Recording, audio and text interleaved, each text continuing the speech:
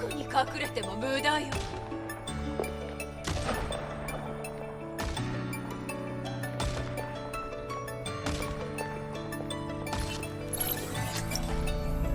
さあスノーボール、私たちの出番です。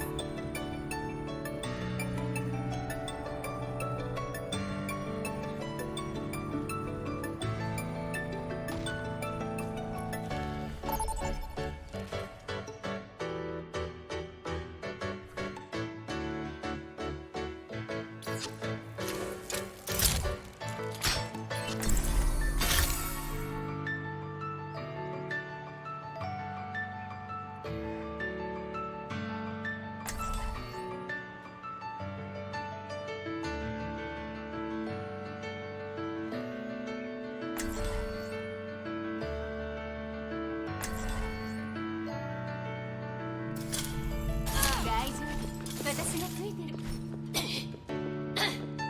一本一本矢は自分でこしらえる瞑想のようなものだ。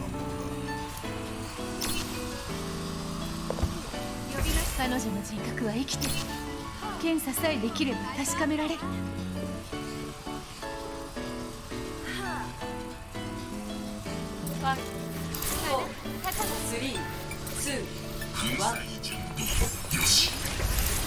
最初のフラッシュポイント、マーケット。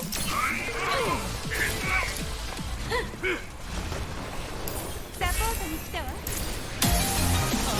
私は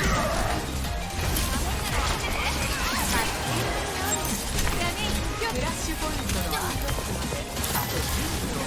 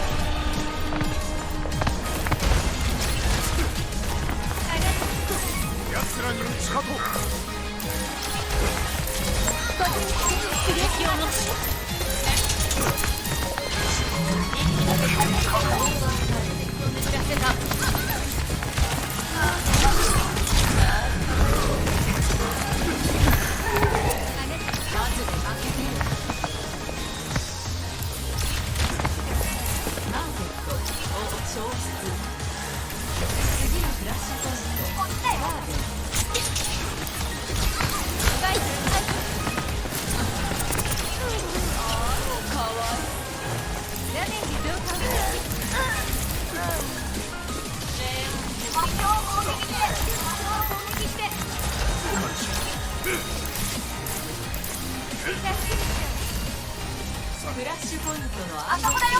あと10秒。おだまりなさ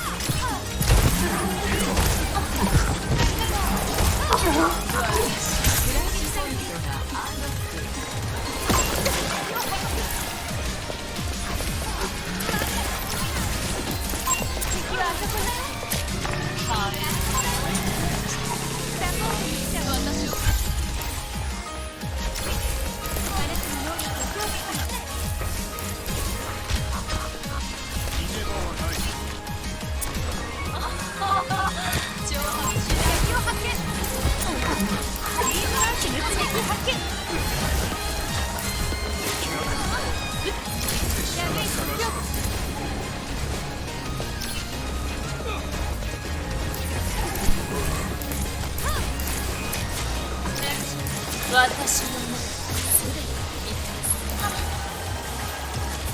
敵を捕捉。さあこれを右手敵があそこだよ。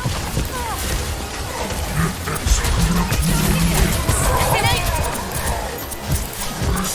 失礼な取り組みを解き放て。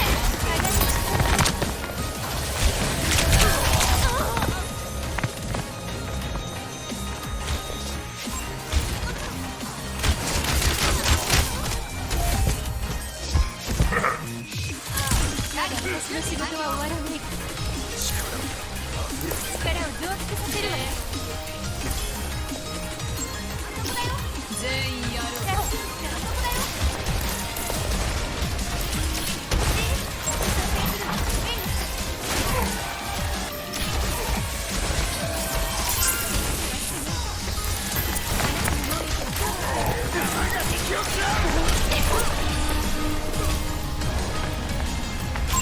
敵を発見。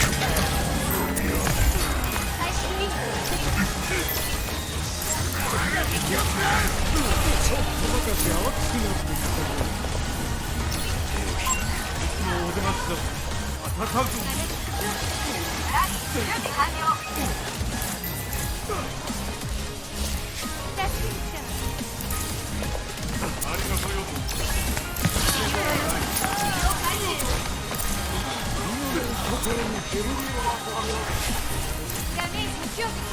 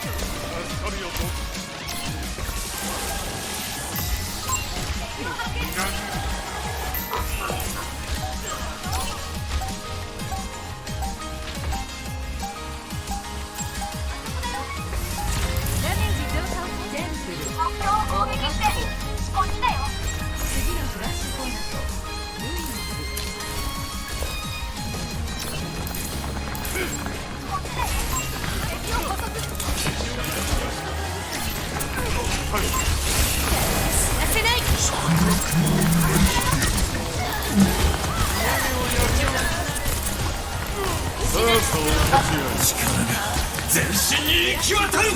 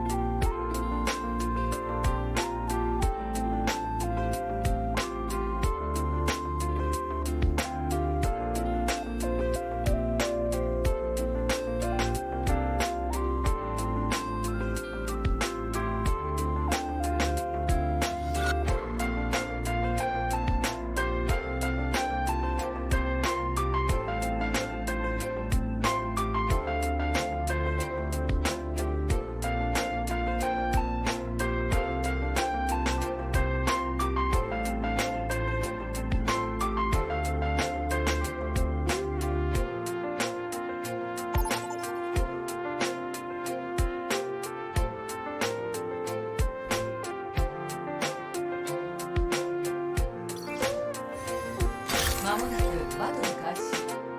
ヒーローを選択してください。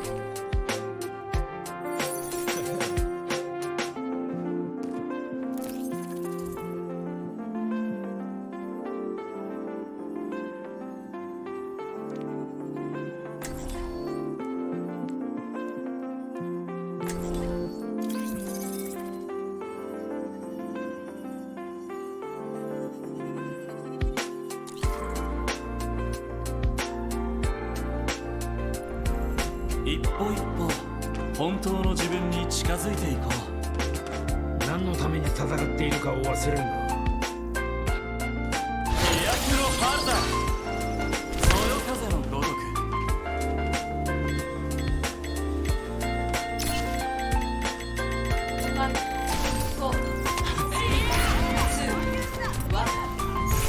目標のアンロックまであと30秒。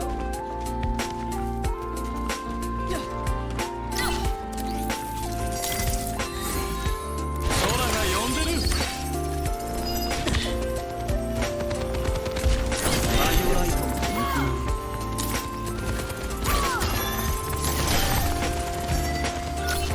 一躍前進。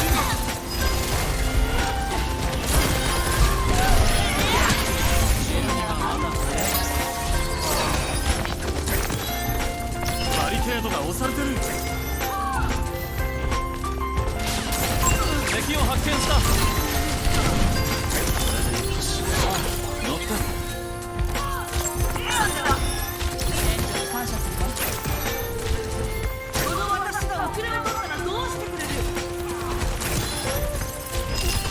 止められはしない。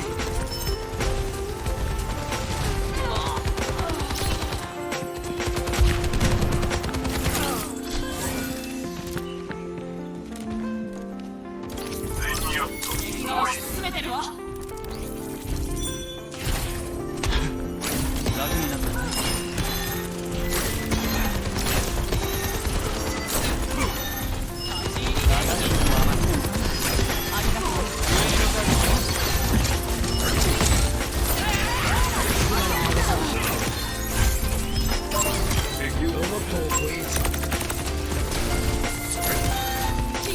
軽いうちに直したんだよ。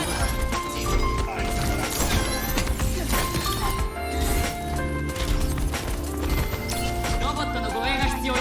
あまり離れないで。行っ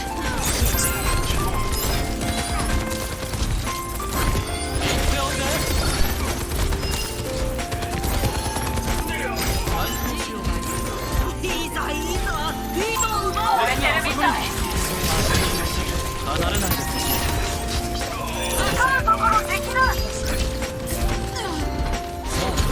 て。進んでるぞ。妨害する。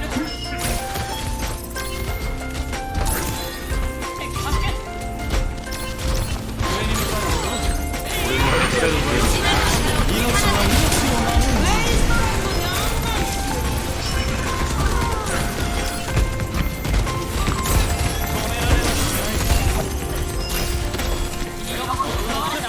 そうはさせない。もう安心だ。木が倒れた。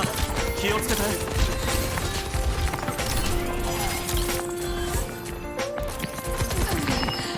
しばしの攻撃開始。飛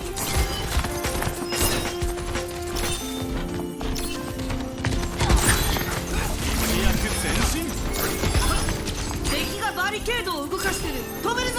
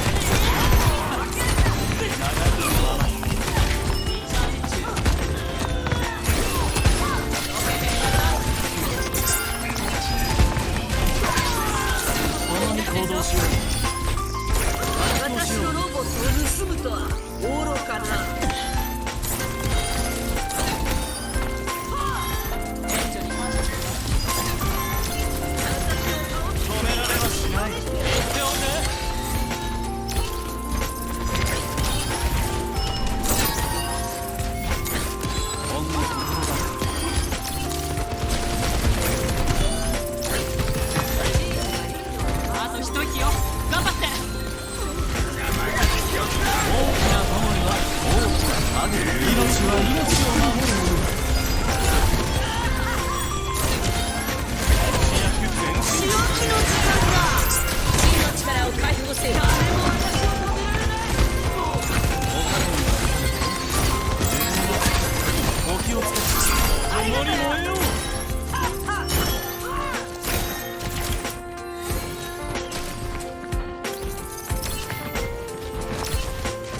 敵を発見した。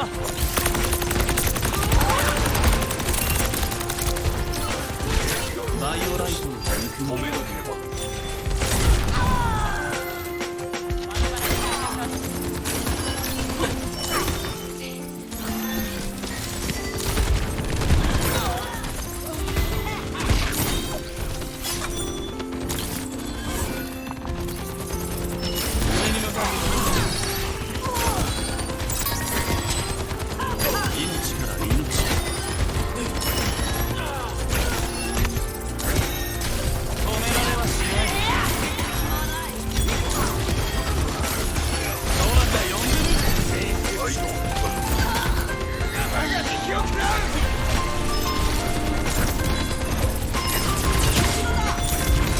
俺の目から逃げる。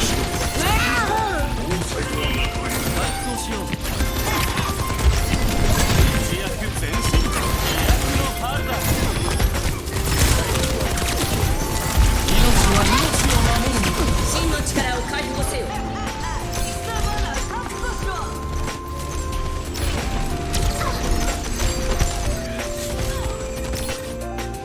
もう一度挑戦しよう。火が倒れた。気をつけて。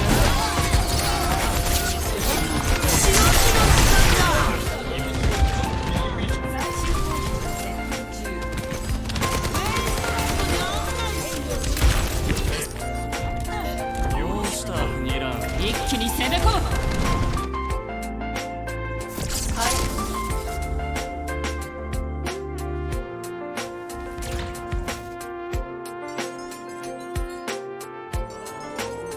プレイオブザデ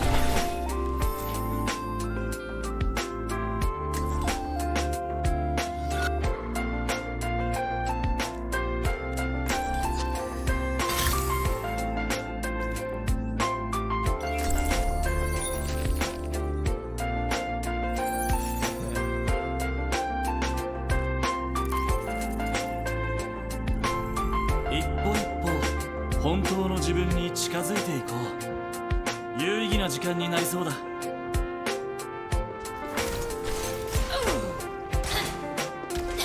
一躍前無進。茶は禁物よ。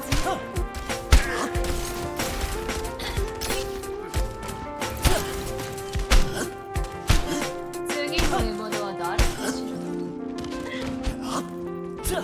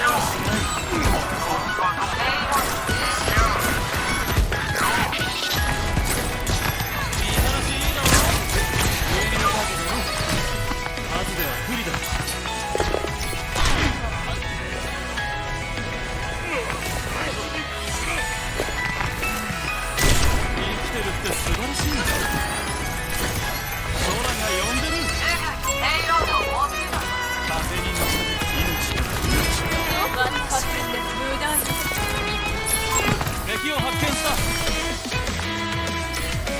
飛躍の春だ。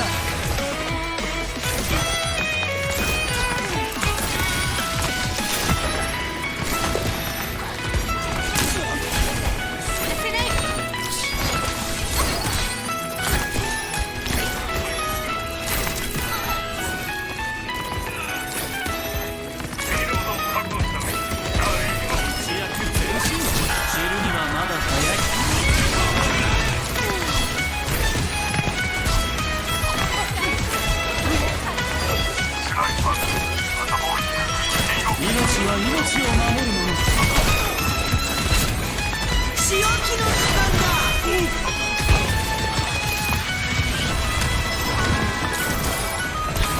躍の春だ。敵があそこに。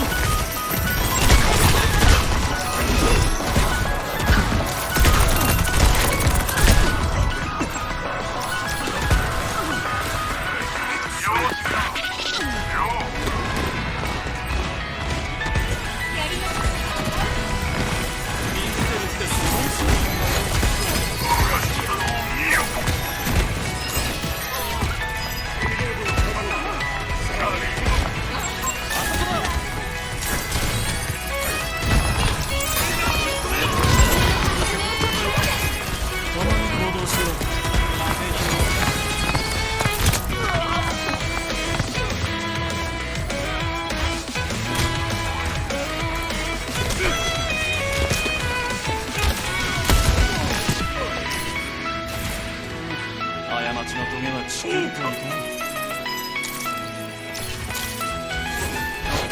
誰か一緒にペイロードを進めないか。残りの8人。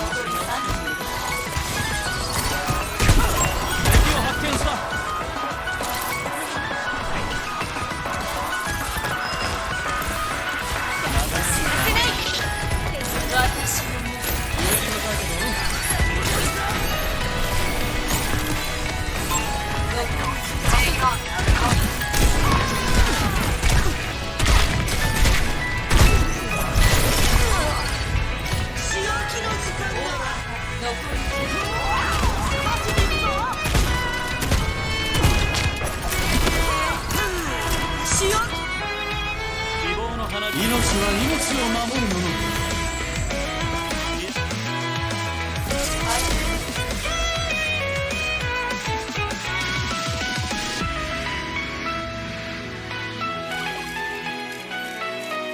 プレイ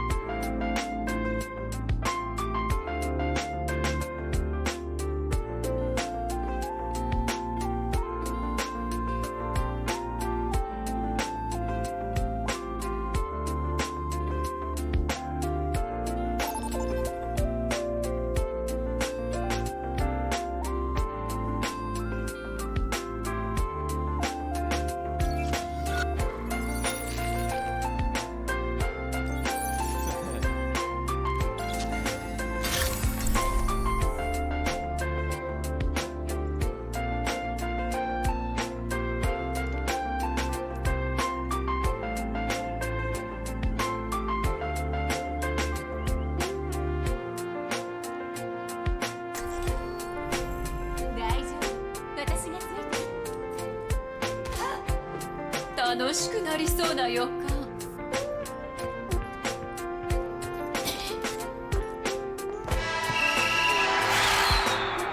こは戦火の真っ只中だ。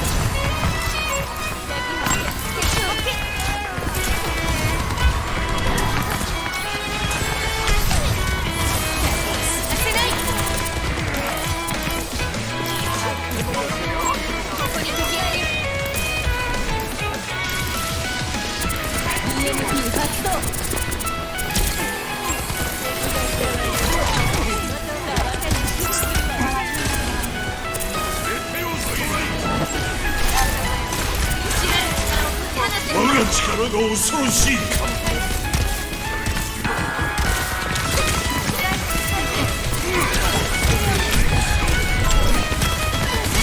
俺の目から逃げるな。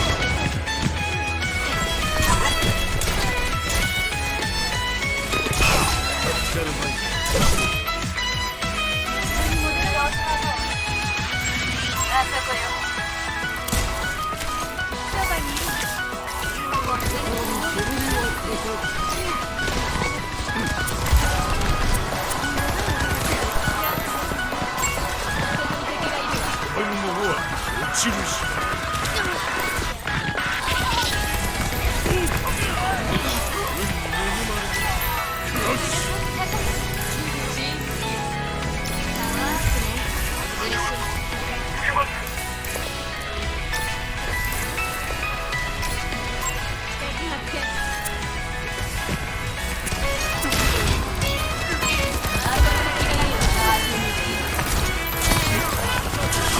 さあそう勝つよ。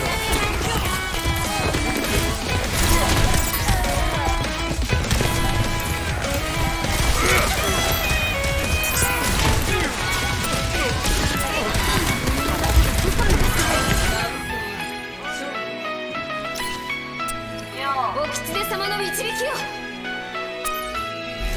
スコア1対0。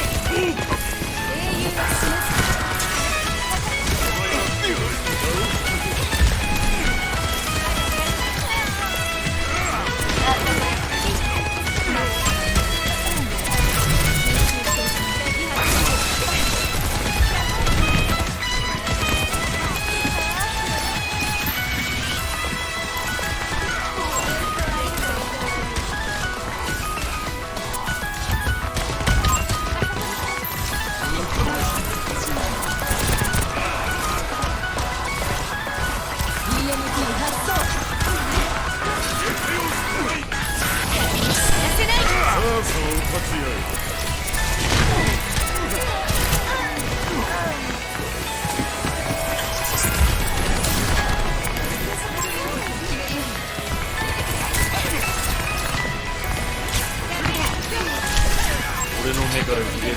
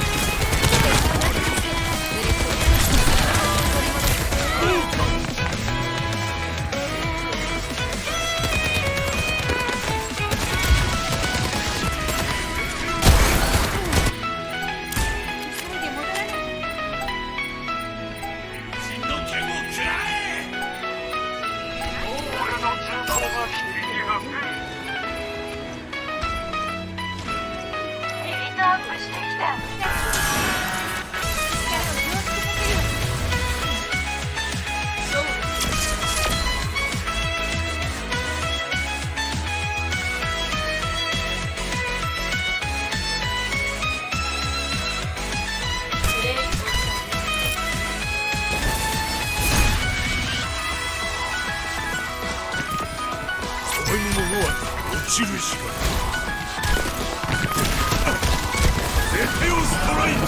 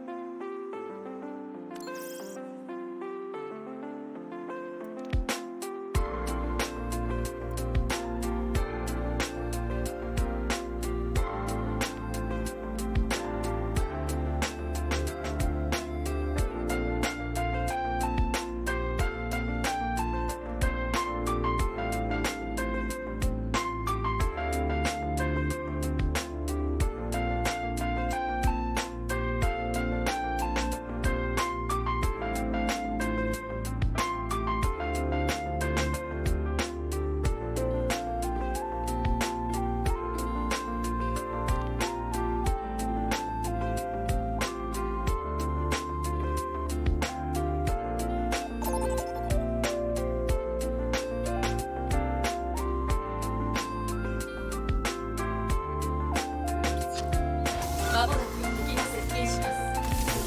ヒーローを選択してください。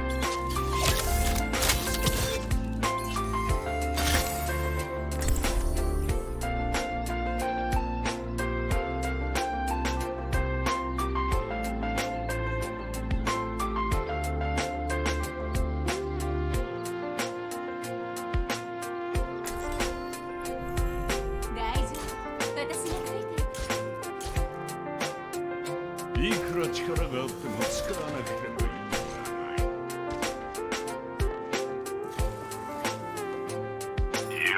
技術ではなく精神力こそが成熟した戦士の証。手応えがあるといいのだが。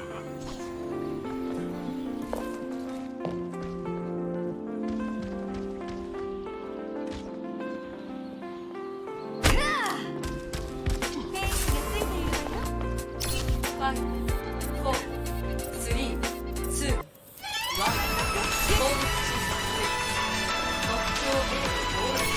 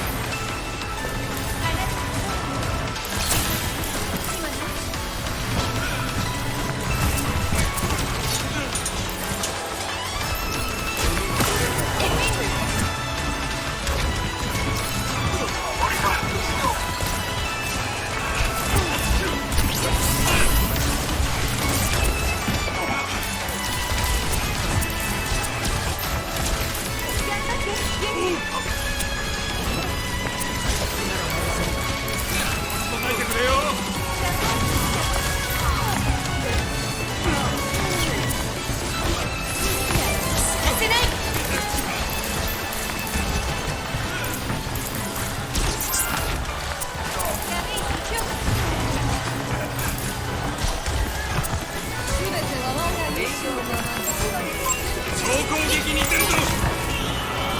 モータルティフィールド展開。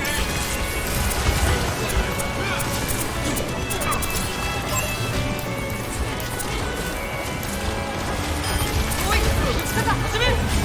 大丈夫か。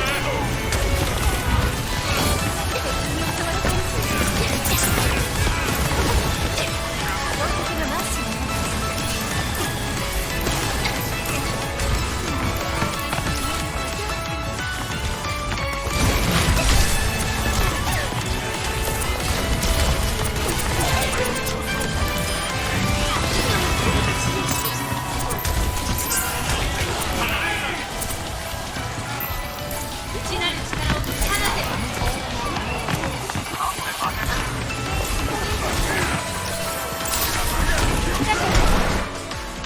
はい。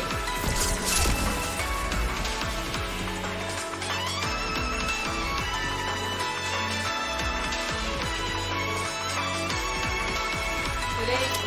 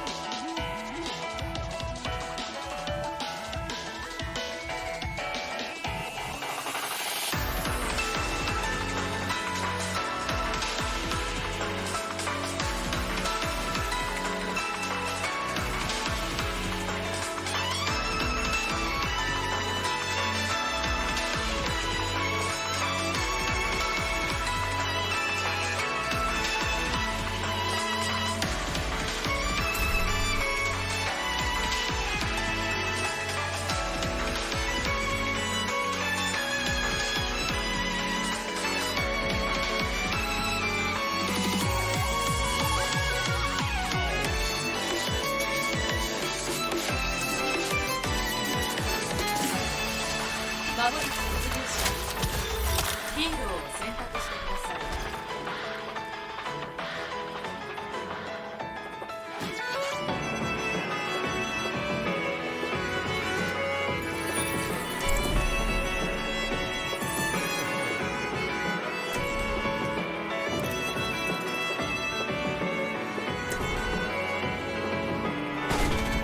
一歩一歩本当の自分に近づいていく。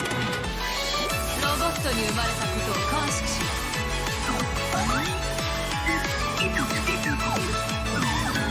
私に話しかけていいとは言ってない。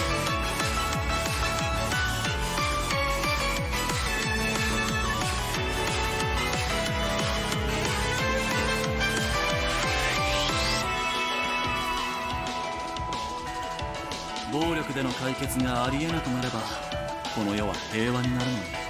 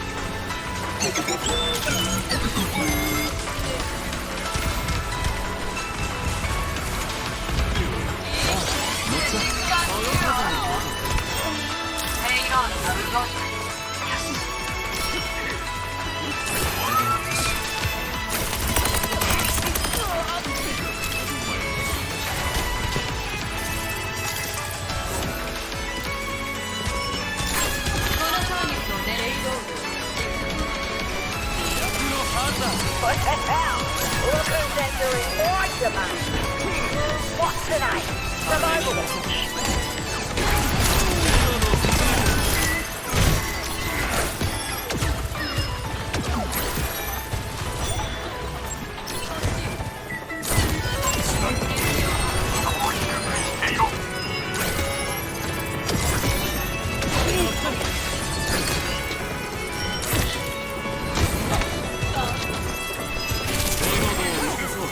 伝ってくれると嬉しい。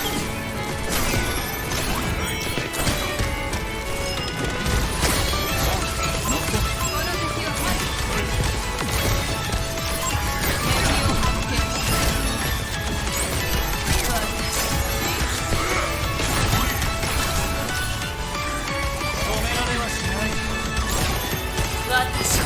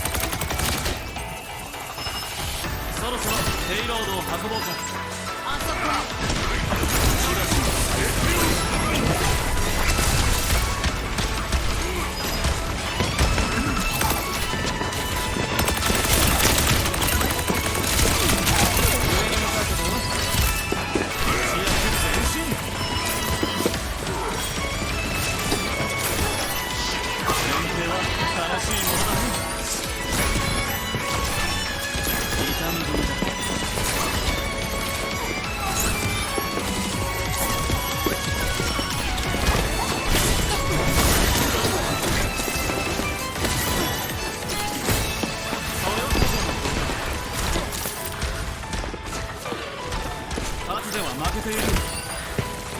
ほんの心だけ。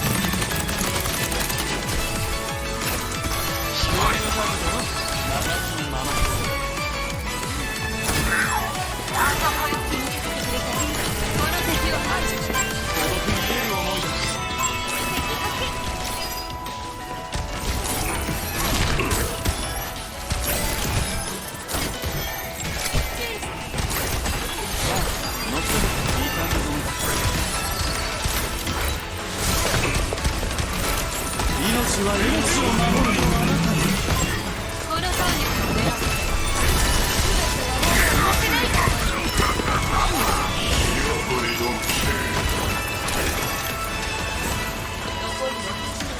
今倒れた。気をつけて。対抗しよう。気迫前進。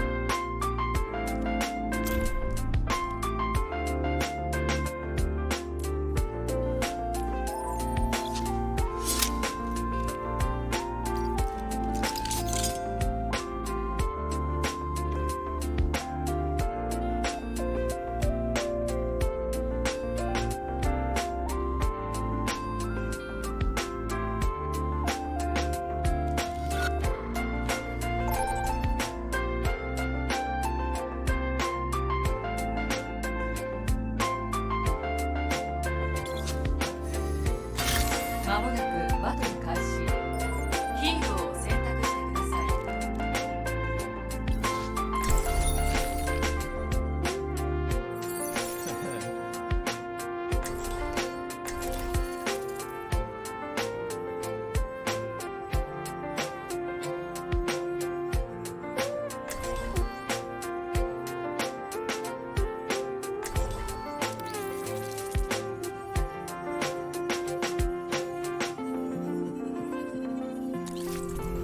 一歩一歩本当の自分に近づいていこう。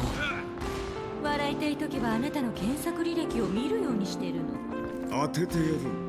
昨日の夕飯時のやつだ。サボテンのトゲ、尻に刺さった取り方。刺さったままにしとけってのか。4、3、2、1。目標の暗号機まであと30秒。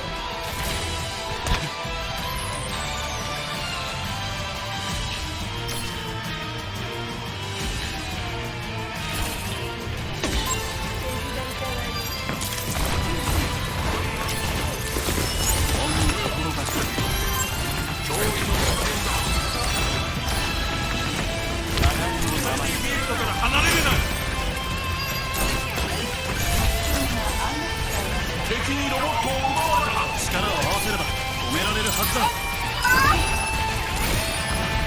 飛躍の春だ。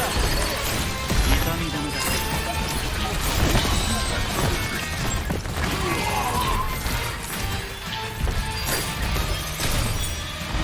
空が呼んでる。一躍前進。いつの間に抜かれたんだ。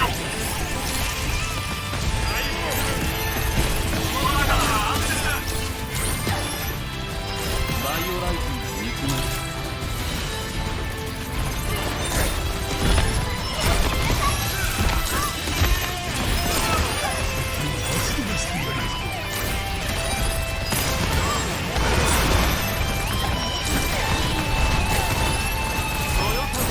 イモータリティフィールド展開。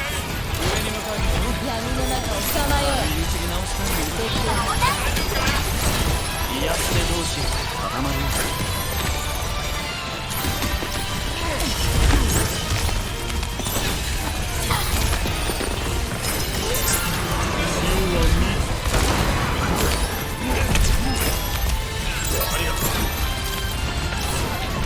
かつては負けている。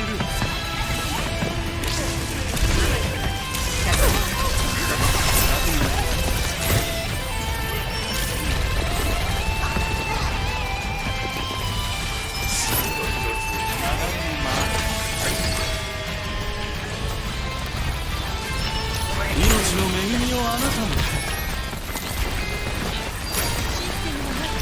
命は命を守るもの。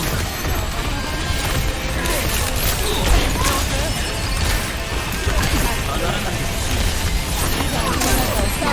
バリケードが押されてる。攻撃がなくなった。身を隠して。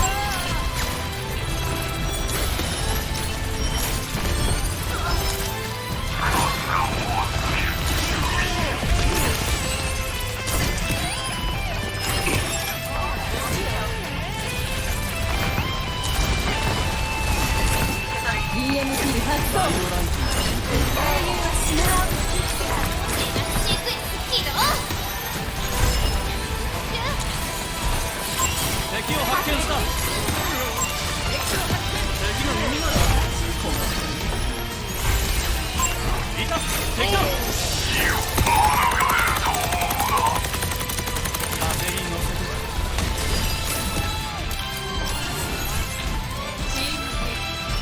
回復しよう。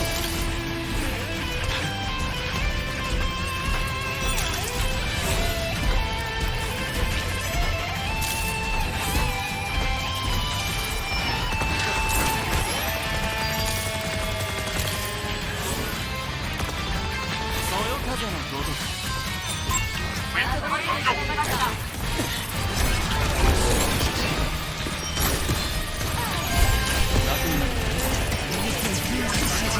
知るにはまだ早い。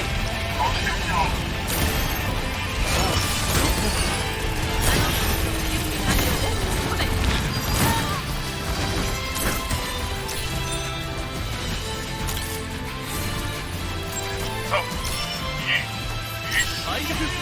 ブーストを投与。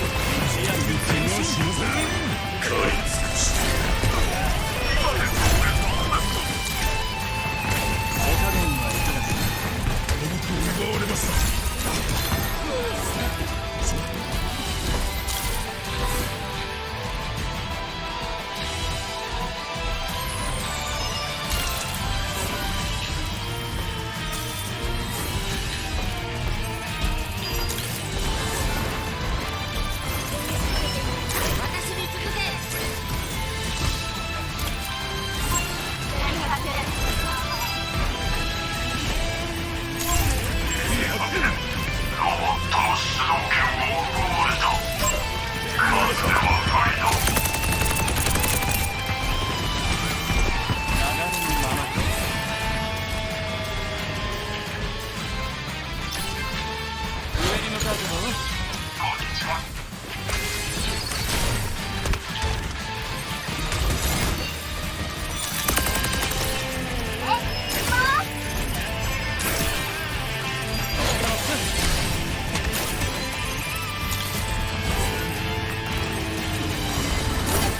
上に向かうけど命の恵みをあなたに。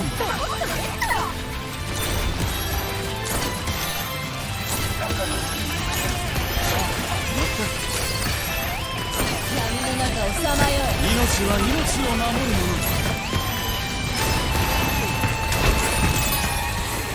英雄は死ぬ。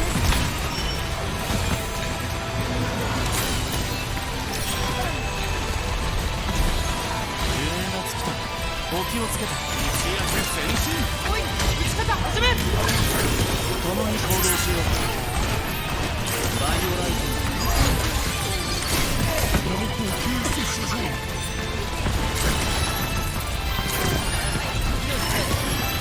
敵を発見した。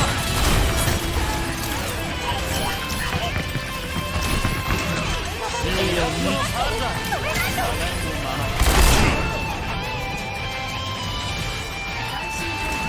潮は見つかる。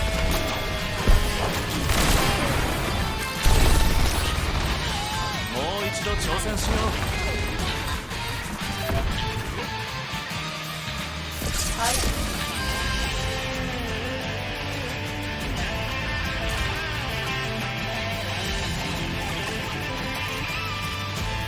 プレイ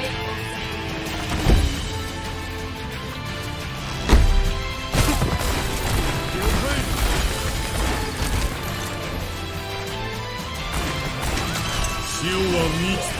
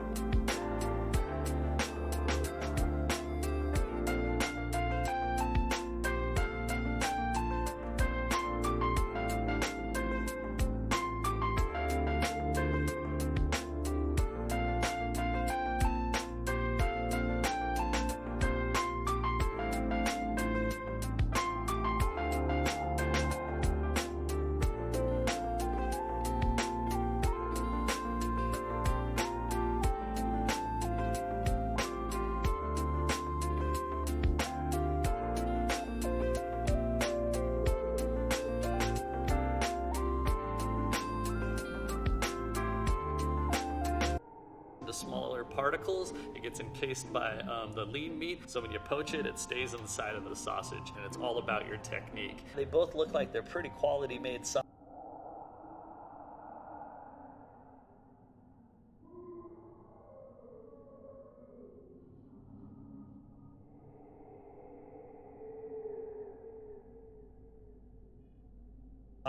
I'm excited to get these hot and to taste them. 2 equals to x.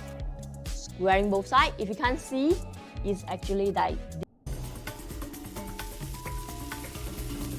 They both look pretty delicious. When I look at a sausage, and most sausage makers look at a sausage, what you're looking for is to see if the casing shriveled right away. What happens is when you have a really good emulsification, the sausage should plump up in the casing when it heats up. These ones here, they kind of shrunk down on themselves, meaning that the emulsification didn't have enough spring to it. And what you also can do is to see if it's well made is you squeeze it, and if the grease goes out but then comes back in and doesn't necessarily run at it, that means that that myosin actually bound that sausage, so when you cooked it, not all the grease came out of it, it's still supported. So that's looks like it's a pretty well-made sausage, but I'll be able to taste it for sure. That's a very, very delicious, well-made bratwurst. Spices aren't too over the top. This one also, I would assume, has milk powder in it because it's really, really moist when you bite into it, but not greasy. It's really, really well made. I think that's a pretty high quality sausage. And sausage B here, you can see is a little bit more coarser of a sausage, as we say, because you can see there's big flex between the difference. One thing of alarm that might see that's not perfectly made, you can see it's kind of crumbling, so that most of the fat in the middle of the sausage during the emulsification was trying to escape to the outside, and so the casing kind of came off. Let's go ahead and give it a taste. I'll be able to tell much more. That's actually a pretty darn good bratwurst too, though. I actually like the texture, definitely coarser, but that is a darn fine sausage, and I kind of enjoy that. It's definitely like the more classic sausage that you would buy your whole life in America and throw on your grill and enjoy. This is probably a little bit more of the sausage that you buy at your German deli. One thing that I would like to see is just to see if you could taste the difference in quality of casings. Let me take a bite out of it. Yeah, exactly. Yeah, so that casing was nice and tender. The ones that are a little bit more harder and chewy, you could run much faster through your sausage machine. So if you wanted to pump out a couple hundred a minute, you would purchase a more, stretchy or robust casing. Let's take a bite out of this and see. It's definitely more broken, and that's what I was saying in the emulsification. So part of it's chewy, and then there's kind of like a greasy kind of mess in your mouth. It just means it's just a little bit more rustic of a sausage. Judging by the full emulsification on this one, not getting much sinew in my teeth, the real spices, and the fact that it used milk powder, I'm gonna assume that this one's a little bit more expensive. This one, the coarse grind, the tougher casing, a little bit of sinew. I'm gonna assume that this one is the more expensive. So sausage A is the more expensive sausage, and if not, right? Yeah, by a lot. By like a lot. Good. Both sausage A and B are awesome sausage. This is definitely, a little bit more technically sound and more overall enjoyable sausage, but sausage B is, a little bit more nostalgic, the sausage that you enjoyed your entire life. So they're both great sausages. Blood sausage. I love blood sausage because it's the ultimate example of utilizing the entire animal. Of course, we use all the steaks and the trim and the fat, but to actually use the blood of the animal really goes to show that you're actually using every piece of that animal for something. The blood itself has an amazing irony flavor, and that's the majority of the reason why we use it. In South America, they make blood sausages with pumpkins in them. In Africa, also with squashes in them. The tricky thing about blood sausage is it's almost impossible to stabilize blood, and so it has to be made right away. It's an entire different art of sausage making, and super challenging and really, really delicious if you nail it. This casing is kind of interesting to me because it's so black and so shiny to me. Yeah, I think it must be cellulose or possibly a collagen casing on there. It has definitely smoked paprika on it, which is already an expensive ingredient. Also, might not only be the smoked paprika that's in that product. This one could have been left out over oak and actually smoked really, really delicious. That thing smells absolutely amazing. This one, however, yeah, it's also still a little soft, which could mean that it was fresh. It is in a natural casing, which is a giant challenge to actually get stuffed into. One thing you can tell from tasting the blood sausage is you do fold a little bit of fat into it. And if this is what I'm guessing it is, which I think it's an Iberico morcilla from Spain, you'll be able to tell from the fat. And again, you're not seeing a lot of rice or barley or potatoes. You're only seeing one little speck, which actually looks like it's pure fat. So this one could be a lot of delicious pig blood. This one, Eucerin Spotless Brightening. Diminish stubborn dark spots at the roots for translucent radiant skin in 2 weeks. Once everything's perfectly organized, I'll start working on my thesis. yeah, it's just, yeah. It smells very oniony, which means this one may have just more ingredients folded into it to stretch it out. For those reasons right there, I'm gonna assume that A is the more expensive product. It's definitely smoked, has very little filler to it, and it's just a beautiful, dark-looking blood sausage. Very excited to try.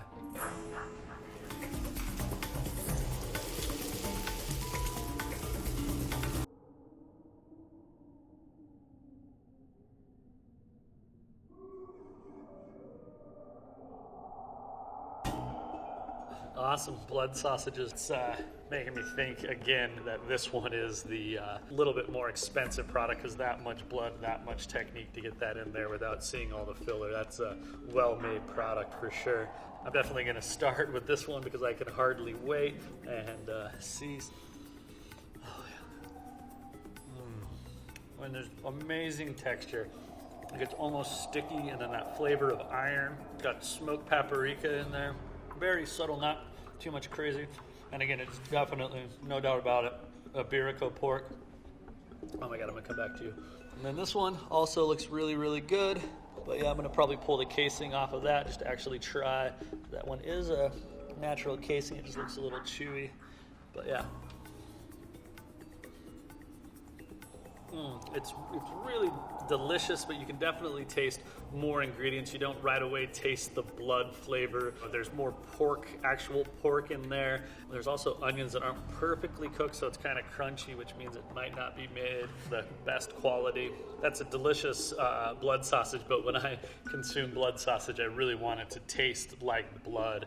And I mean, this is a really great product. In my guess, this one is definitely a Iberico pork, which is a black pig from Spain that is a protected animal that has a DOP, a designation of origin of product. To receive that, it has to be made from a certain pig in a certain way, which is out on beautiful farms underneath gigantic old oak trees, and they're spending a good part of their life just consuming acorns and living the good life. You see a DOP, it's probably worth the upgrade. I'll be really disappointed if this isn't the more expensive one. Anyways, I think this is about 3 times more expensive than this product. You ready for this? $2.07 an ounce for sausage A, and 86 cents an ounce for sausage B. Worth every penny. Both of them are great sausages. I would absolutely eat these any time of the week, but sausage A is just, yeah, it's a real special sausage, and for a sausage nerd like myself, a special treat. Veggie sausages. I guess it goes to show that epic. This one is more expensive, more in spec, which you tell from and a paprika on it, which is already an expensive ingredient. Also, might not only be the smoked paprika that's in that product. This one could have been left out over oak and actually smoked, really a good part of their sausage, and for a sausage nerd like myself, a special treat. Veggie sausages. I guess it goes to show that Epicurious does have a sense of humor.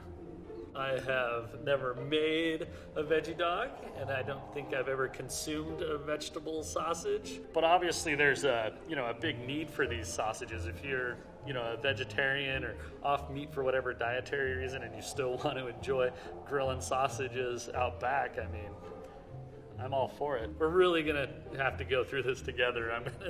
We're gonna dive into these things. We'll start with A, this one here.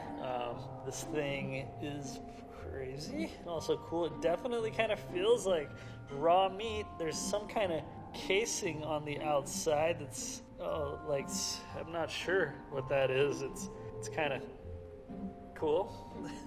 I'm gonna like get into this thing because I have no clue what's going on here. I mean, that looks so meaty. But it definitely, it smells a little more like a health food store, is what I'd say. I don't know, kind of like health food store smells like, I don't know, nuts and barley. I don't know, craziness. Anyways, this one, sausage B, cooked, I assume. Definitely more Play-Doh-like-ish. Oh yeah, that one smells more like beans. This is gonna be brutal. If I had to go about making veggie sausage, I would take, a real ingredient, maybe white beans or chickpeas, maybe find like a rice flour or some kind of starch to make sure it binds in there. Then I would season it. I'm so out of my element here. I don't know. To me, strangely enough, this one looks a little more appetizing. This one's a little, I don't know, what do you guys think? It's gray. We're gonna heat them up, we're gonna taste them, and I hope my mind is blown with flavor because it's crazy.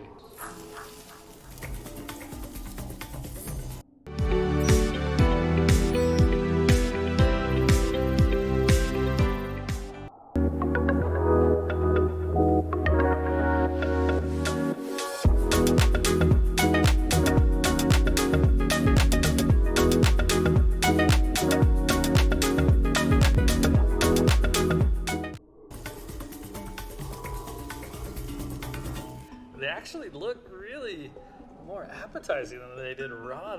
When they heated them up, they browned up nicely. The sausage A looks like the grill marks might have made this cool little crunchy texture on the outside. Gotta squeeze A real quick. Firmed up just like a good sausage. That's cool. I mean, it does look appetizing. I would happily eat that. This one too, it was all gray, and now that it's all grilled up, it actually looks pretty appetizing. It's brown, it's got cool marks on it. I'm not sure. I'm gonna just have to taste it and see what that tastes like. I don't even know what that is. It's not offensive at all, but it definitely also tastes like a health food store. Like, what is that? It's seasoned well. It's got like good salt to it, and to me, it's just confusing. I don't know what it is, but it tastes like pureed soup. I don't know what's going on here. I mean, I'm not gonna eat a lot of it. That's something. Let's try the next one. Veggie sausage B here. Yeah, no, that whole texture, that whole flavor is just not made for me. To me, I can't taste like garlic and real ingredient. I can't even tell what the herb is. That's just not my jam right there. All said and done, I do think that if I were missing meat and sausage, I would actually crave and enjoy sausage egg. For all of those reasons, the fact that it's just got some cool science in it, it looks like meat. I couldn't pinpoint exact spices or seasoning or proteins in it, but it has flavor in it. And it actually has a good texture. I'm gonna go ahead and say that sausage A is the more expensive one. That was close too, but I did it. Sign me up. Veggie sausage expert. Sausage A 64 cents an ounce and sausage B 25 cents an ounce. I don't mean to hate on this by any means. If this is filling a niche and somebody finds it absolutely delicious, I'm all for it. This is a better way to get protein into people that need protein's hand. I'm all behind it. 25 cents an ounce. I don't mean to hate on this by any means. If this is filling a niche and somebody finds it absolutely delicious, I'm all for it. This is a better way to get protein into people that need protein's hand. I'm all behind it, and I'm actually really happy that somebody's taking the time, effort, and care to make a delicious product out of it. chicken sausage. As you can imagine, I love chicken sausage too. So both of these look like they are casing free. That means they probably stuffed them into a cellulose or a collagen casing, cooked them, smoked them, poached them, whatever it is, and then stripped them off. If these were cased in a natural casing, they wouldn't be quite as round. If you look at sausage B here, they're almost exactly to a T, the exact same sausage. Sausage A, the same. They're really, really similar, almost to flaw, but they do look like they're nicely well-made sausages. This one, you can tell from the pale color, may not be smoked and is probably just steamed. This may have smoke on the outside of it, but again, that is also a little too uniform, so it might be a tell that it is a little bit of liquid smoke, not actually smoked over real wood. And I'm hungry for chicken sausage, so let's do this.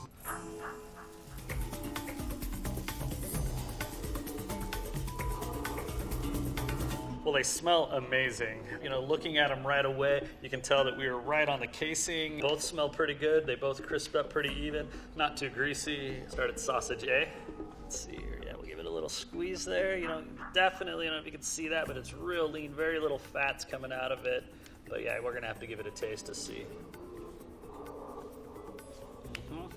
You know, not a whole lot going on there. Definitely apple and definitely sugar, possibly maple. I also just noticed that it's probably a low sodium chicken sausage as well.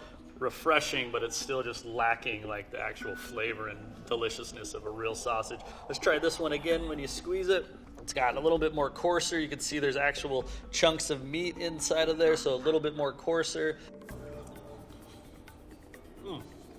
But that one actually is moist, has nice texture, really actually a good mouthfeel to it. It actually has really good flavor. That would be great off of the grill, and if you're not eating pork, that's a really delicious sausage, yeah.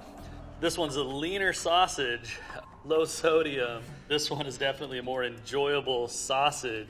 Yeah, this one's gonna be a little bit tricky because, you know, chicken sausage is a little bit out of my wheelhouse. I'm gonna go with my gut on this one, and sausage B is definitely the more delicious sausage. It has the smoke on the outside. I really hope I'm right here. Let's see what I'm doing. 75 cents. Oh, that one's close. I keep my job. Sausage A is 33 cents an ounce and sausage B is 75 cents an ounce. Those are pretty close. You know, the price of the proteins are always relatively low for a chicken sausage. Skinless, boneless chicken breast is the #1 selling protein out of most deli cases in America. And that chicken has a lot of other parts on it. And so if you're selling mostly chicken breasts, no matter how great that animal is raised, you have a lot of byproduct that you sell into the sausage industry. One thing people should look at when they're purchasing chicken sausages is to make sure that it has the USDA organic label on the outside. That'll say that the chicken has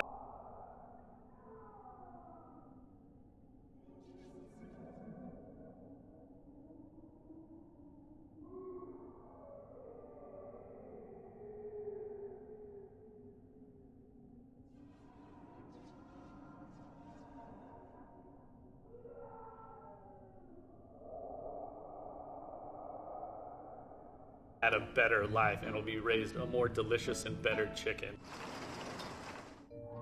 Kielbasa, traditionally a Polish sausage. One of my favorite all-time sausages because it has two of my favorite things in it. It has a lot of fat and it's also traditionally smoked pretty hard. In the original ways, it could be pretty much any type of meat ranging from pork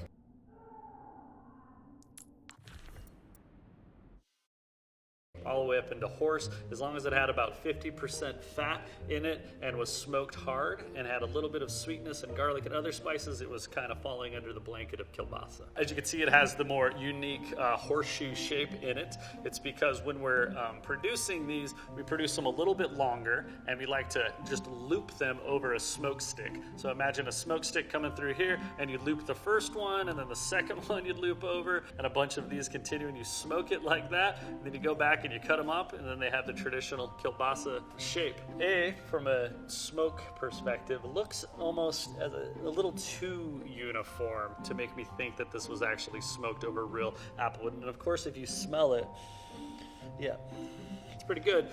It smells great, but it definitely smells a little burnt, and that's a for sure way to tell that if it's a liquid smoke, is that it actually smells a little bit like it was on fire for a second, as opposed to like delicious smoke coming off of an apple wood or something. If you wanted to smoke something natural over apple wood, it takes 2 to 3 hours to even get the flavor inside of it. Liquid smoke is a much quicker, much cheaper, and actually just a way to make it more consistent. A lot of people like consistency. Sausage B, you can see, is, again, to go back to the casings, it's a natural casing as well as this one, but it has, you know, a little bit more of a lighter smoke. You can see the smoke actually had a little drip off of the bottom, and when I smell it, yeah, see, it smells instantly like if you've ever put wood chips on your grill and you had that beautiful perfume of apple wood that comes out, or if you use hickory and it's a little bitter, you want to eat it and you kind of crave it instantly. We're getting fire, folks. Total Water Lens. What's wrong? My contact lenses feel so dry. Try Total Water Lens. They feel like nothing but a silky cushion of moisture. Feel the comfort. I'll come. Tourists.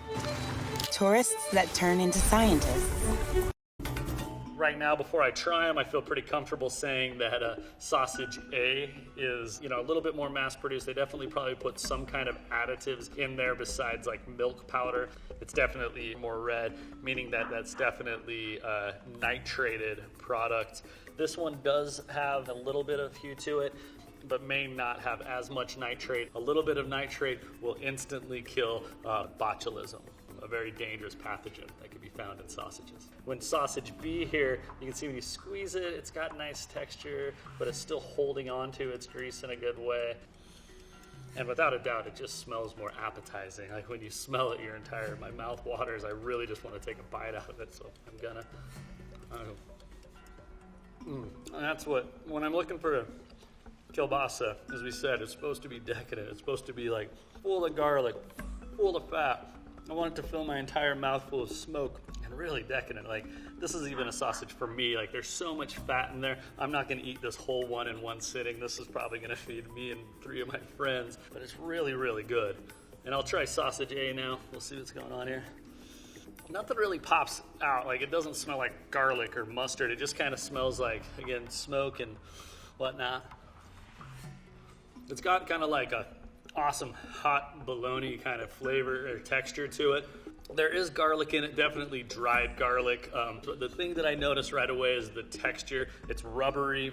It also has a real strong celery flavor to it, and it's not as greasy and as moist as I would like to have like a real kielbasa. Right now, I think that sausage A is still an awesome kielbasa. It's actually got a cool texture to it, smells like smoke, but I just think it's probably a little bit more, you know, industrially made. Sausage B has got to be the more expensive product just because of the real ingredients in it. Even if this is the cheaper one, I'd still buy a 10-to-1. This thing's amazing. That's good. Let's see.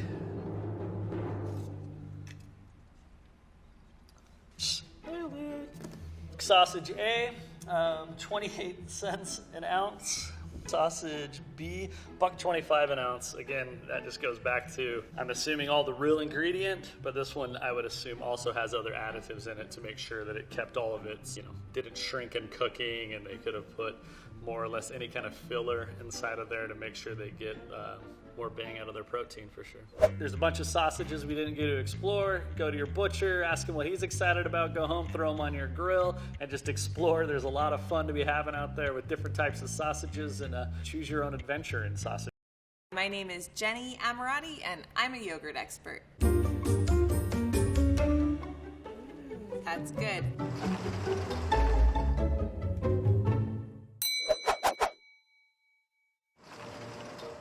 So it looks like we have unstrained yogurt here. This is the traditional type of yogurt that we grew up eating, that you would have had in your household every morning for breakfast. Yogurt is the bacterial fermentation of milk and cultures or bacteria. So when you make a strained yogurt, you would start out with 3 gallons of milk and end up with 1 gallon of yogurt for your finished product. With traditional yogurt, you start out with 3 gallons of milk and you end up with 2 3/4 gallons of yogurt. Traditional yogurts like these are generally more affordable for that reason.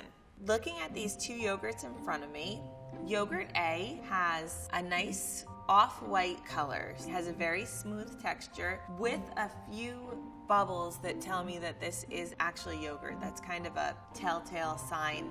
Yogurt A looks pretty good. B has a little bit of a bluish tinge. I would expect a traditional yogurt that's not strained to be a little bit more yellow because it still does have the whey in it. It's this bright yellow neon liquid, and it does give traditional yogurt a little bit of a yellowish color. These colors don't tell me very much, but the yellow tint is what I would expect in the yogurt. It's gonna come down to taste on these 2.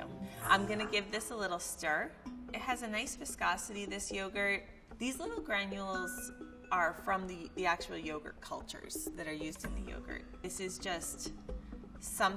I would expect a traditional yogurt that's not strained to be a little bit more yellow because it still does have the whey in it. It's this bright yellow neon liquid, and it does give traditional yogurt a little bit of a yellowish color. These colors don't tell me very much, but the yellow tint is what I would expect in the yogurt. It's gonna come down to taste on these 2. I'm gonna give this a little stir.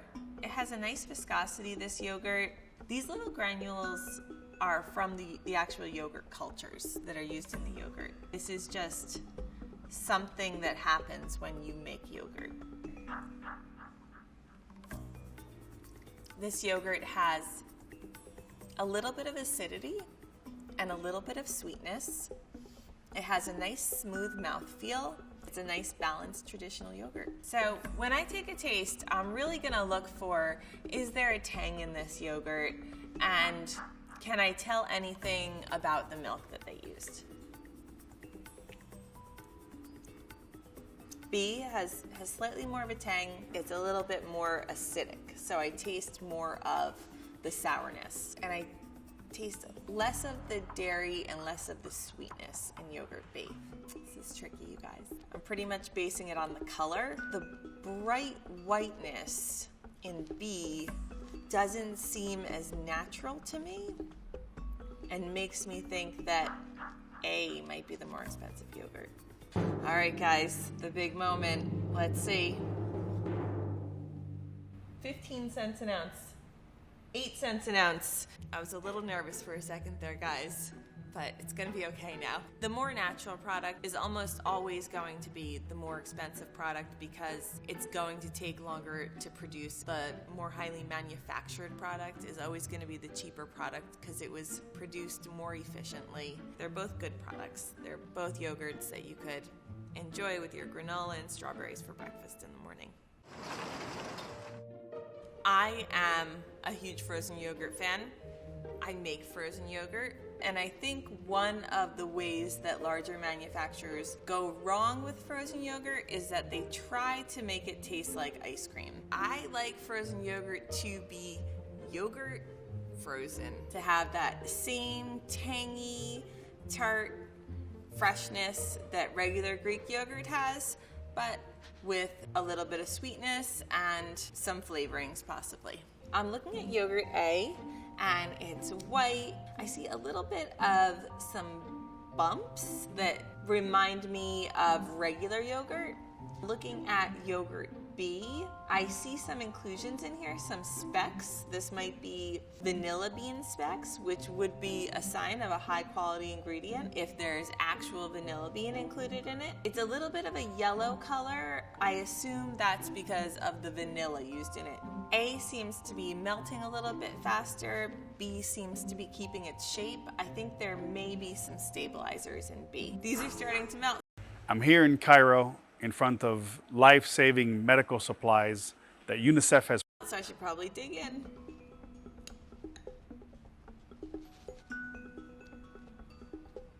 It's pretty creamy and smooth, and it's got a nice amount of tang. You can really tell that you're eating great tart yogurt. Someone took the time to make real yogurt and then turn this into real frozen yogurt. This thing is the real deal here. B tastes a lot like vanilla ice cream. There's no tanginess in this frozen yogurt. This is creamy, it has really nice notes of vanilla. Froyo B is probably a larger manufacturer trying to appeal to a larger audience. So comparing frozen yogurt A to frozen yogurt B is like comparing apples to oranges. One tastes like yogurt frozen, and one tastes more like vanilla ice cream. But I'm gonna say that frozen yogurt A has that small batch quality that makes me think that it's more expensive to make. Let's see. It's A. A is 56 cents an ounce, where B is 26 cents an ounce. A is the clear winner, and it's the only frozen yogurt I would eat, but this one also might be a little bit of a taste preference, so there's somebody out there who definitely prefers B. Greek yogurt is the type of yogurt that they are known for making in Greece, where they traditionally use a straining bag to strain out the whey. Greek yogurt is the most popular strained yogurt, but there's many thick strained yogurts throughout the world. My company, Culture and American Yogurt Company, we've been making fresh Greek yogurt from scratch for the past 7 years, so I feel pretty confident about this category. Looking at A and B right now, they're both very white in color. B is much, much thicker. The thicker it is, the less shiny I might expect it to be. The shininess of yogurt A could be a sign of a gelling agent in there. Yogurt A might be a more commercial product, certainly might be the more economical one of the two. All right, I'm gonna give yogurt A a little stir and see what happens. It's very thick. This is not as thick as I would like a Greek yogurt to be. For me, this is something in between Greek and traditional. All right, I'm gonna give it a taste. Very tart.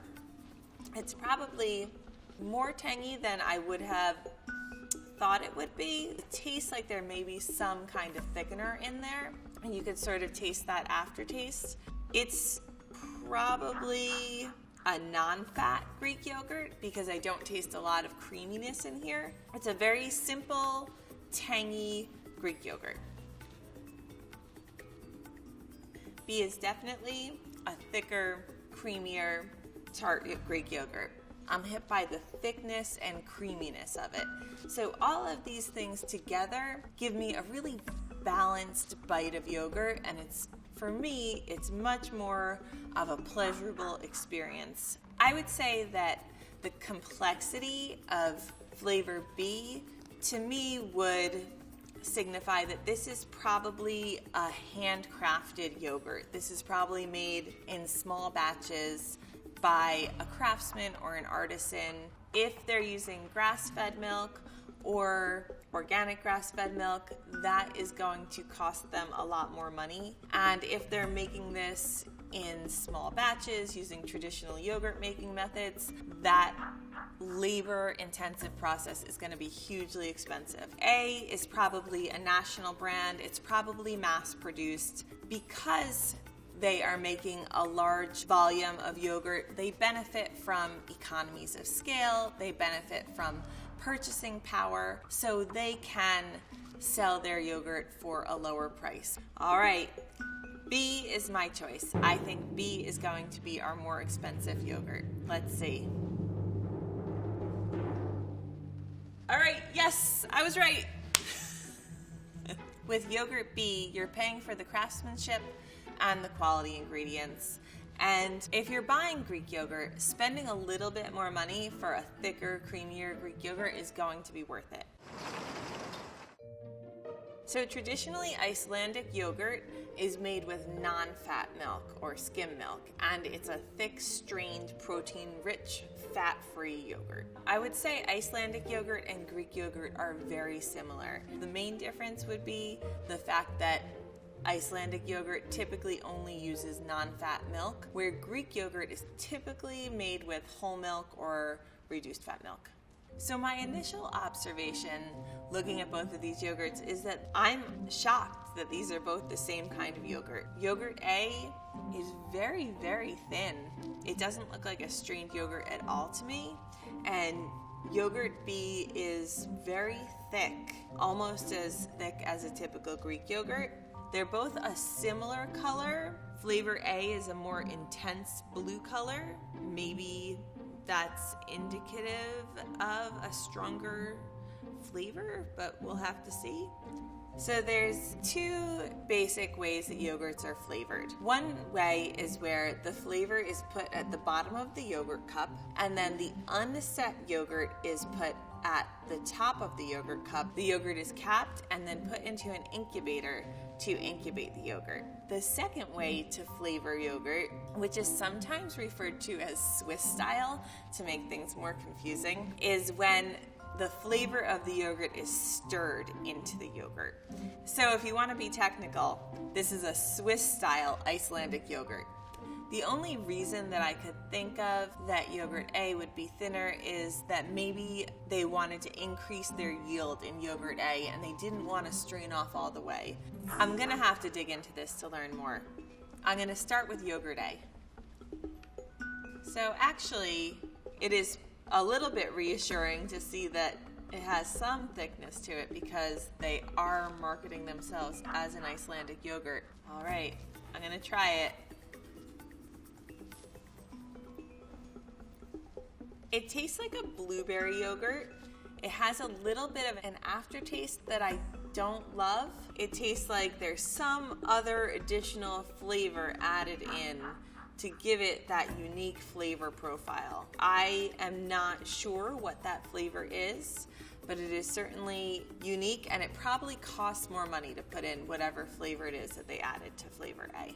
I'm gonna move on to yogurt B. I like the thickness. I like how I can flip it over and it doesn't fall off my spoon. All right, I'm gonna give it a taste. Yogurt B is also not an overly sweet yogurt. It has a lot of tang to it. Yogurt B might be more mass-produced. It has less depth of flavor. Yogurt A seems like it has more premium quality ingredients. Even though these flavor combinations didn't work out, I'm gonna say that A is the more expensive yogurt. All right, fingers crossed.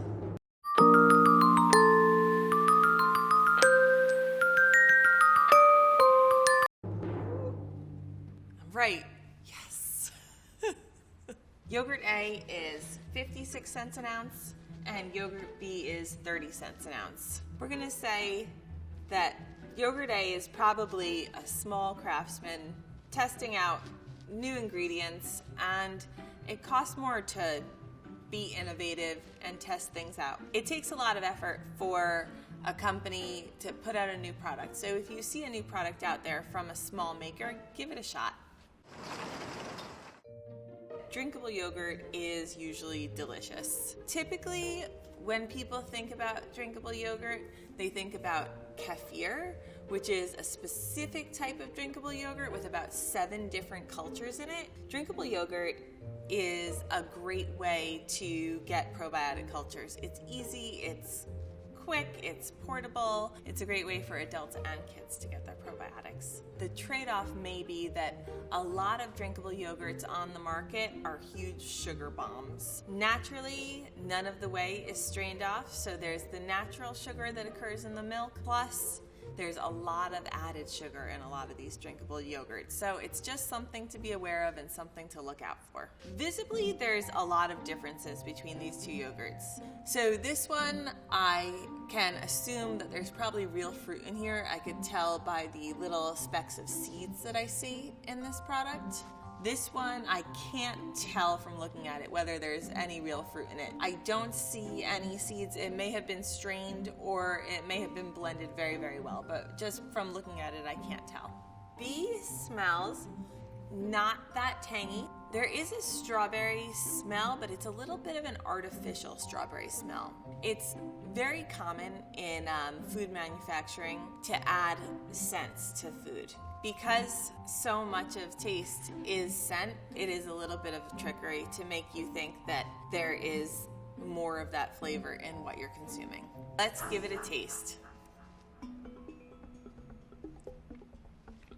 It's not very tart at all. I don't get a strong yogurt flavor. It tastes a little bit like drinking cotton candy to me, and it's probably something that's marketed to kids.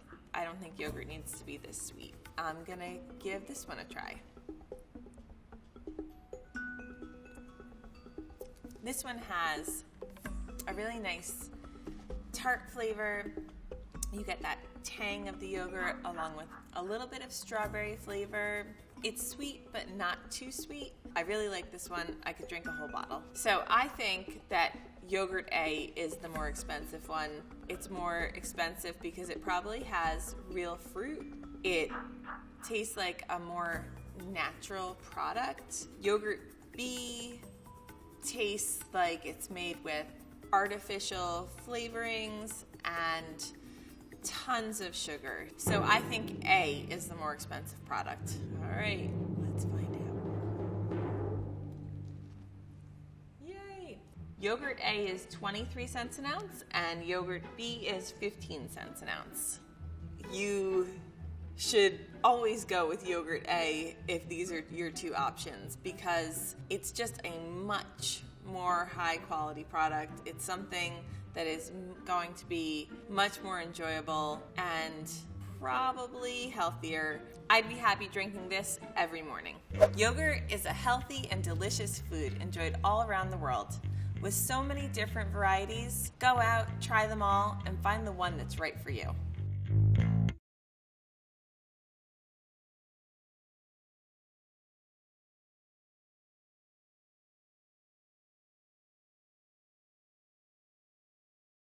I'm Jenny Brittenbauer, and I'm an ice cream expert. I'm gonna have to go back here again.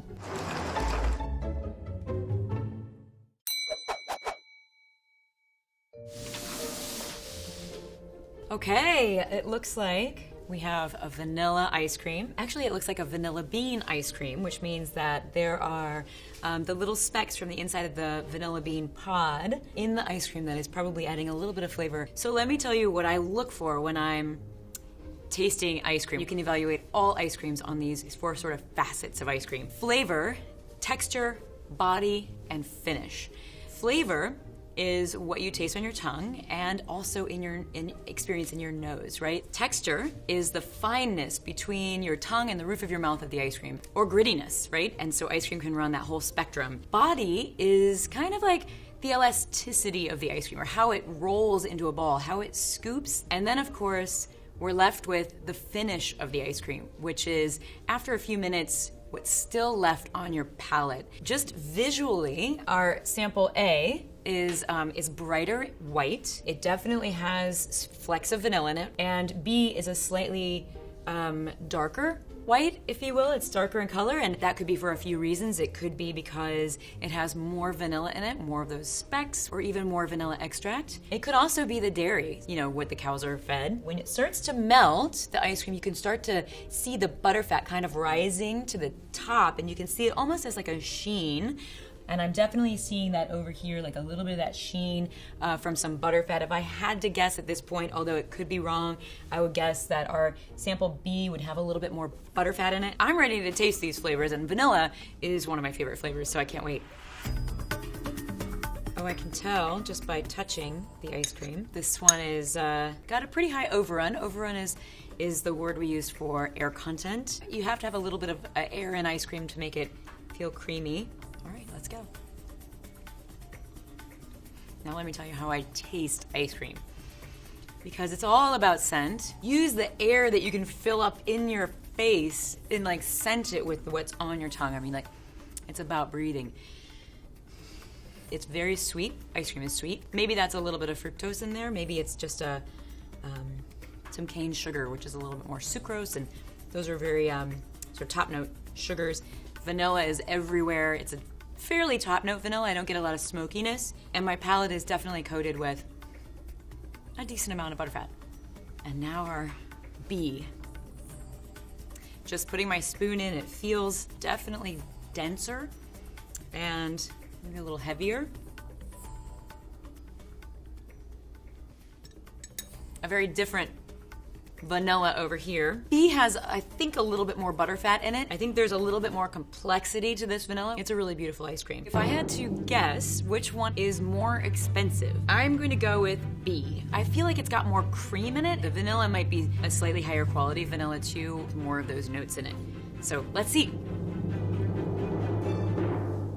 There you go. Yes.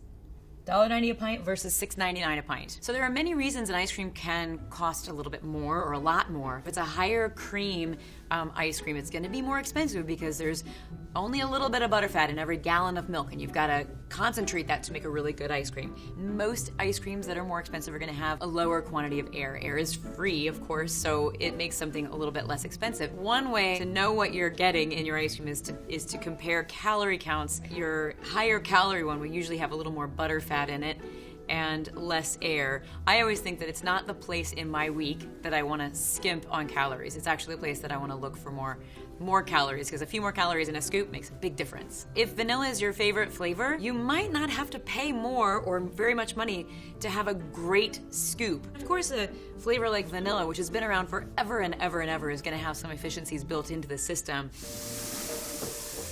Okay, we've got chocolate to taste now. Clearly, we're gonna notice color first in chocolate. A is a darker color, and B is a lighter color chocolate. It could mean that A has more cocoa or chocolate in it, but it could also mean that we're working with different kinds of cocoa. A Dutch processed cocoa is gonna appear darker, but actually taste sometimes a little bit lighter. In chocolate, it's a little bit different, and it can be tricky because a lower butterfat but higher cocoa ice cream can actually be a richer chocolate experience. If there's a chocolate ice cream with a lot of butterfat in it, you're probably not gonna get as much chocolate in it. And butterfat can also be a barrier to flavor when you want that sort of bitterness of chocolate. If you add a lot of cocoa powder to your cream and sugar, you can dry out your ice cream. Often ice cream makers will not add as much cocoa simply because it dries it out and makes it too dry, unless you really know what you're doing. The science of this ice cream is getting that aspect of it right. And then the other reason, of course, that an ice cream maker might not use as much cocoa is because it's a very expensive ingredient.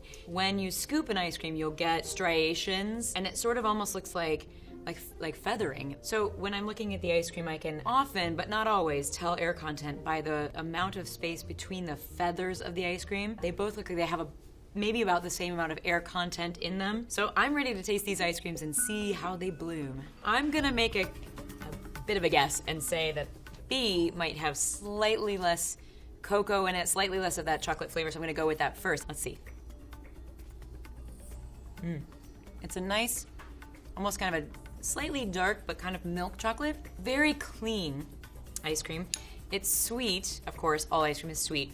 But you know, ice cream is sweet in different ways depending on what kinds of sugar it contains. You can get very, very almost cotton candy sweet if you have a lot of fructose in there. But this is just a very clean ice cream and not too sweet. Okay, ready for A.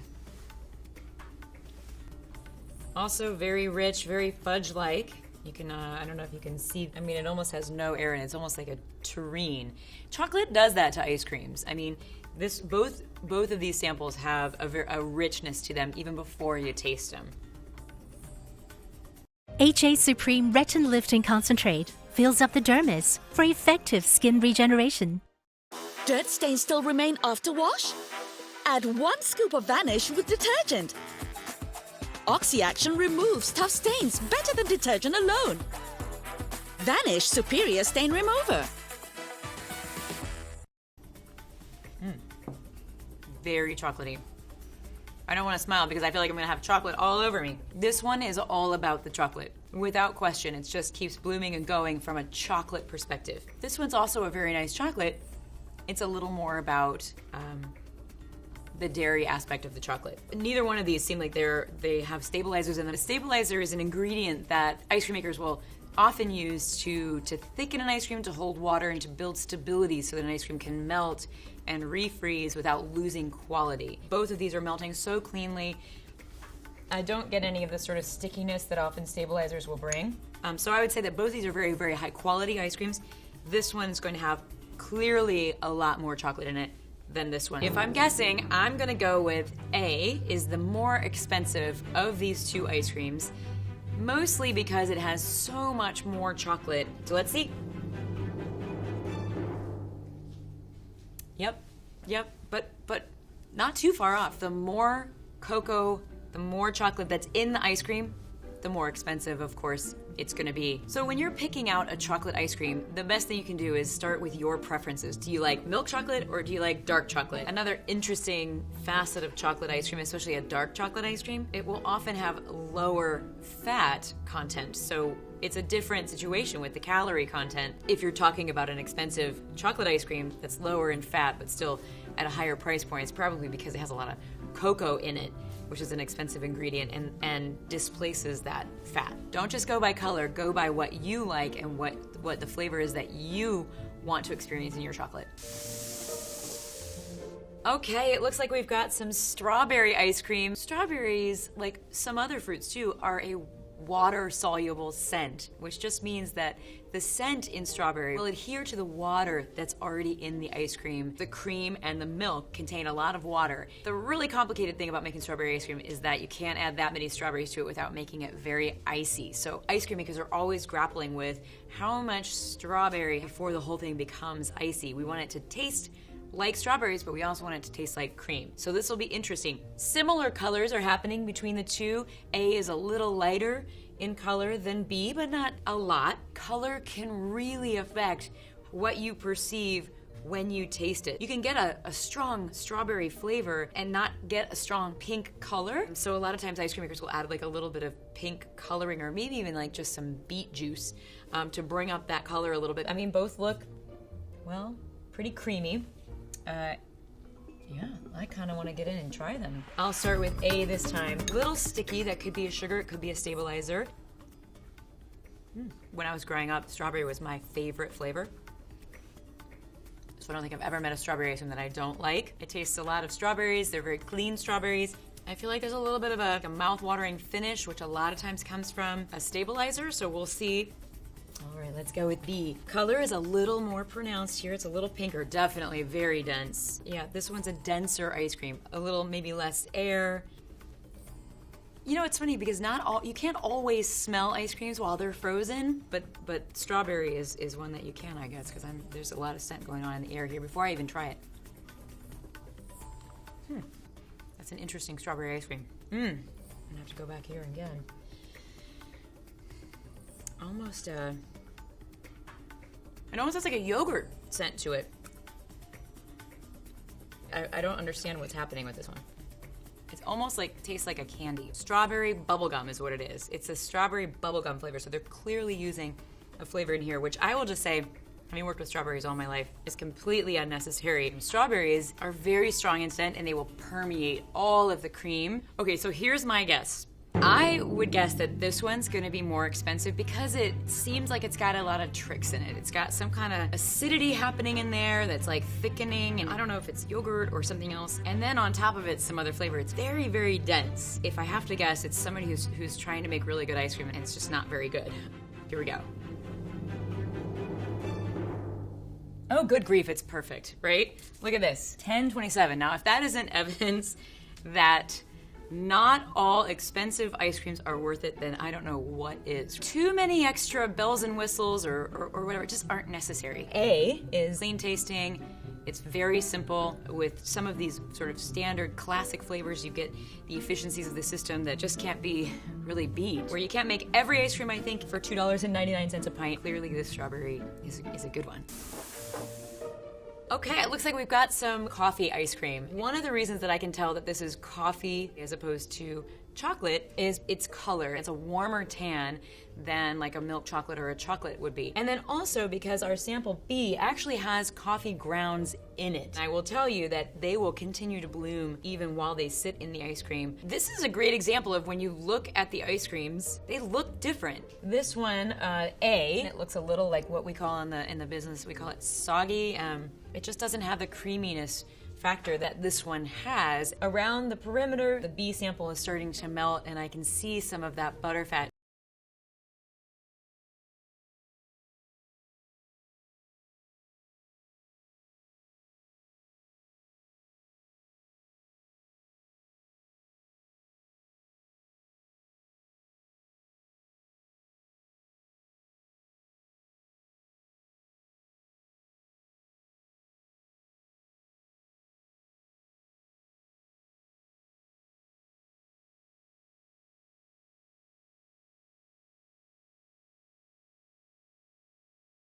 Sheen, which I'm definitely not getting already in our A. That butterfat is going to carry so much of that scent to your nose. When you experience a good coffee ice cream, I think that it tastes like coffee smells. To achieve that, we can steep coffee beans right in the milk and cream, and that's the best because then all of that scent actually adheres to the butterfat. Butterfat melts below body temperature, so even when it's frozen, all of those notes of coffee will bloom into your nose, just like a chocolate, actually. So let's get in and try it and see what we discover. So I'm going with B first. Well, it's a little airier than I thought it would be, honestly. It's very light, but it smells very rich. And even before I take a bite, I can smell it. It really tastes like a bag of coffee smells, and that's really important. The flavor and the scent is all there. Okay, so the interesting thing about sample A is that it's looked exactly like this since it came out, which is like a little sort of flat. I can just tell by bouncing it around that this is very, very stabilized ice cream. Do I have to eat this? It's very airy too. Not very much coffee coming off of it. All right, here goes. The first thing I notice is that it's very sweet. It has notes of caramel, which tells me that somebody is using a flavoring. This is nothing like opening up a bag of fresh coffee. Like it's not even close. It's not even in the ballpark. I would say this is the exact reason to spend more on ice cream. If you're a coffee lover, you want to spend more on coffee ice cream because it should really shine in ice cream. I mean, the ice cream platform is a great place for coffee. Okay, so I'm gonna say that B is the more expensive of the two and that A is the less expensive. So let's see.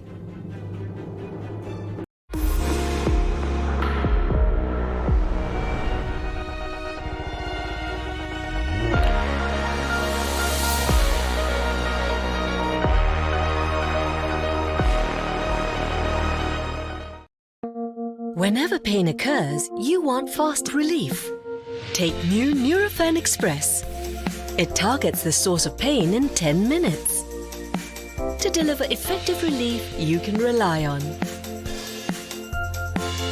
New Nurofen Express, fast and targeted pain relief. Yep. It's about right. $9 versus under $2. That's a big price difference. Sample A, you can really feel the sort of chewiness that the stabilizers bring, and it's a stringiness almost to the ice cream. Whereas over here, the flavor is beautiful, and when you get it on your palate, it melts in just the right way. So I feel like it's you know, a better made ice cream. When it comes to reading ingredient labels on an ice cream pint, that's an important indicator of quality. You can really read the quality on the ingredient label. If toward the bottom you're looking at a lot of different kinds of sugars, ingredients that you don't recognize, mono and diglyceride, polysorbate 80, or those kinds of ingredients, then it can be an indicator that it's a lower quality ice cream because better ice cream makers don't need all of those stabilizers and emulsifiers and just wouldn't use them. Well, it looks like we've got two completely different versions of not just mint chocolate chip, but green mint chip, because even though our sample A is very pale in color, it's still a green. You know, maybe it indicates that it's made with a fresh mint leaf. And then we have our more traditional green mint chip with that bright mint green color.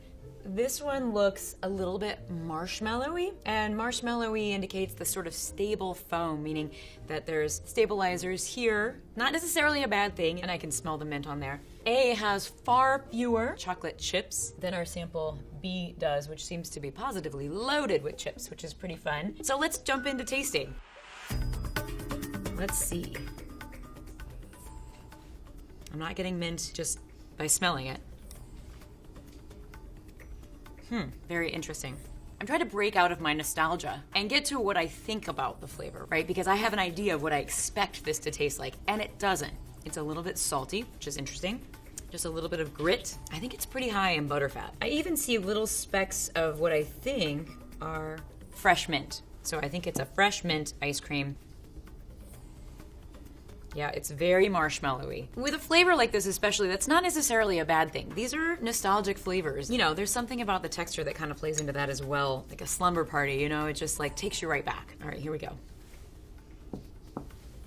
It's got a really bouncy, almost chewy body. I'm not a huge fan of this mint. It's got more of a, like a toothpaste quality. I'm going to guess that our expensive version is version A, because it's a fresh mint, because it has a few extra bells and whistles, high quality ingredients, assembled maybe not in a perfect way, but I do think that every ingredient in here is a high quality ingredient. I think B is gonna be far less expensive, but I don't think it's a terrible ice cream. It's kind of like a, you know, preference thing, like all ice creams actually. So let's see.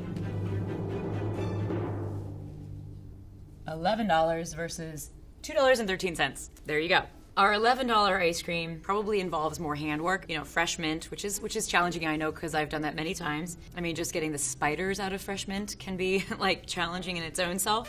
What is a spider? Okay, when you get a big, huge pile of fresh mint in your kitchen that somebody picked out of a garden for you, you have to wash them and literally get the spiders out because there are spiders in mint.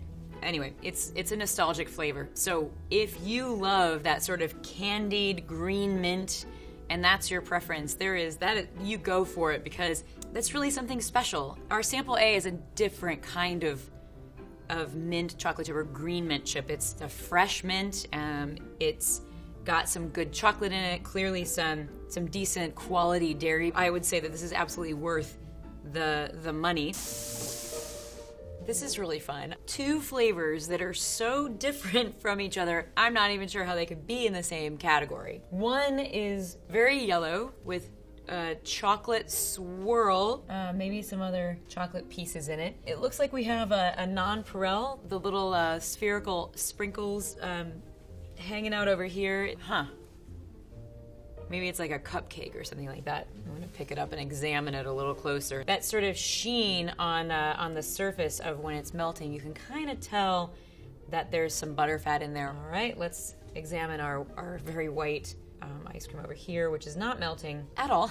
So that indicates a cocktail of stabilizers and emulsifiers. I think I should just go in and try it because I don't know what else I'm gonna glean from just looking at them. All right, let's look at some body happening here. Definitely got some body on this ice cream.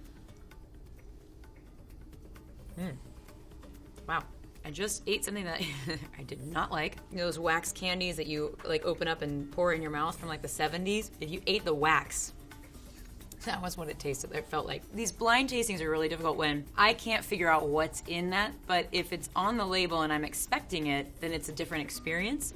Okay.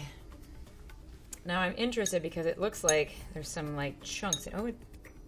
Maybe it's like I don't know what it is. This is very marshmallowy. I mean, this is like marshmallow cream here. Oh, clearly it's a piece of cake. What we have here are two flavors of ice cream that have mix-ins in them. They're about the other stuff, nuts or candies, or in these cases, sprinkles and little bits of cake. B, very highly stabilized ice cream. The flavoring isn't terrible. And I will tell you that I believe that my own children would probably love this flavor. Gosh. I'd be hard-pressed to figure out which one of these is going to be more expensive. I think that it's A, and I think that's because there's a lot going on. It has lots of different things in it, but I think the base of the ice cream is meant to taste like a cake. B, I think, is going to be our less expensive ice cream. It seems like it's cheaply made. I mean, it's definitely full of stabilizers. It's just got a few pieces in it. They're very cookie cutter kind of cuts. I feel like it's more of an industrially made ice cream. So, should we check?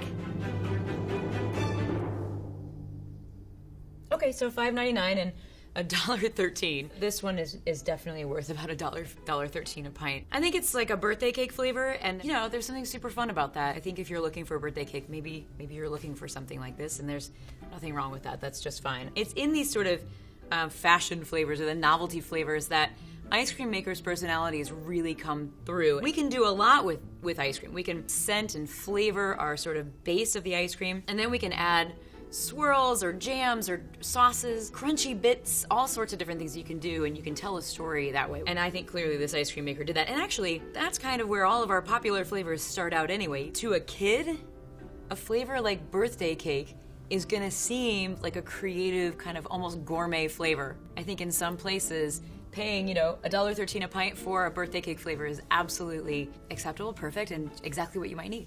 Quality ice cream can be very labor intensive and very expensive to produce, but you should get what you pay for. And ultimately, it's about your preference, and that's the only thing that matters. May I also suggest, while I'm at it, eat it from a cone. You get to go on that journey with it all the way to the bottom, and it is a wonderful way to eat ice cream. It's a wonderful way to get to know somebody else better and be in the moment with them. So, enjoy ice cream and have a great summer.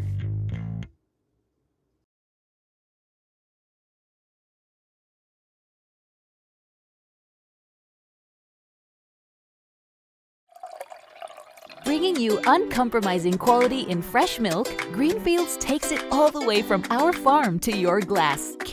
Hi, I'm Josh Windsor, and I'm a butter expert. That's nice. Ah, butter's delicious.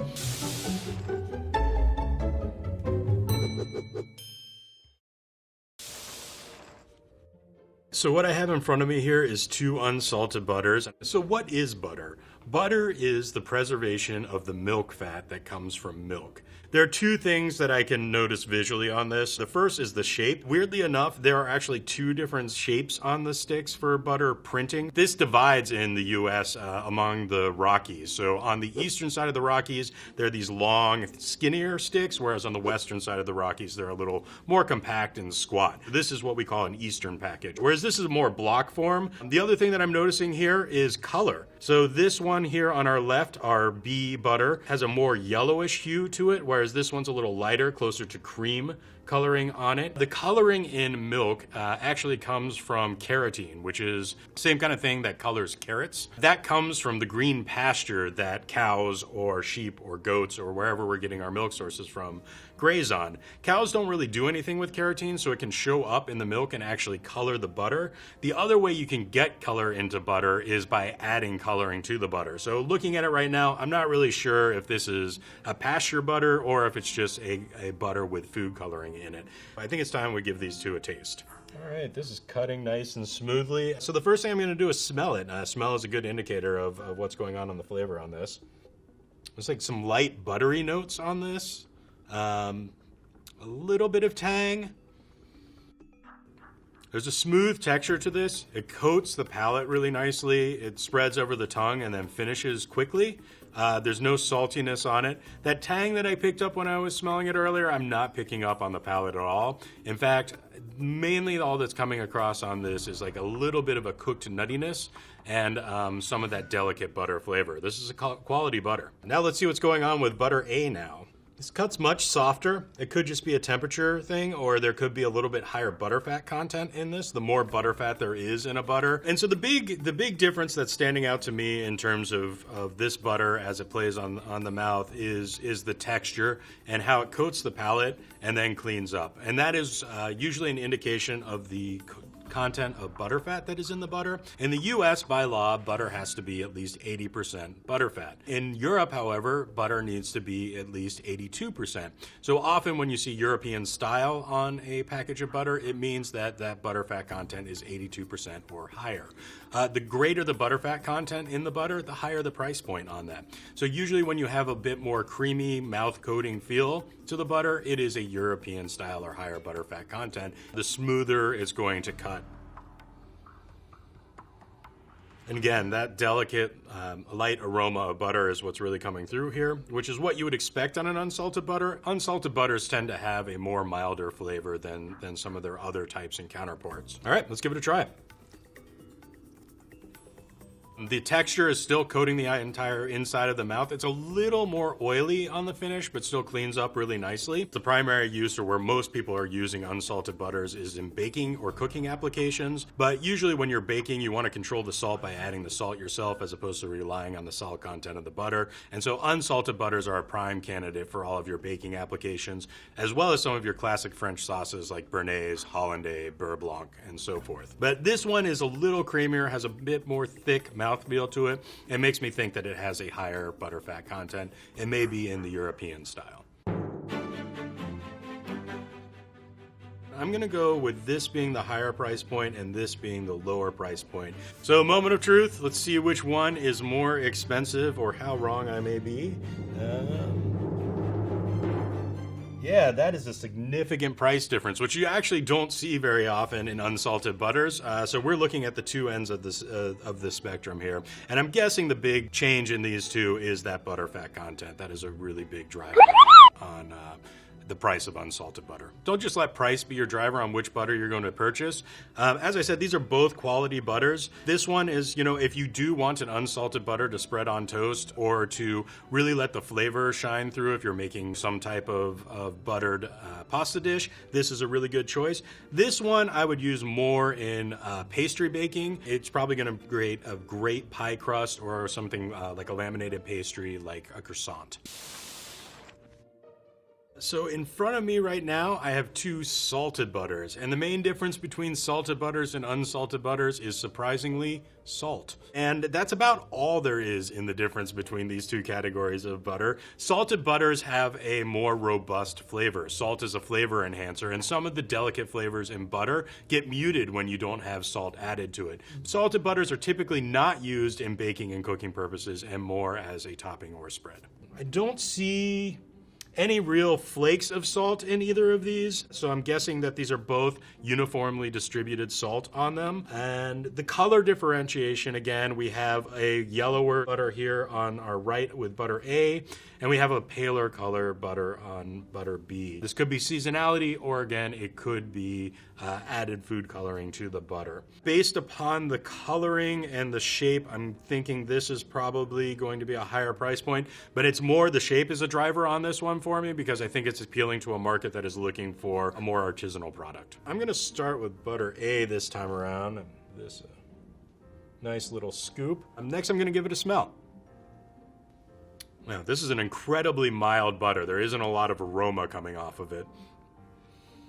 Maybe a hint of sweet cream, but not much else is on this on the nose. All right, so let's give it a taste.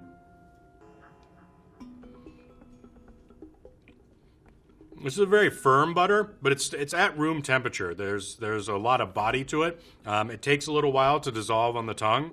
It doesn't spread around the mouth like our last two unsalted butters. In terms of the mouthfeel, though, I think this is probably in the American range, so somewhere around 80%, but it's a little difficult to tell just because of how firm the texture is on it. So I'm tasting a stronger butter flavor than I was getting on the aroma from this. There's a slight salting on this, so I guess this is in the lightly to slightly salted categories. The texture is really different than I've tasted on the other two butters so far, whereas the texture on this one is a little tight, it's a little firmer. It doesn't melt on the tongue and spread across my mouth in the way that the other two butters do. And it finishes just a little oily on the end there. So the texture is really the big driver on this one for me. Yeah, so let's go ahead and try B and see how these two stack up. There's a little bit of flakiness on the outside of this. The texture on B is going to be slightly different than the texture on A. Because of the flaking on it, I'm thinking it's going to actually be a little smooth.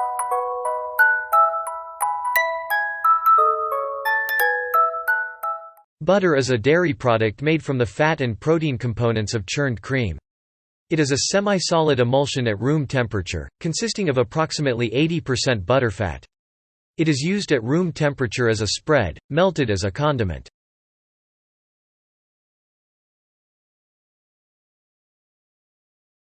Smoother.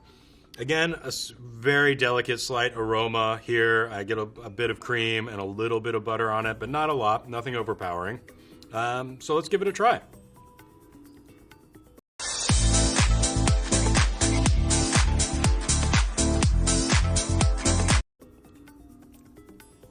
So if I had to make a guess between the price difference on these two, I'm going to say that butter A is a higher price point butter than butter B. And again, it's going to come down to packaging for me, even though there's like a big difference in texture and how these butters taste. In this case, these style of butters, marketing and market preferences are really driving the price on them. So we have A and B here. A is $19.98 and $3.39. That is a whopping difference between those two. Just judging on the flavor and the texture alone, my everyday butter on toast, I would go with butter B, and butter A is something that I would reserve for very unique applications where I want the butter to be incorporating into the flavors of a more complicated dish.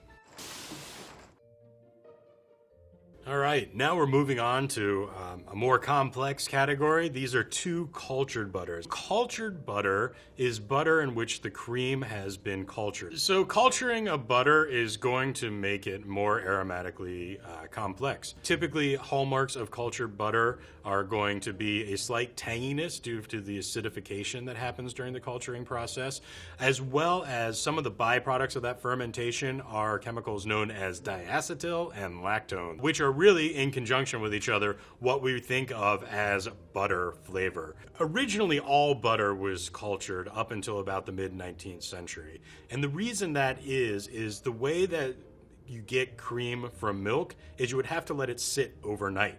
So cream is a milk product in which all of the milk fat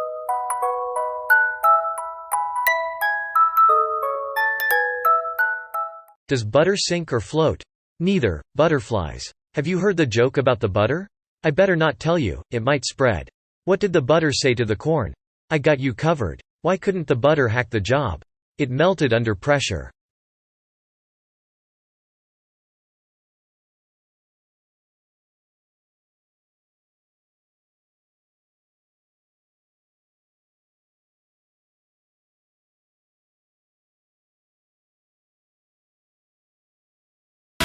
You'll never see it coming.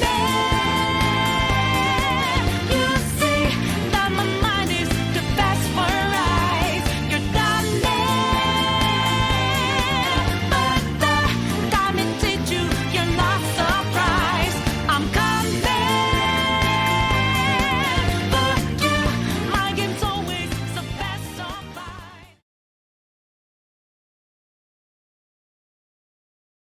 or butter fat is aggregated and floated to the top of milk. And that is just a high concentration of the milk fat or the butter fat. But that takes time and temperature. So usually this was done with evening milk. So after the cows were milked, it was set in a vat or a canister of some kind, allowed to cool in the evening temperatures. And in the morning, the cream had come to the top. So this is where we get the phrase, the cream rises to the top, or if you're Irish, top of the morning, because the cream is on the top of the milk. But what had happened overnight is that lactic acid bacteria that's in the environment had settled into the cream in the milk and begun that fermentation process. So all cream was fermented or cultured to some degree. So let's jump in and take a look at these two butters in front of us. Right away, butter B is jumping out to me. It is in this molded shape, and there's a pressed cow on it. This thing is adorable. That is a butter that is intended to be presented. There is some effort and a mold that is used in order to get the butter in this format that we haven't seen in any of the other butters we've talked about so far. So this is definitely not a utility butter. This is a butter that is meant to sit on a plate. You can't look at a butter and tell whether it's been cultured or not.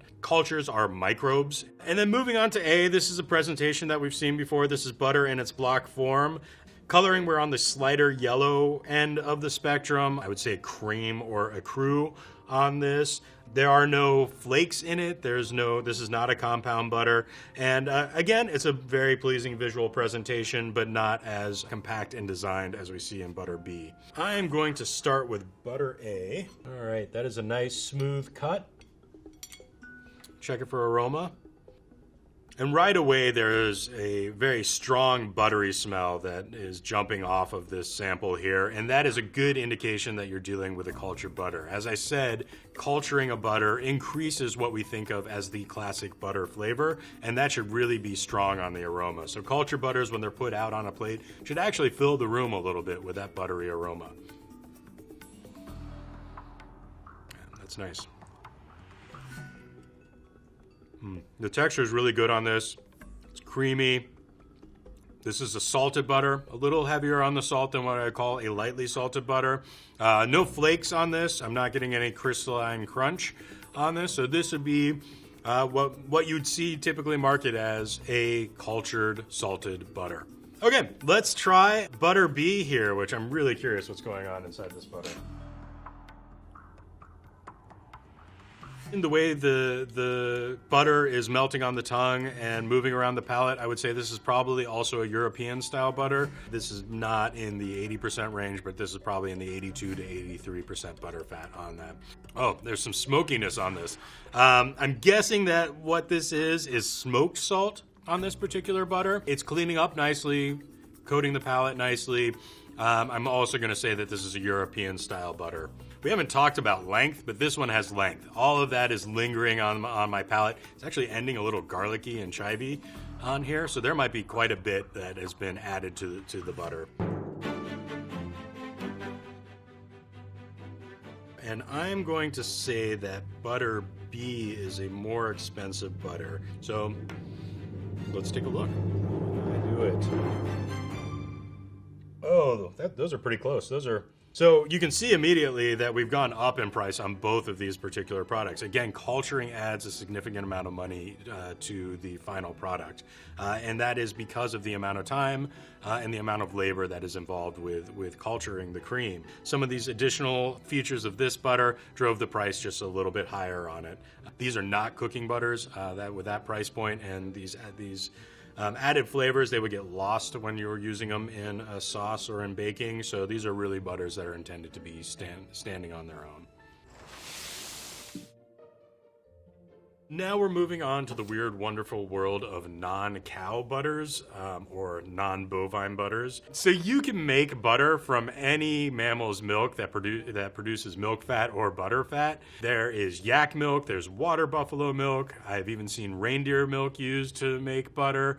But most of the butters that you're going to find out there that are not cow are either going to be goat or they're going to be sheep. Looking at these two butters, right away I noticed that there is a big difference in coloration. Butter A has a yellower hue to it than butter B, which has a white hue. This actually tells me a lot about these butters, or starts to lead me to think that they might be different types of butter. Remember earlier when we were talking about carotene in the green leafy pasture? Well, that carotene in cow's milk is not used by cows, so it passes through into the milk, and then their butters are some shade of yellow depending on how much carotene was in their diet. Goats, however, use all of that carotene to produce vitamin A. And so goat's milk is always going to be this clear or alabaster white, even when it's not in its milk form. So goat milk cheeses, goat milk butters are often an alabaster white hue. So this on the left, I'm thinking, is probably a goat's milk. In terms of the shape and the size on this, the big difference that I'm seeing is one is in a block and one is in the circular form. This probably came from a plastic tub. And so this is bulk butter that has just been shaped by the packaging that it's in and not printed like a traditional butter. It may indicate that it's a smaller producer that doesn't have access to expensive packaging equipment, or it may just be that this is a choice and easier to distribute. All right. It's very soft. It's a very clean cut. It's probably cuts a little bit more like lard than it does like butter. The aroma is really light, like an uncultured butter. So I'm guessing that this is not a cultured butter. This is a lot of texture though. It melts really quickly on the tongue, lightly salted. A little bit of butter notes, but it's a good butter. Thinking now that this might be a goat milk and that a little bit of coloring has been added to it to make it look more like what people expect butter to be, which would lower the price point for me. All right, let's try butter B. All right, so this is a firmer butter. It spoons off almost like ice cream on that in its thickness. It's a little, what we call gummy in its texture. This smells like butter. There's a definite butter aroma on it. So I'm gonna guess that this is a cultured butter as well. There's a lot of flavors building on this one. There's actually a little bit of fruitiness, like I get some apple notes on it. The salt content is probably in the slightly salted range. Texture is good, has very good mouthfeel, and there's some length on this. On it. Yeah, this is much more of a butter that I would use for topping bread than say this butter on the right here, butter A. I would put my bet on the higher price point being butter B. All right, let's see if my hunches about goat butter are right.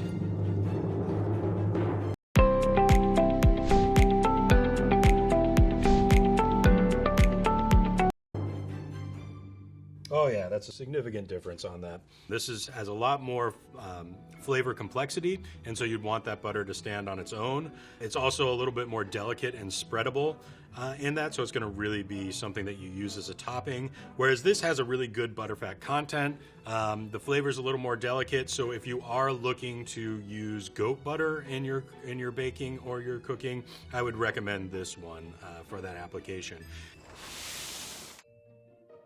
So now we're looking at non-dairy butters. These are butters that are not made from milk, and also a category that I'm not as strong on, being a dairy person myself. Again, we have two classic presentations of the product. Definite difference in coloring on these. This one is on the white side. There's also some brown dusting across it. It's striated, it's not uniform in color. Butter B is much closer to what we think of as butter, although it's still a little on the browner side than on the yellow side.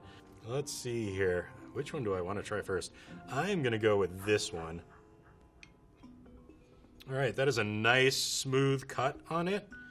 I'm guessing this is going to be creamy on the palate. There is some strong butter flavor on this. There's also a little bit of sweetness that is reminiscent of coconut, so I'm guessing there might be some coconut oil that was used in the production of this. But a much stronger butter, traditional butter smell than I would expect to find in a product like this. It could be one of two things at this point. There could actually be some fermentation that is creating that diacetyl that we talked about earlier that gives that real butter aroma, or there might actually just be some diacetyl added to this.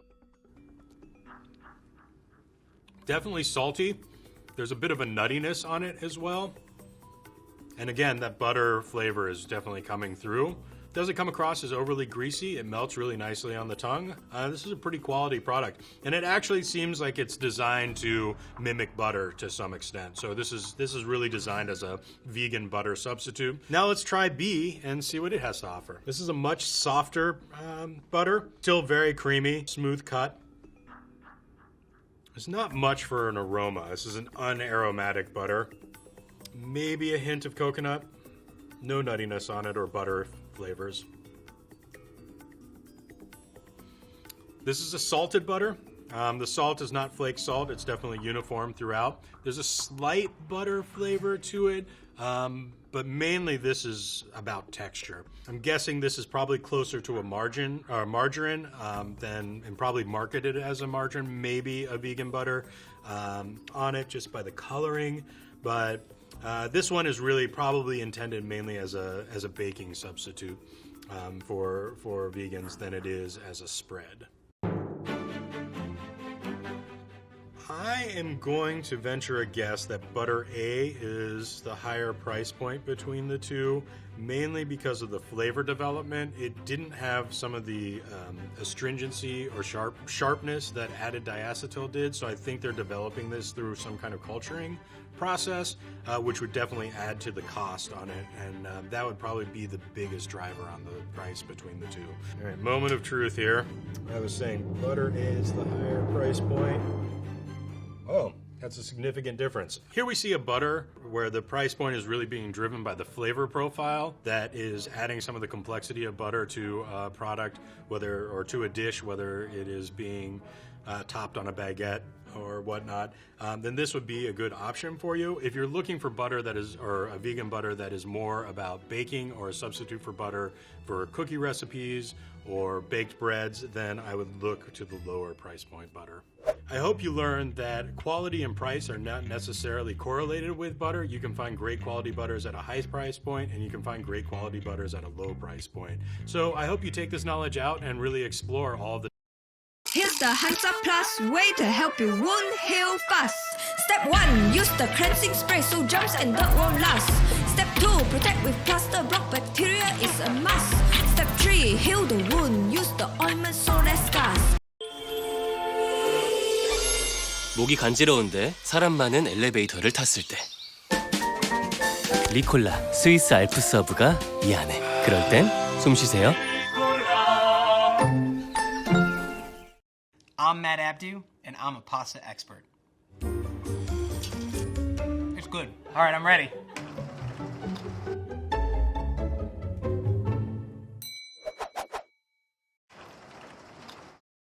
In front of us here, we have two types of dried pasta. What makes dry pasta unique is that it's simply flour and water mixed together to create a dough, which is then extruded or rolled, sheeted, cut, and dried. We're looking for primarily two things that we're going to be talking about. Elasticity, the stretch in the dough, and plasticity, that sort of bite that you're going to be having. So let's talk about these two pastas. When purchasing a pasta, one of the first things that I'm looking for is going to be the color. What does the pasta look like? Typically speaking, when you're buying a dried pasta, you want the color to be that of a warm yellow. If it looks artificial, it's probably artificial. If it looks too pale, it might be being made with a flour that isn't as superior as the natural yellow hue of that which is within durum flour. When you're comparing these two pastas side by side, we can see that pasta A is a little bit more pale in color. The second thing that I'm looking for after color is going to be the texture. What does the pasta feel like on the outside? Typically speaking, the artisanal pastas, the ones that are going to cost you a little bit more, are made with bronze dyes. The bronze dyes result in a more textured outside of a pasta. The texture is going to allow to have more little nooks and crannies and grooves on it that are going to hold the sauce better. Lesser quality pastas are extruded through Teflon dyes. Teflon is, as hopefully many of you know, is a non-stick surface. It's very smooth and allows for the pasta to be extruded much faster without any sort of adhesion to the dye itself. So when I look at pasta B and I pick this up and I start to feel pasta B, immediately it has a very, very smooth texture to it with no rigidity, and it's almost kind of got like a little bit of a shine to it, which kind of is an indication to me that this was made with a Teflon dye on sort of a more of a mass production level. So something that's also really interesting on these artisanal or potentially more expensive pastas is that they're going to come with this sort of light dusting, which is a residual effect from the drying process, which is also an indication of typically a better quality. When you can see it next to pasta B, that really doesn't have any of that, and it has a super smooth exterior, and none of that at all is kind of an indication of a mass-produced Teflon extruded pasta shape. We'll see what happens. Let's cook these guys up and find out for sure.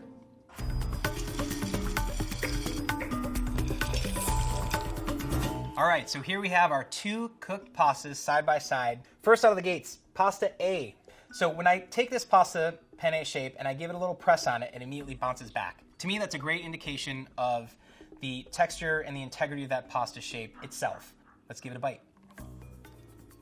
These pastas have been cooked and have been sitting already for a few minutes. And what will happen within the process of a cooked pasta, it will continue to sort of cook itself within moisture absorption. Better quality pastas, after they're cooked, will still maintain their al dente texture versus lesser quality pastas, which over time as they sit will turn really mushy and potentially could get slimy and just have a really strange texture to them. To clarify the term al dente, it literally translates to the tooth. So in Italian language, they're basically meaning that when you bite into cooked pasta, not raw, it's still gonna have that to the tooth texture that has a bite to it. This pasta is cooked perfectly, but yet it still has a bite to it. But there will be this sort of ever so slight white little line within the inside of the pasta. That sort of, to me, is just a quality indicator of the way the pasta was made from the flour and the dough, the kneading and the extrusion that creates that sort of texture and that sort of white line within the inside of the pasta noodle. So moving on to pasta B, I'm immediately looking at this and seeing that the pasta noodles are kind of sticking together. That to me is an indication of a less expensive, less quality pasta product because the starches that are on the outside aren't as maintained as the ones on a better quality product. This is still holding its shape pretty well after it's been cooked, but it doesn't bounce back as aggressively in my hand as pasta A did. Through all these calculations of the visual, the aroma, and the taste and the texture, I would have to say that pasta A would be the more expensive pasta on this table. Moment of truth. Oh, look at, wow, That's $9 a pound? I would say the proof is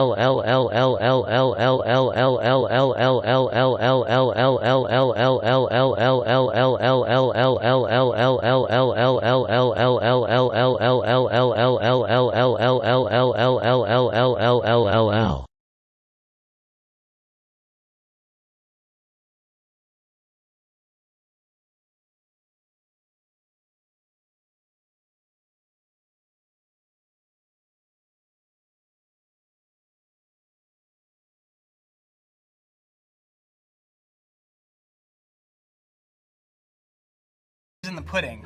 Man, $9 a pound is a lot of money to spend on a pasta. I think it's important to know that even though that this costs 67 cents a pound and this costs $9 a pound, this still gets the job done. It's still gonna be delicious and eat really well. If you're trying to do something really artisanal and have like a really special occasion and a special event, certainly go out and spend the money on the special occasion sort of pasta things, but it still tastes really good, it still eats really well, and I guarantee that my 2-year-old son would absolutely love this.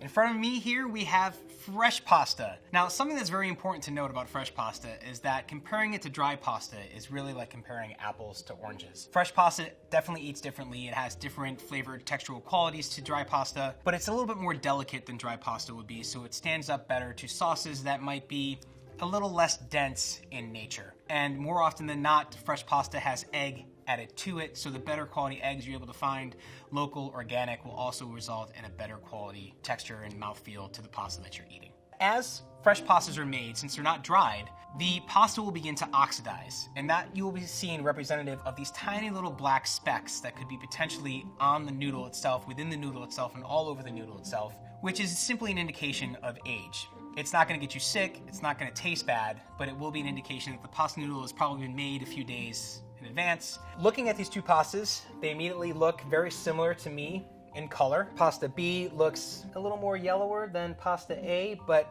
it certainly does look like it's been bundled, but more of in a flat sort of layout. That may not have any sort of indication on quality or price point, to be very honest with you, but think of what you would do if you're at a grocery store. If something visually looks more appealing to you, you might be more inclined to pay a little bit more for it. Pasta A also has this sort of gorgeous artisanal bundle to it, coated with a lot more flour, so it's kind of hard to tell just out of the gates. My hunch for these two pastas is that I would say the more expensive one would be the one that's in these bundles. What we're looking for when we're biting into a fresh pasta is we still want to have that gorgeous chew. When you're buying and cooking and eating fresh pasta, the term al dente, the term to the tooth, which is indicative for the dry pasta, doesn't typically apply to fresh pasta. You will get a slight bite from any sort of additional protein like egg that's added to it, but it's never that al dente texture that you'll get from dried pasta. I think the next thing we need to do is cook them up to really get a deeper look at what might cost more than the other.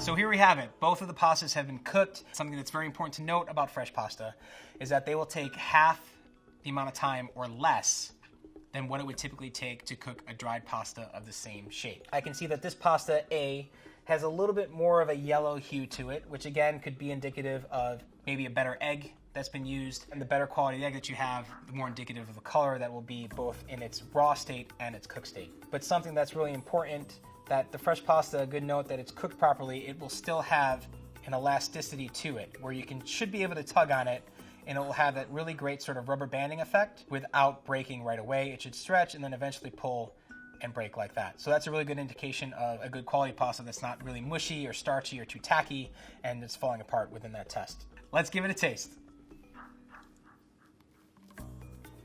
This to me is a great fresh pasta noodle.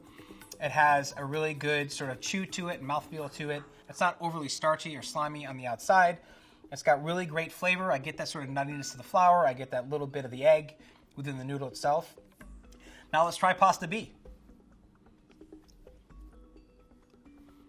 Great flavor, great texture. This one has a little bit more of a chew to it than pasta A.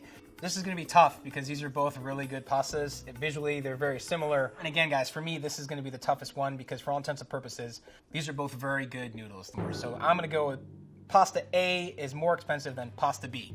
Let's see what we got. Aha! I did it again! The only reason I could really justify the increased cost on pasta A would be potentially if you were going over to someone's home and you wanted to present a gift that had this gorgeous, beautiful bird's nest bundle.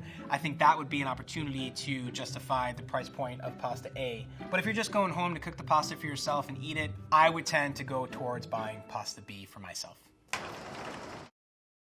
Moving along, the next evolution of fresh pasta would naturally be some form of stuffed pasta. When you're making a stuffed pasta, you clearly can't make it with dried pasta. You have to make the fresh pasta first, and then hopefully make some incredible delicious filling to put inside of it. Now that being said, all of the quality indicators for fresh pasta are still present within a stuffed pasta. When making a stuffed fresh pasta, there will always be an egg in the dough to help with the durability of that dough when it's being stuffed and filled with an additional filling that could potentially have more moisture to it to help the pasta hold up to the weight and the viscosity of that filling in the cooking process. Here today we have what looks to be 2 tortellinis. These tortellini on my B side look like they've been made with some form of green vegetable. My guess would be it'd be spinach, since it's probably the most common. And the tortellini, which are slightly larger for pasta A, just looks like a really great egg-enriched pasta dough stuffed with a filling that I can't really tell what they are at the moment. And now we're gonna give the pastas a smell. That's got that same sort of nuttiness and egg quality in the aroma, which smells really, really good. Smells nice and fresh, no rancidity, all really great signs. And the same goes for pasta B. If you happen to find a stuffed pasta that isn't completely uniform in its shape and size, that could be an indication of a higher price point because it was potentially made artisanally by hand in a smaller specialty shop. It's time to cook them up and see what they taste like.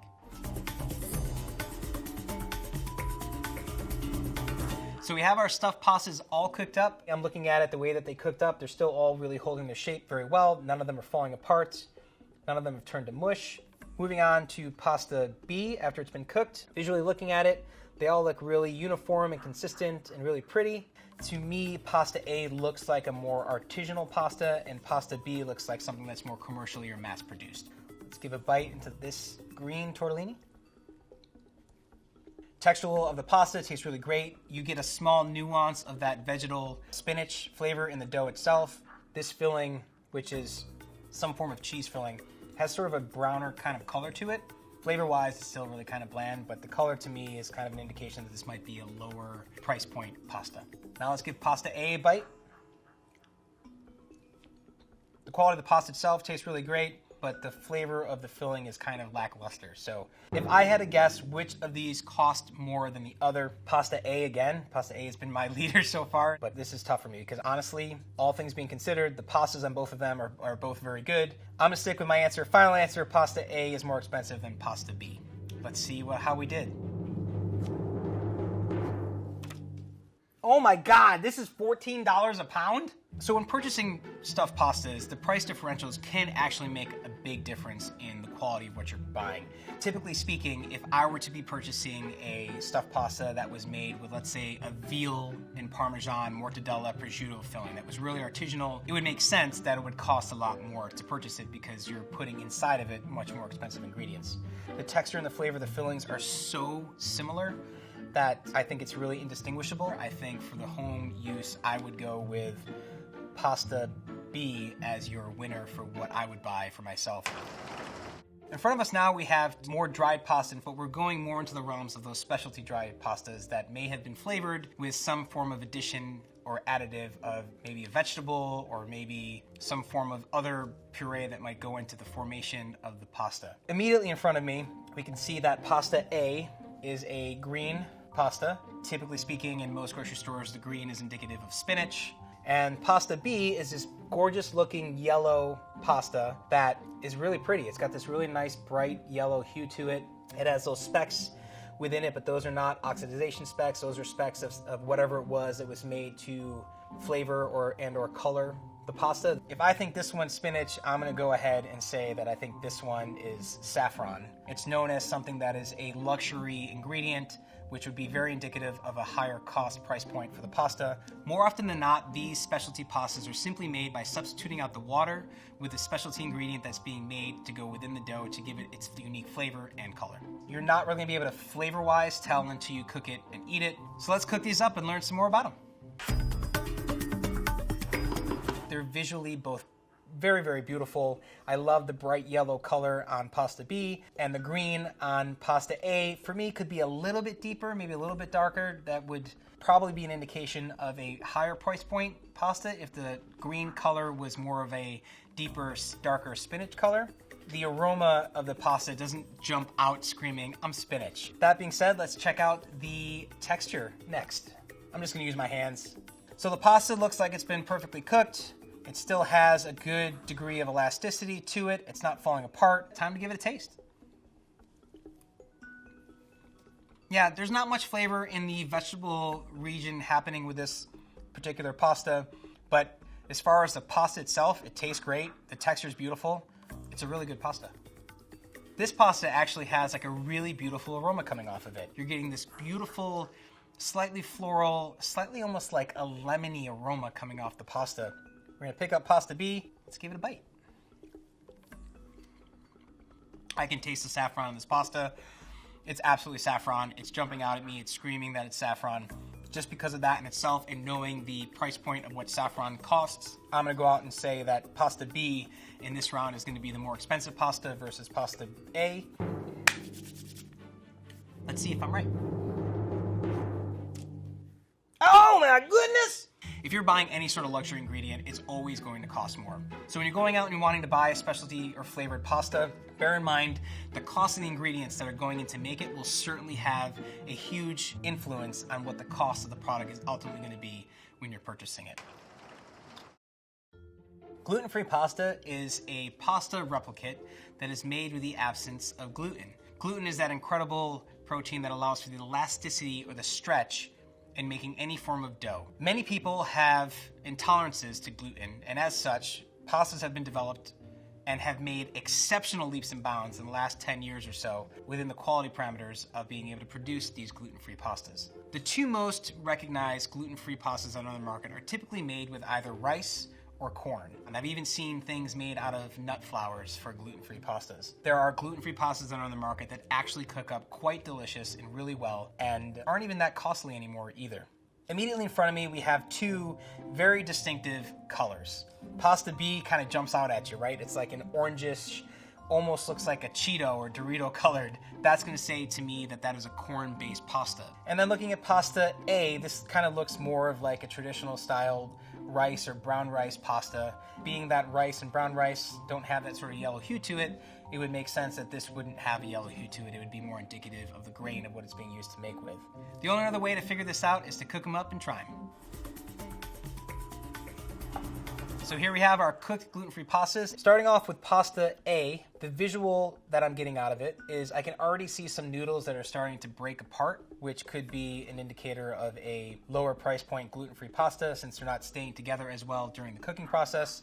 So the next thing we're going to do is we're going to take a look at this for sort of that elasticity component behind it. And what's really fascinating to me with these gluten-free pastas is that they're able to achieve this sort of elasticity or this little bit of stretch without having the one thing in it that should be creating it.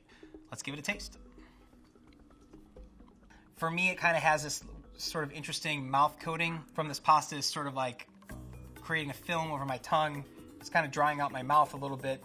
And the texture when you bite into it, that interesting elasticity in the pull, isn't really translating into my bite of this. It's kind of more crumbling and breaking apart versus chewing. So going over to pasta B, originally just looking right at it, it looks of being a good quality. The color of that, what is most likely corn, really sort of pops. So I guess the last thing we need to do is get on in there and give it a taste.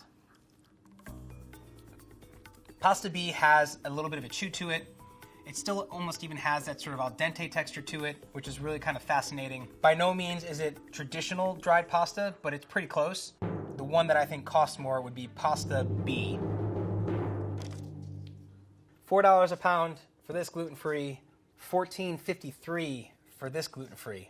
But I think the great thing to take away from all of this is that if you can't or don't want to eat gluten, there are certainly some incredible options out there for you to try and to cook up and eat at home. The textural difference between the low price point and the high price point certainly was there. However, the lower price point for an everyday cook, if you're eating at home and you want to have gluten-free pasta, I don't think you need to spend $14.50 a pound on a gluten-free product.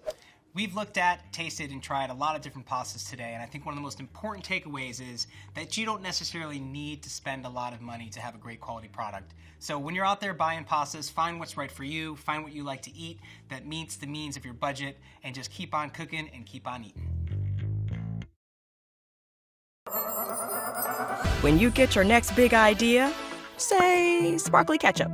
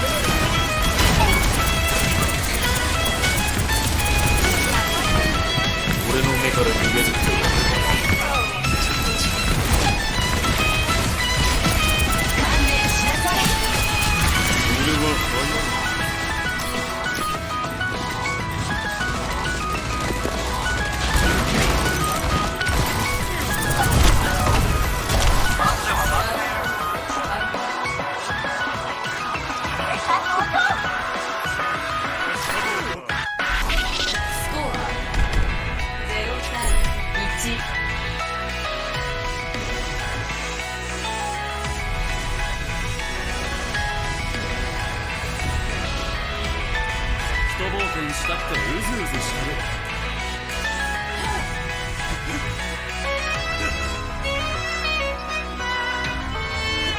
拙者を恐れることは一人にしてほしい。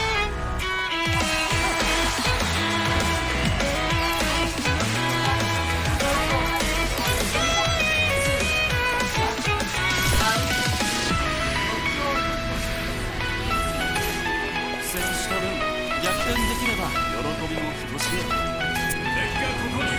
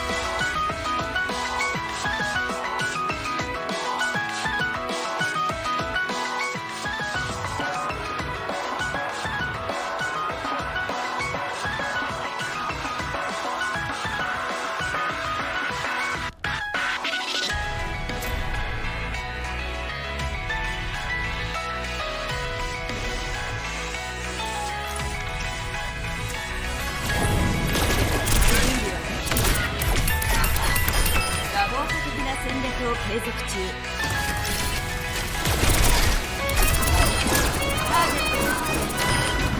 肺から間も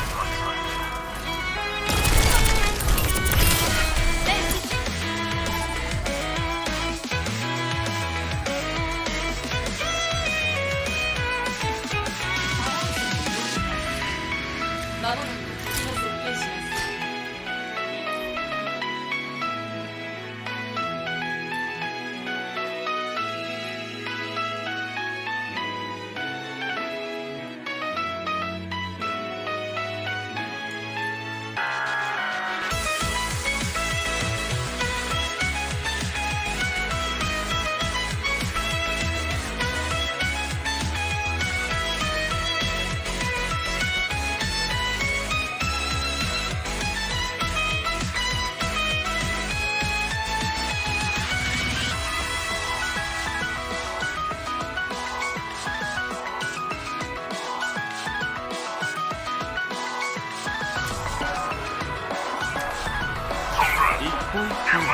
本当の自分に近づいていく。スターフォームセンターみたいに行かないで。分かった。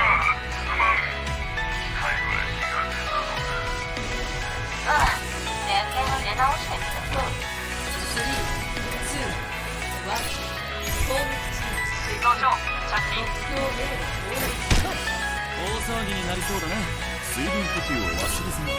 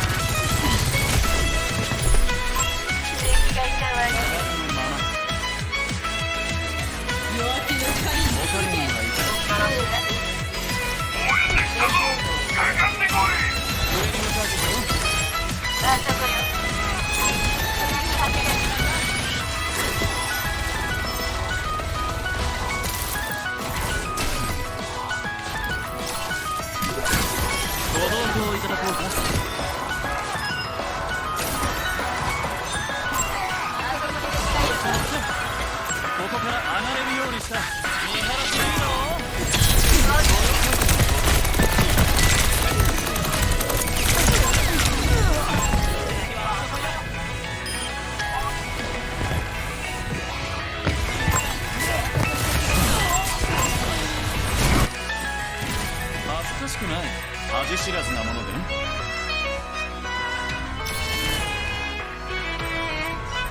飛躍の春だ。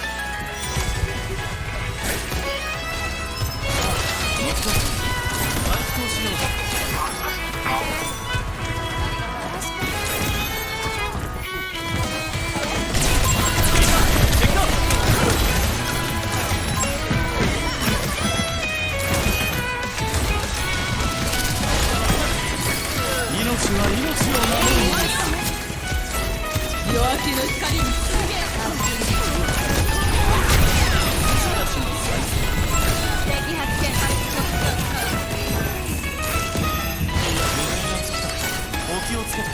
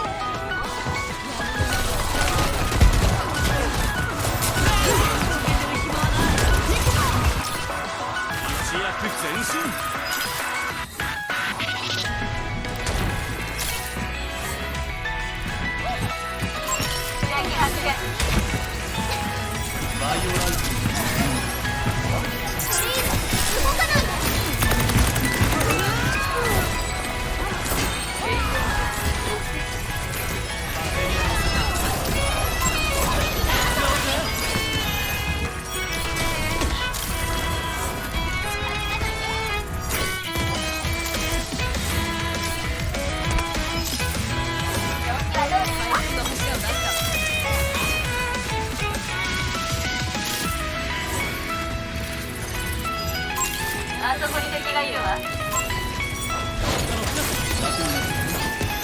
敵を発見した。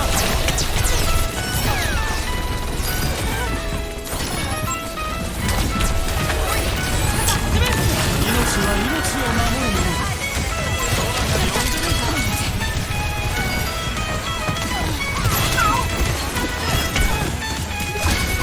敬愛する気象学者様。木が倒れた。気をつけて。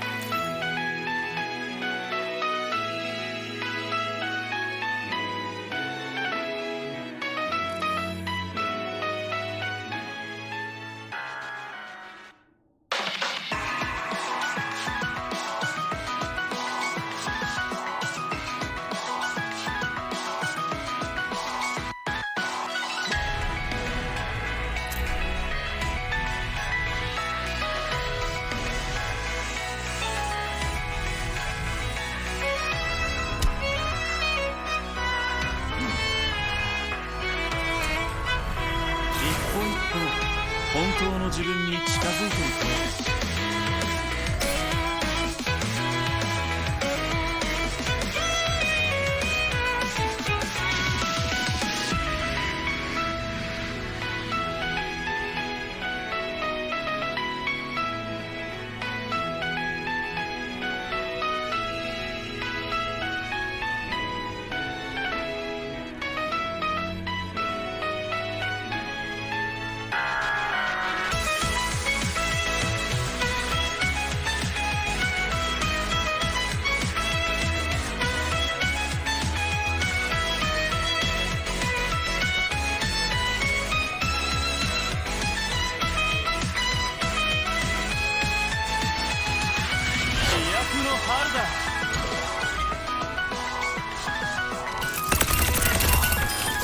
小さなトゲでも侮れない。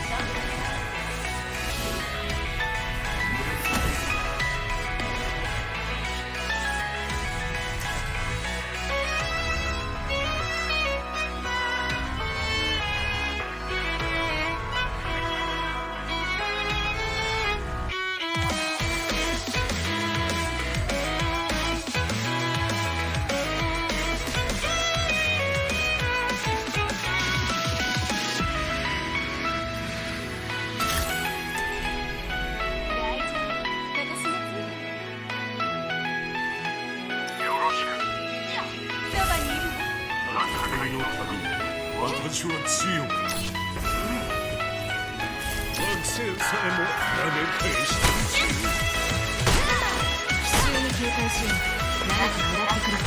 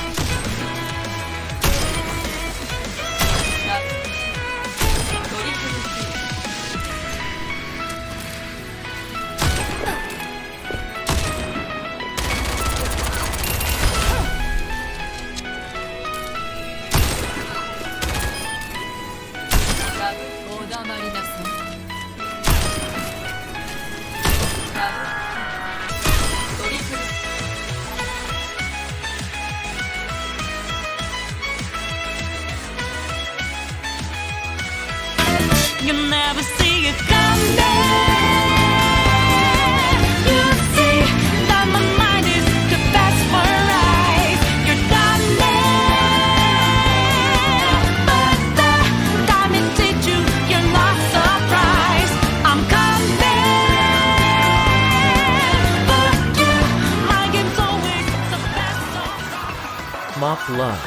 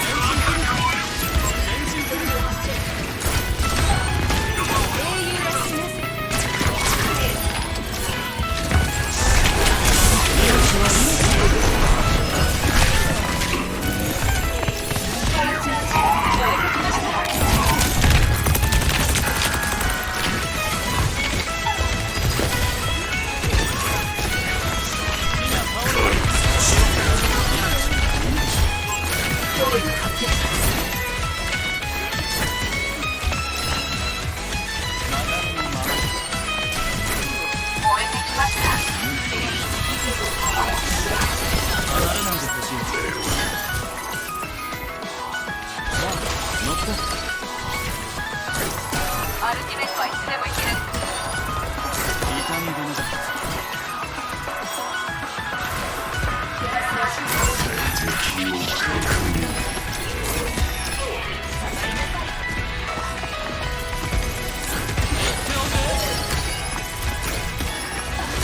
明けの光に続け。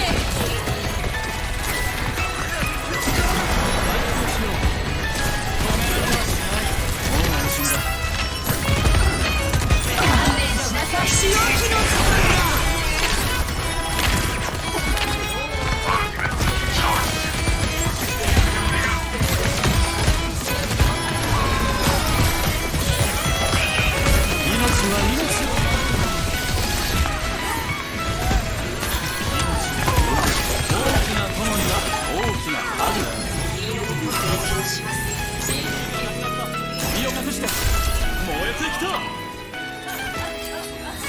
風に乗せて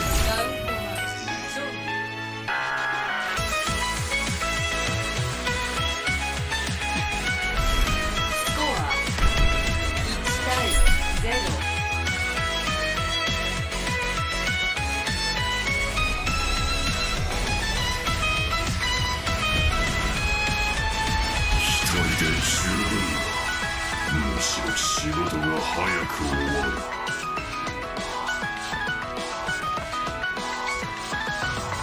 オッケー、瞑想は終わり。バトルの時間だね。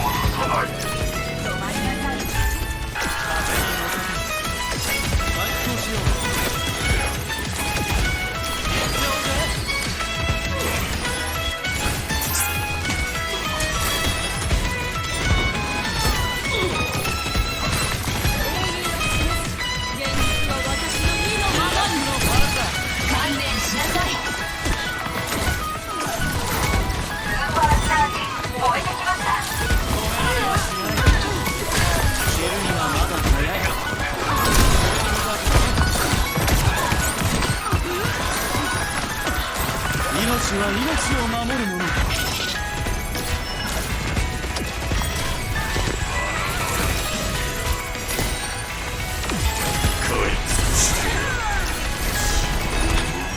みんな倒れた。気をつけてください。乗って流れのまま開脚。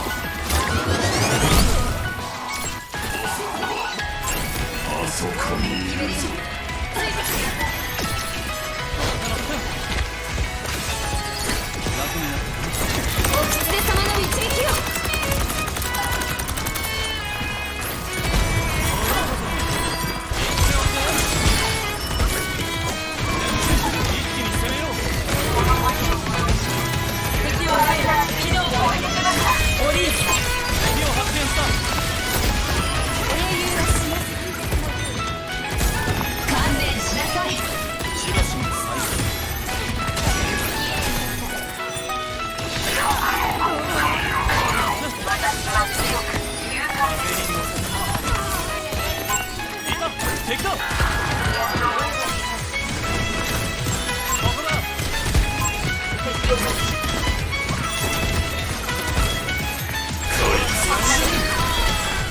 敵を発見した。命は命を守るもの。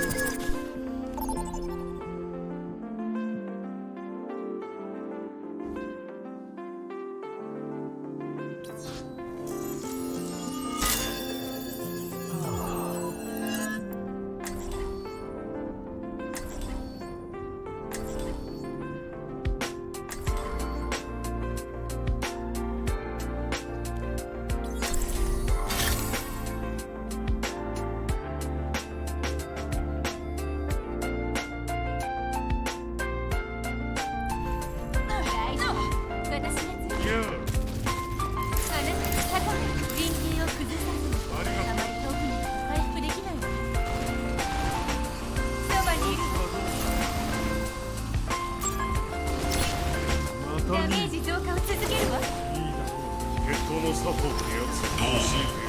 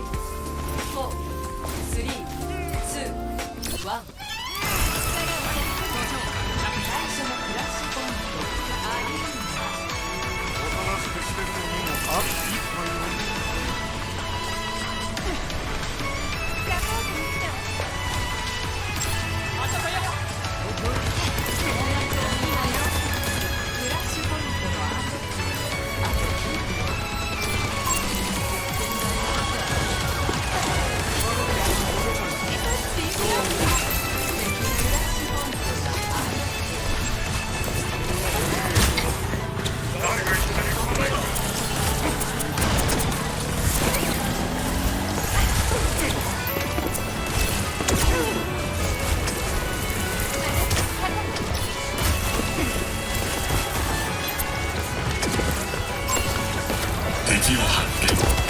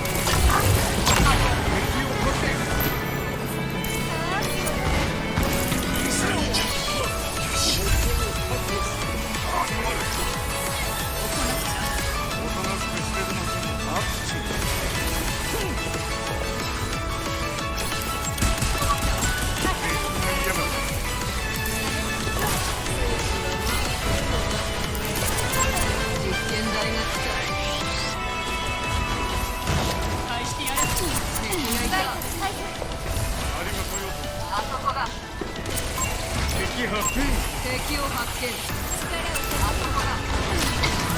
俺は早い。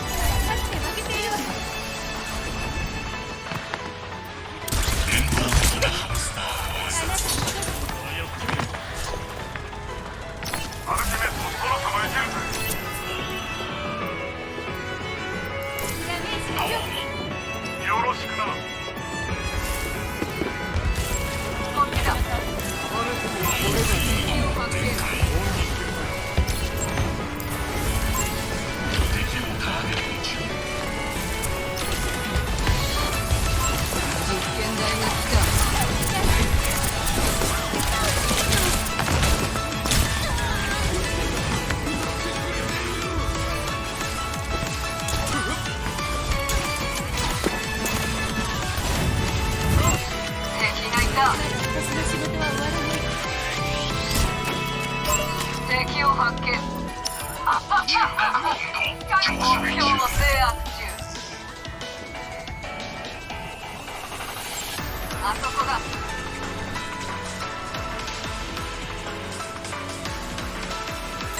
あそこだ。あそこだ。こちらに実験台が来た。ダメージ増加。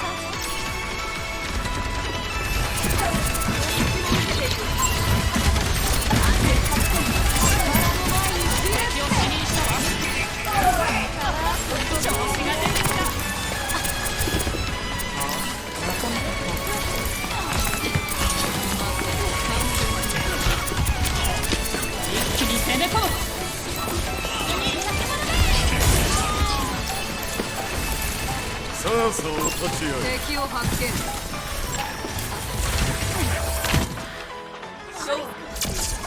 来た。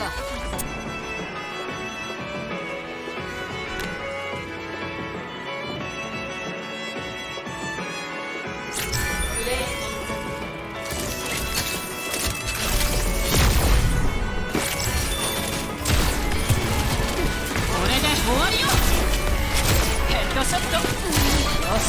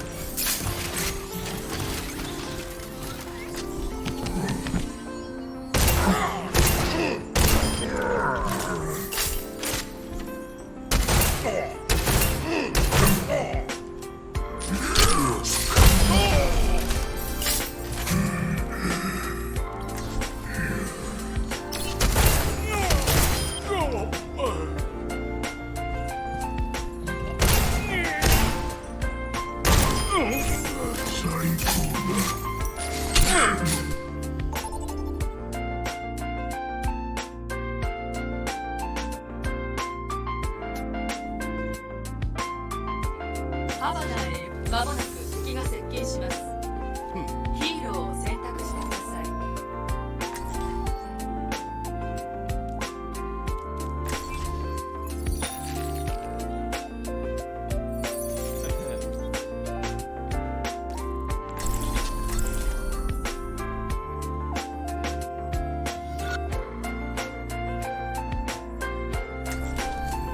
一歩一歩本当の自分に近づいていこう。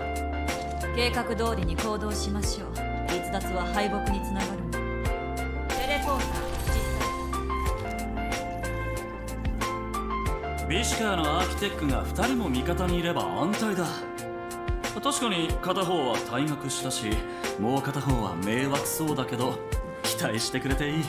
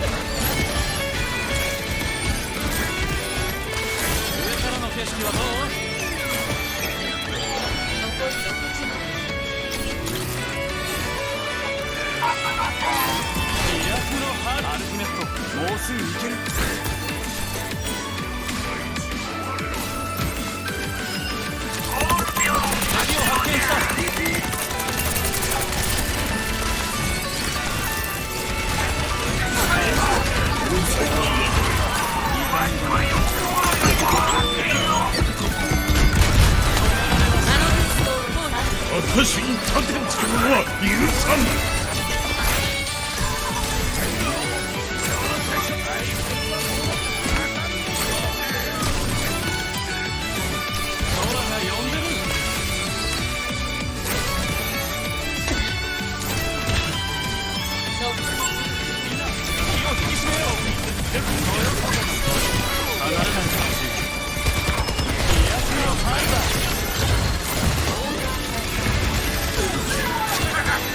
命は命を守るもの。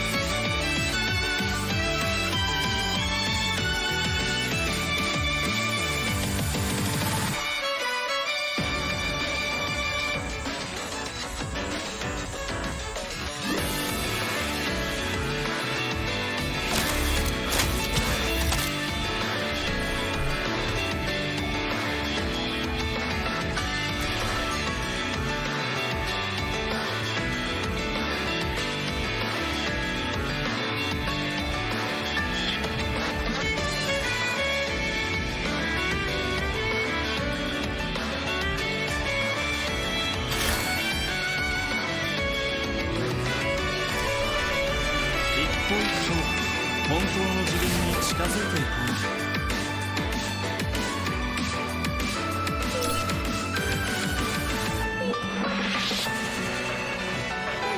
始めましょう。大量のシステムをハックしね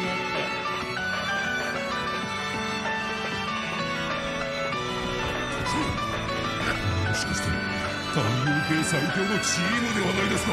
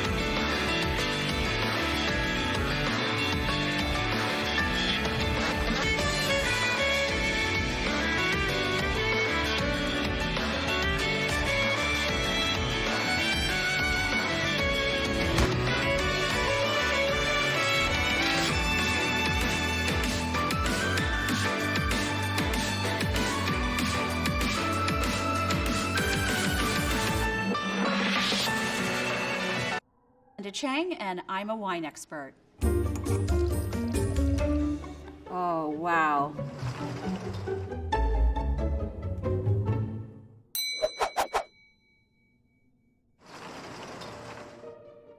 I am so excited because clearly both of these are sparkling wines. We have this very traditional covering which keeps the cork in the bottle because these bottles are filled with bubbles and they have quite a bit of pressure. So there is a danger factor when you're opening these bottles, so you have to be very careful. Always have a black napkin and you're going to put that on top of the bottle. So we're going to go with bottle A first. Now's when it can get a little dangerous. I think that the best way is to loosen this cage a little bit but leave it on. Some people will tell you to take it off at this point, but that is an invitation for disaster. Now we're going to pick up the bottle and I'm pressing and pulling and I'm turning the bottle. You're going to hear a little whisper and that means you've done it correctly.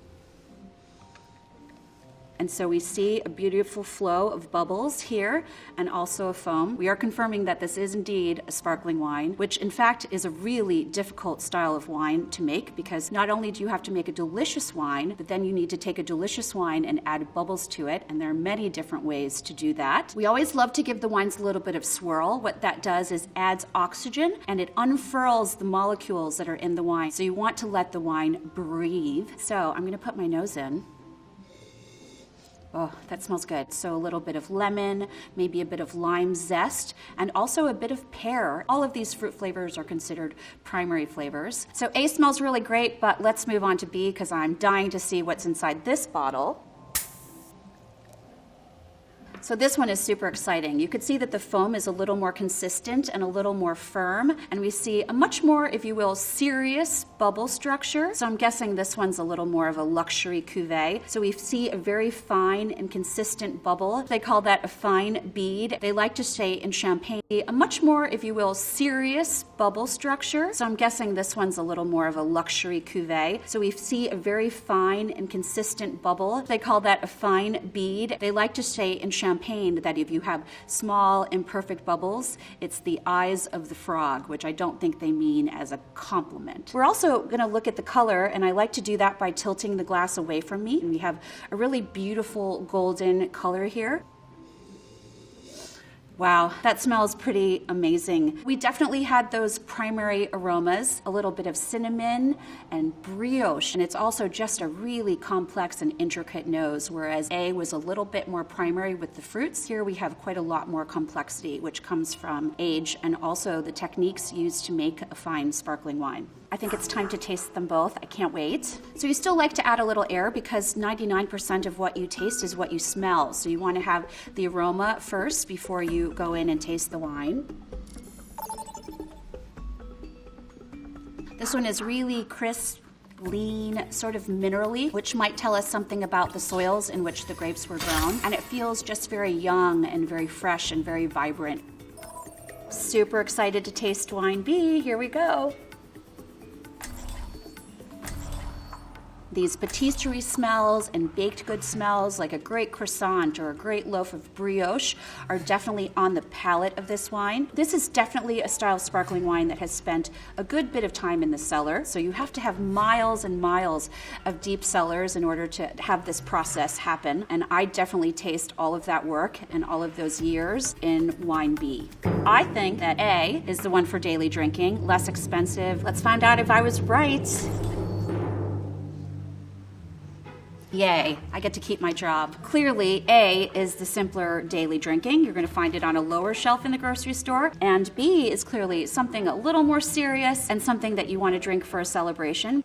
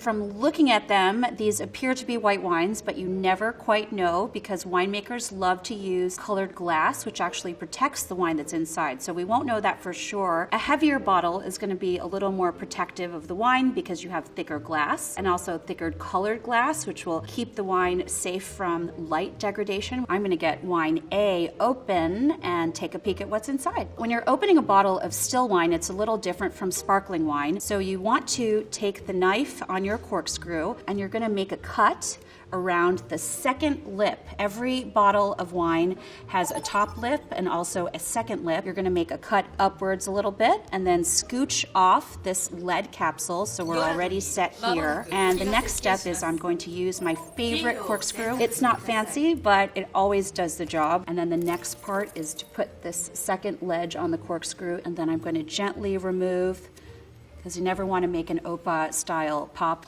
It is new one, when the thing comes down, got light. When we came in, it is indeed a white wine. We know that for sure now. So we've got a little circle here, and I'm looking at the color from the center of the glass out to the outside, and I can actually see, if you remember from chemistry, また今度。一刻も早く片付けましょう。本当の自分に近づいていこう。そよ風のごとく。今は共通の敵がいる。そのことだけを考えようではないか。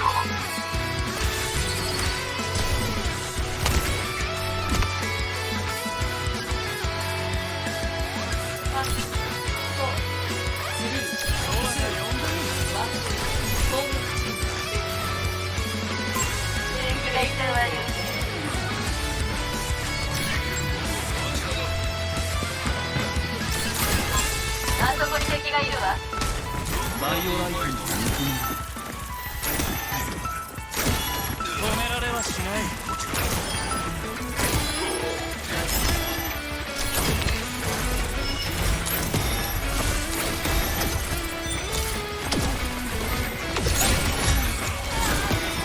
飛躍の春だ。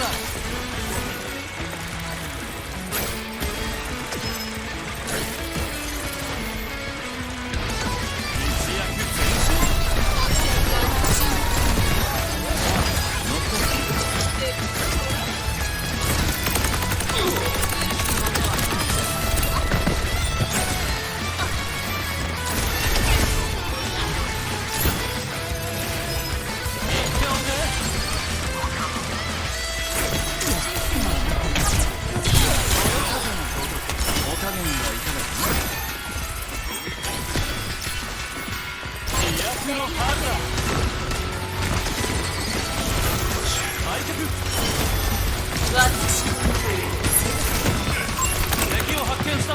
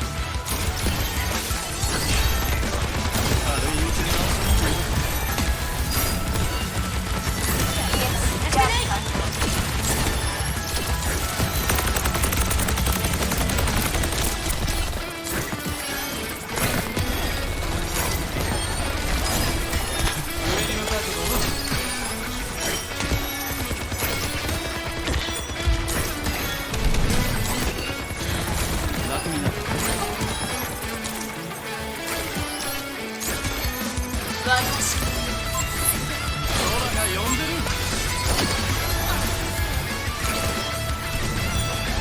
一躍前進。闇の中をさまよう。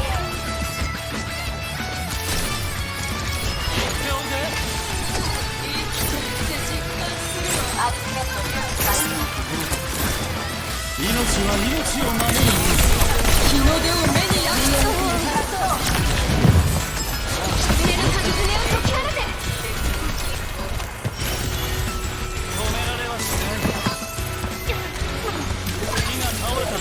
気をつけて。飲み込んでしまえ。飛躍の春だ。プラットフォームはここだ。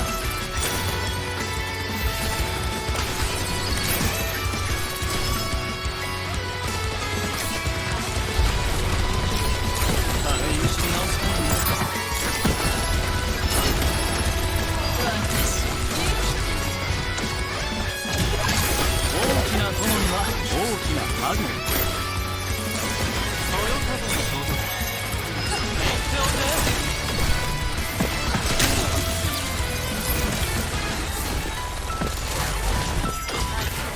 他にさせない。空が呼んでる。五道あそこだ。俺の目から逃げる。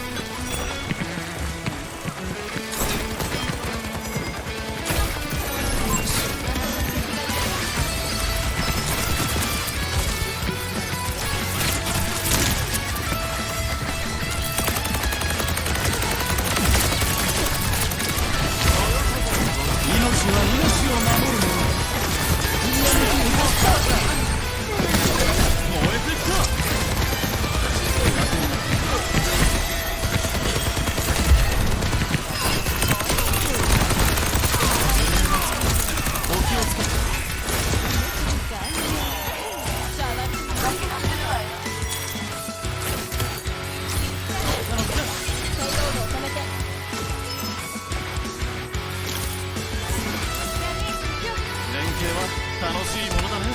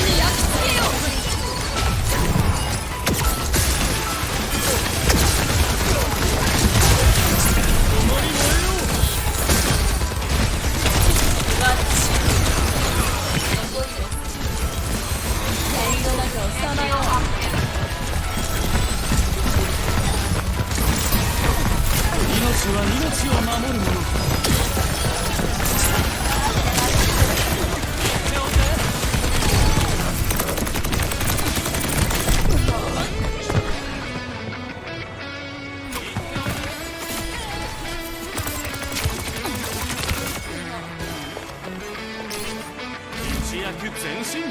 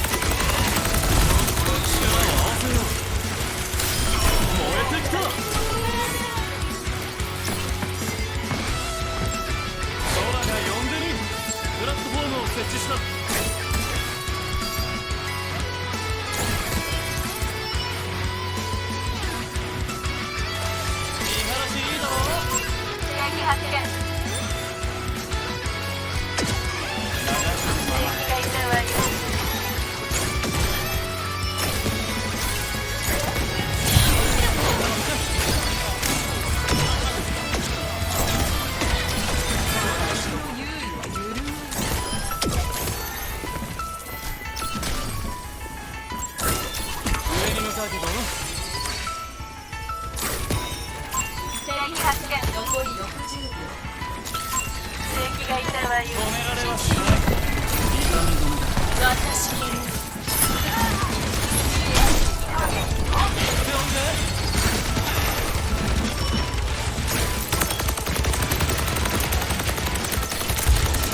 アクセント準備完了。EMP 発動。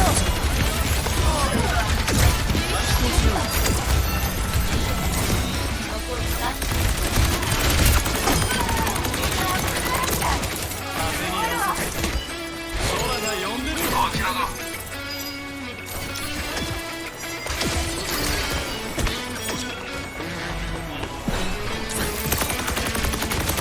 狐の鍵爪を解き放て。俺の目から逃げる。目にあげないでよ。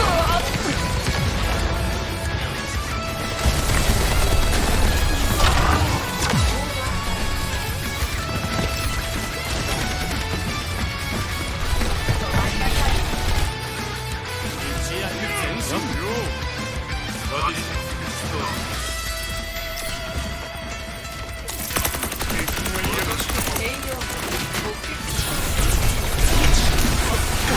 しなさい。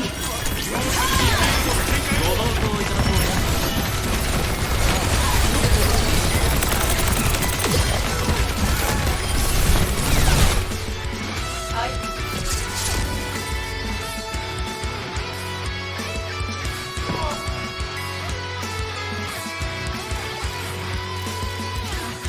プレイオン。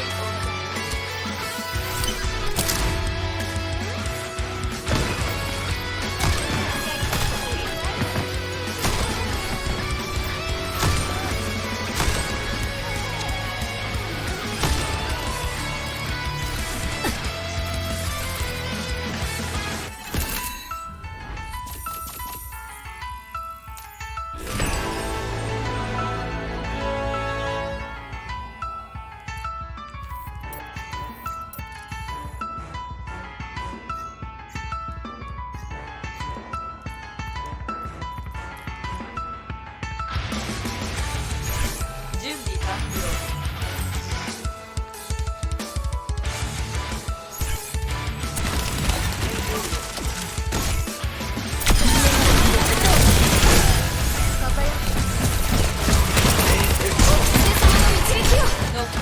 俺の目から逃げる。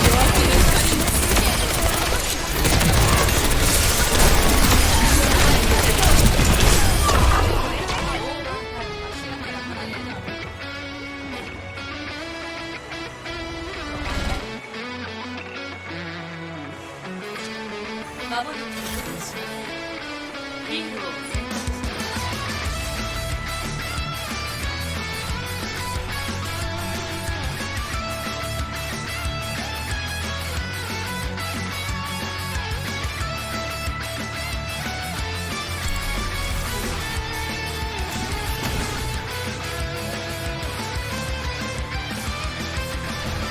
しばらくなら任せる。私が自由にしてやる。まだじゃなくフィールド戦えるのは喜ばしい。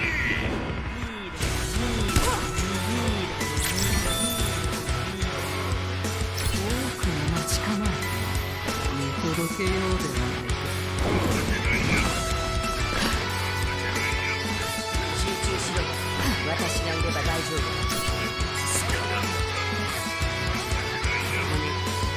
骨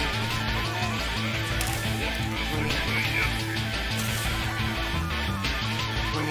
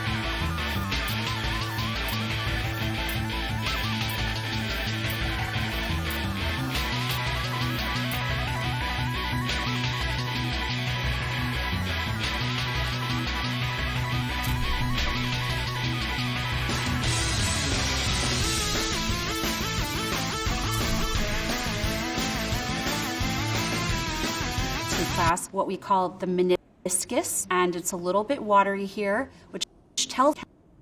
They feel like nothing but a silky cushion of moisture. Try Total Water Lens. I'll come.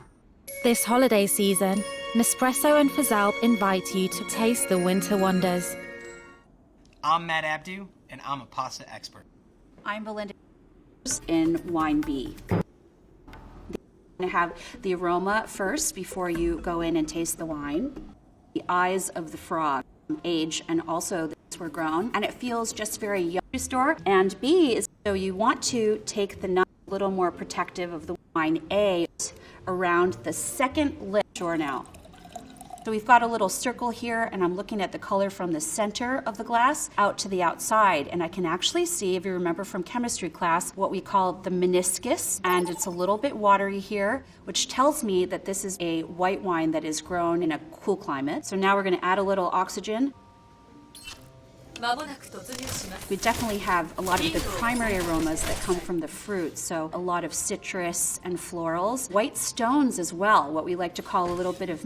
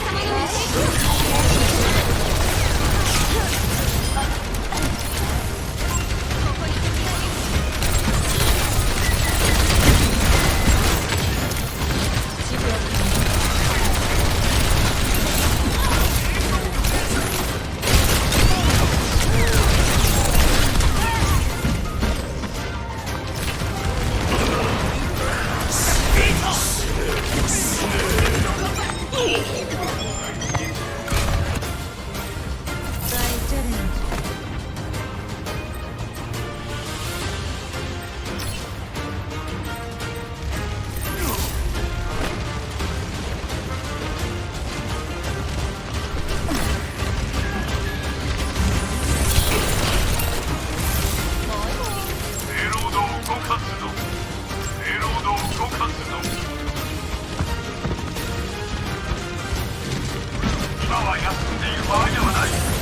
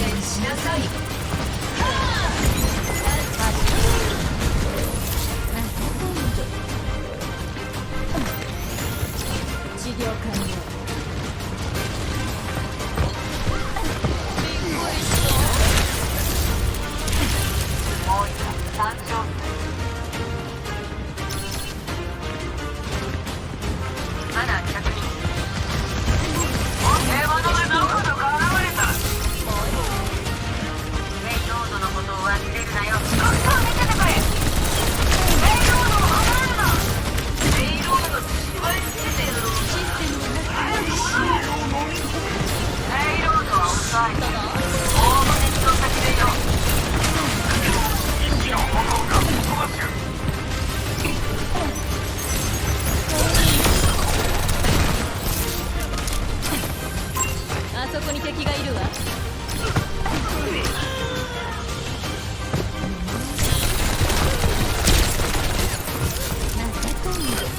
う休むといいわ。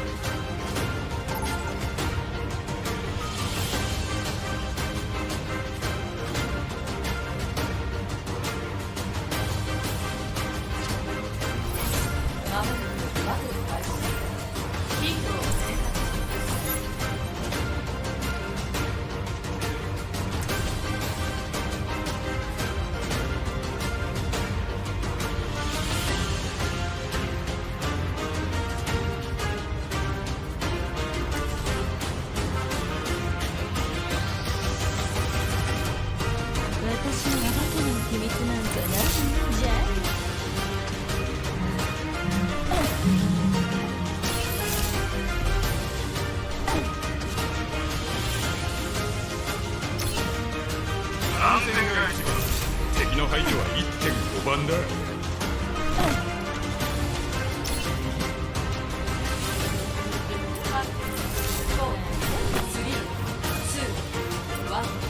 ラウンド1、目標を確保してください。よろしくね。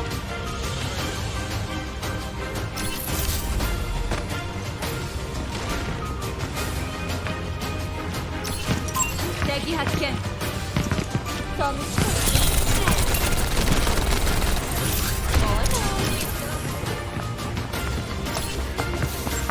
こちら。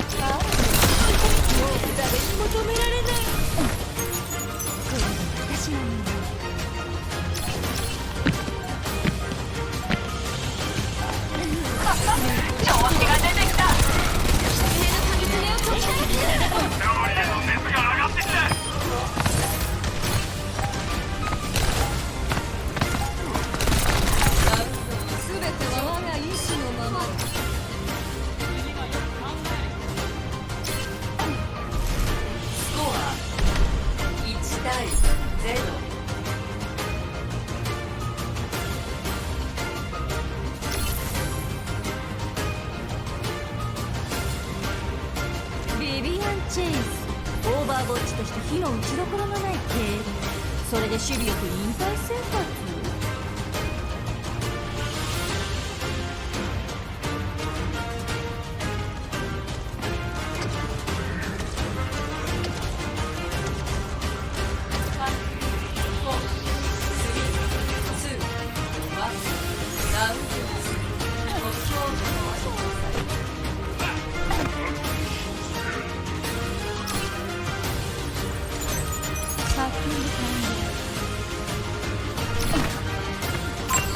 敵がいたわよ。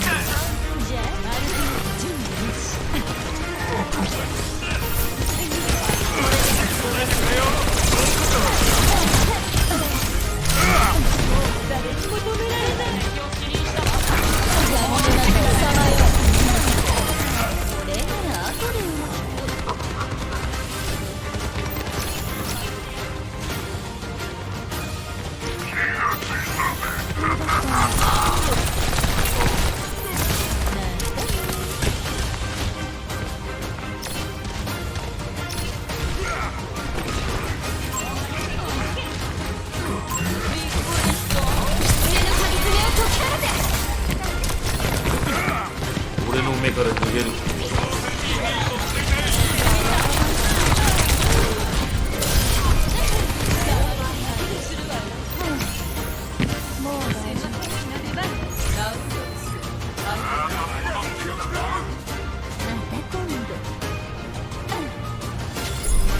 スコア1対1。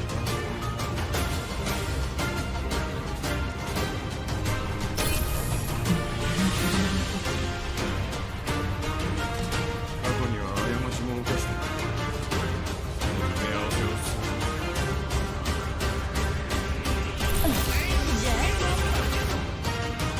無茶は気持ち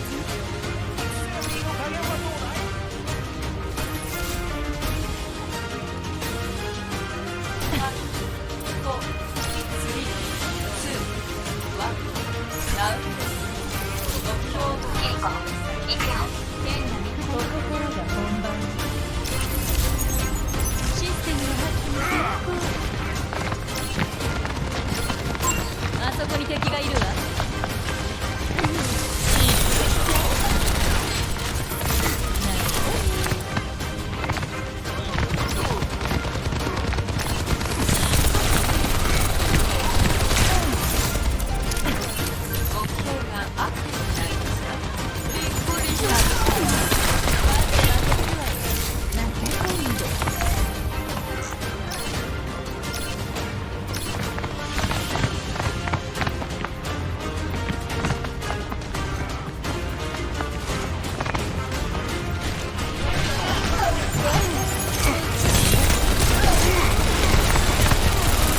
敵発見。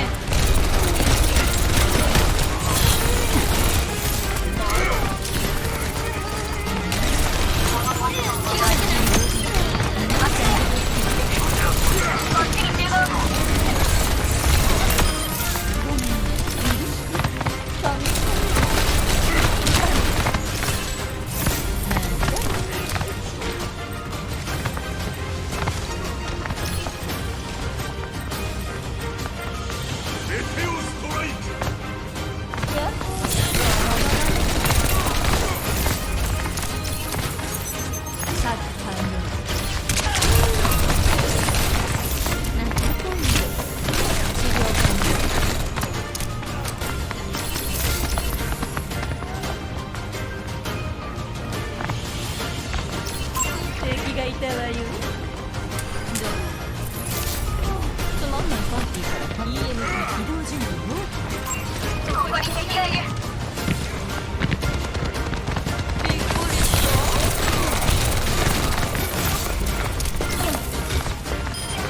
俺に来た。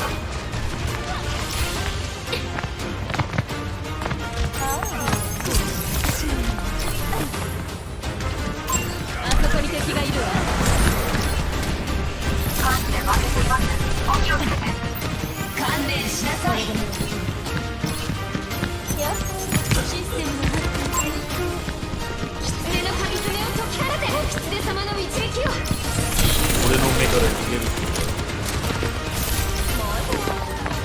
EMP チャージ。闇の中をさまよう。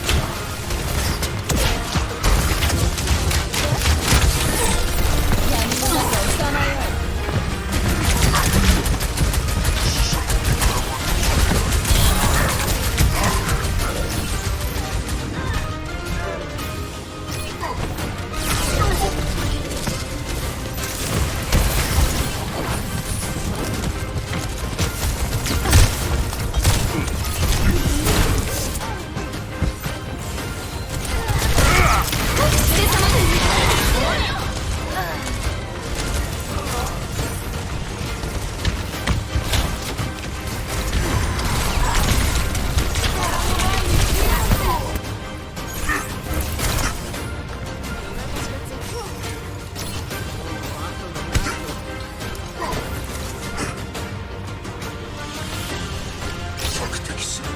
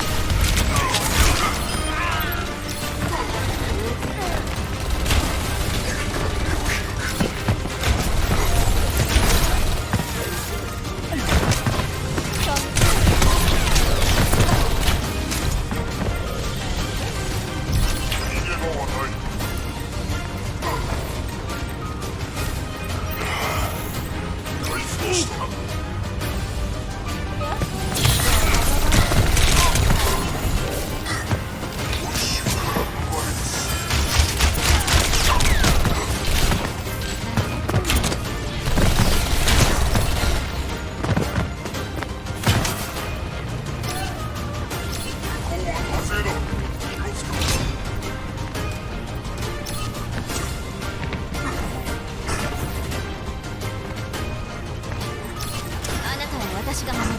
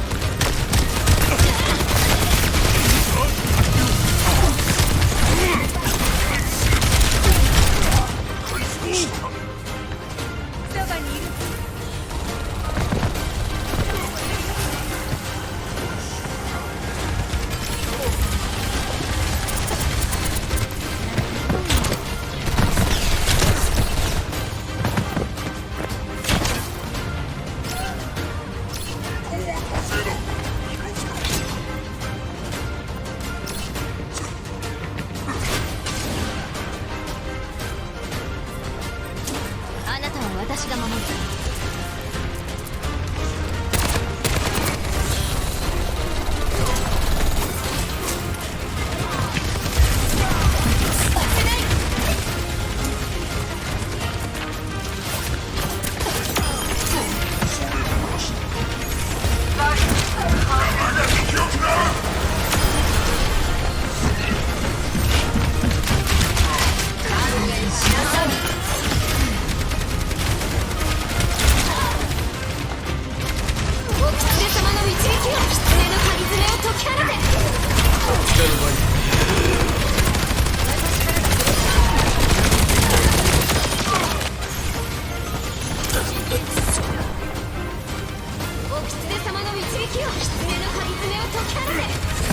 俺の目から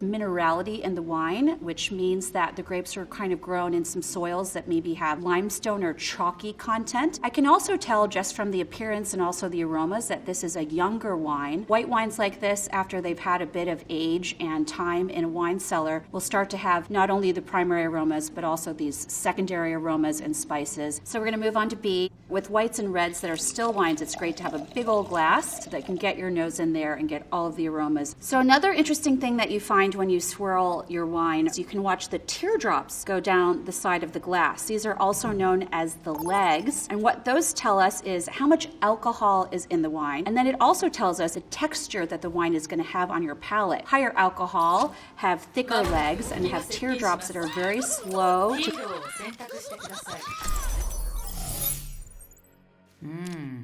go down the side of the glass. I can tell that this wine has a bit of alcohol, so that's going to be fun. Oh, that smells really great. On the nose here, the first thing that I find are these secondary aromas. So a lot of spices, clove and allspice. I'm ready. Let's taste wine A. I think that wine A has been aged in some kind of neutral vessel, stainless steel or concrete, or there are also glass vessels for aging the wine because we don't have those spices on the palate. We also want to talk about the length after you swallow the wine and how long the flavors persist. And 私のそばにいれば安全だよ。ただいま。じゃあね。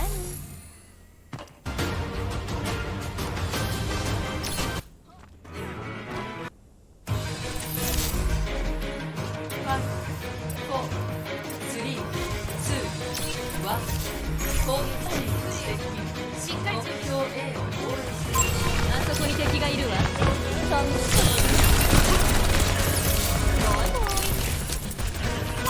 敵がいたわよ。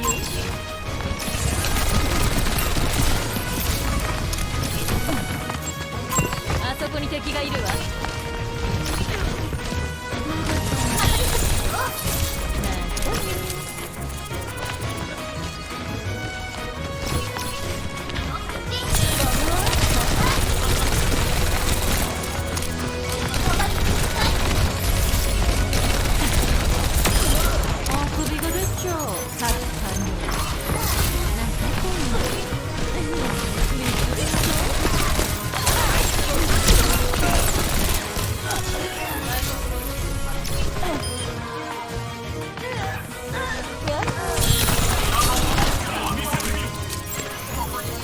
これでもバイバイ。そこだ。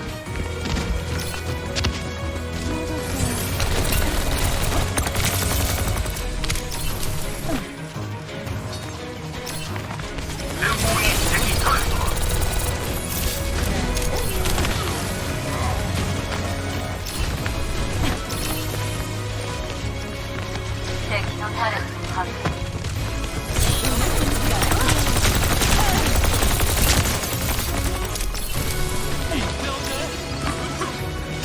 敵発見。ハッキングする。ありがとう。闇の中をさまよう。夜明けの光に続け。超えてきた。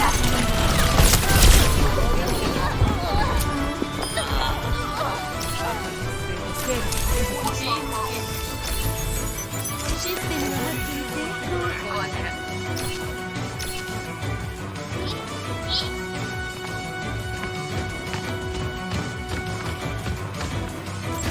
そこだ。そこだ。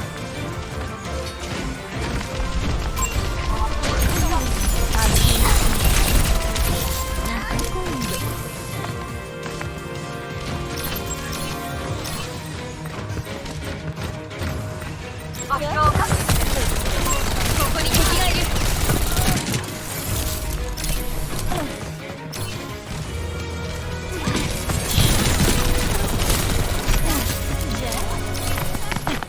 敵がいたわよ。お口で様の一撃を。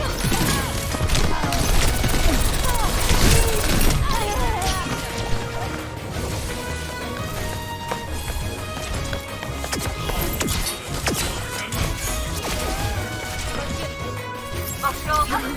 いい度胸じゃ。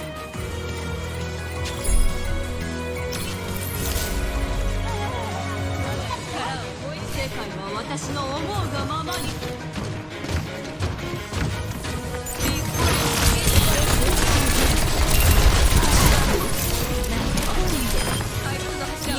もう少しで使える。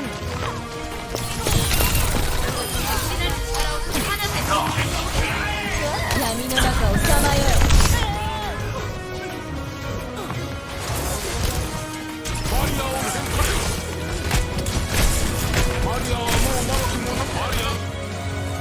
まだ終わりじゃない。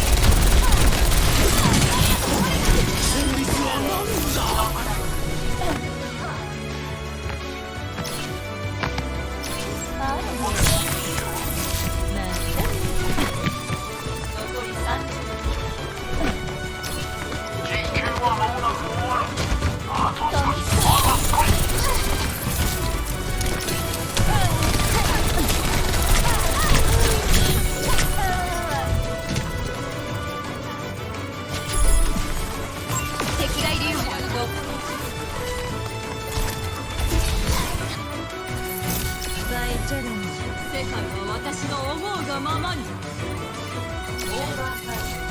夜明けの光に続け。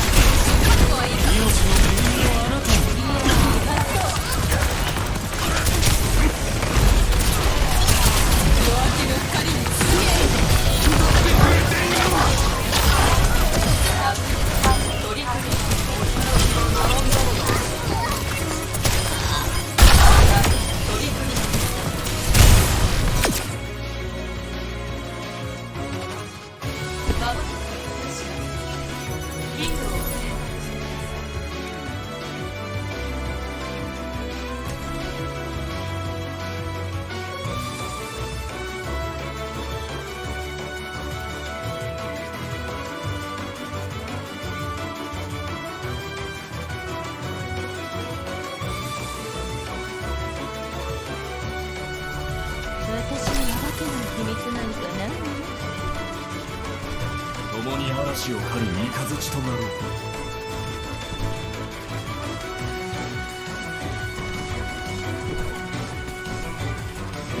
みんな作戦内容は覚えた？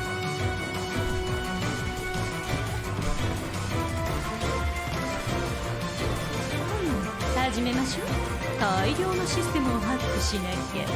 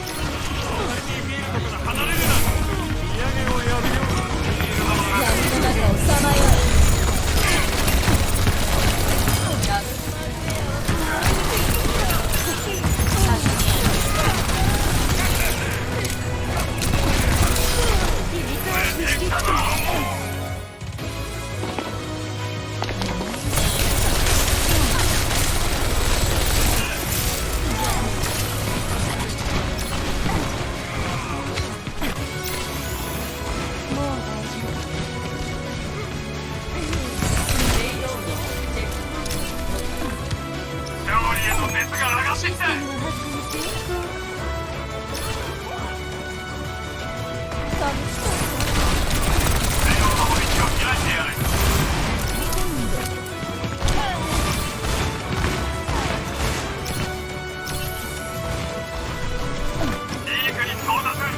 治療完了。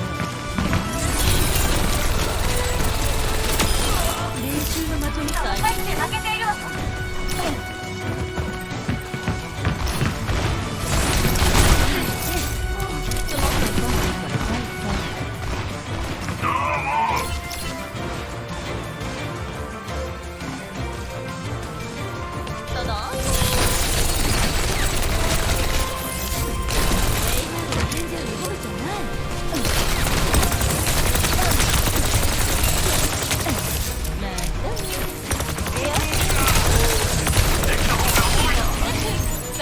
ハッキングせん。もう大丈夫。EMP がもう少しで使える。マナー着任。アルティメット準備完了。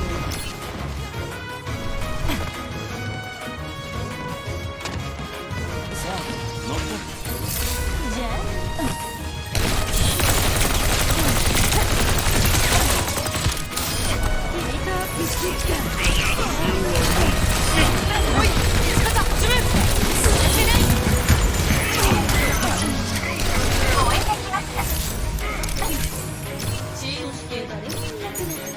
システムのハックに成功。 EMP 起動準備を。あそこに敵がいるわ。アルティメット準備よし。ハック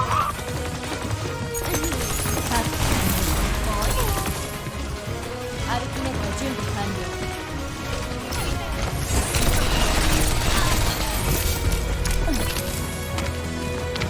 EMP ジャージ闇の中を捕まえよう。内なる力を解き放て。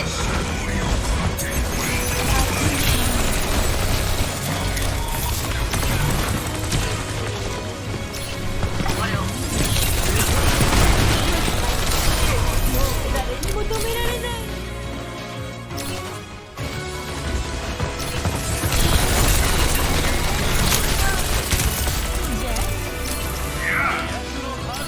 これじゃペイロードが進まないわ。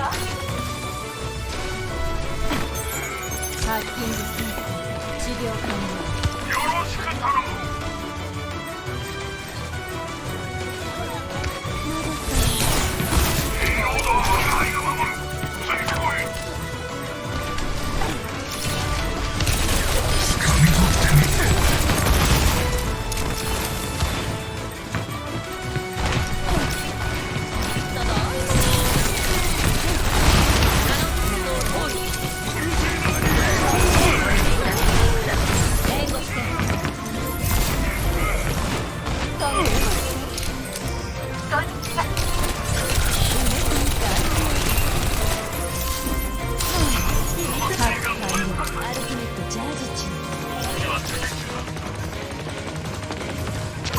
敵発見。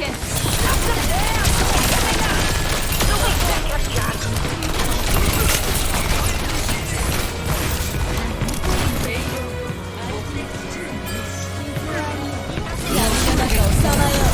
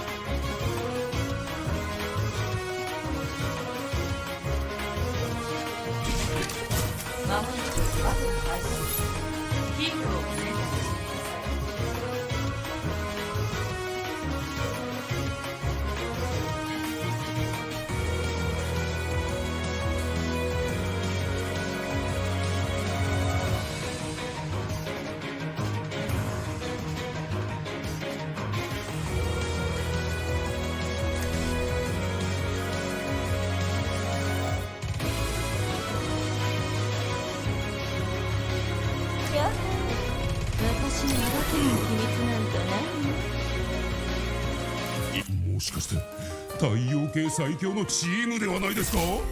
つまんないパーティーから退散。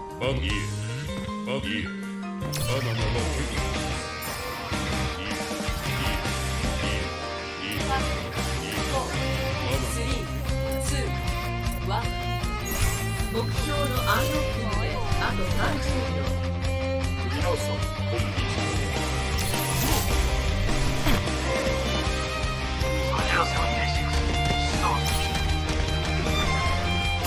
敵がいたわよ。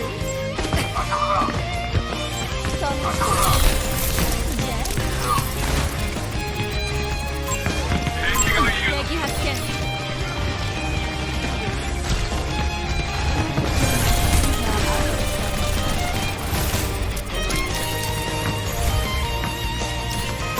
敵がいたわよ。ロボットが奪われる。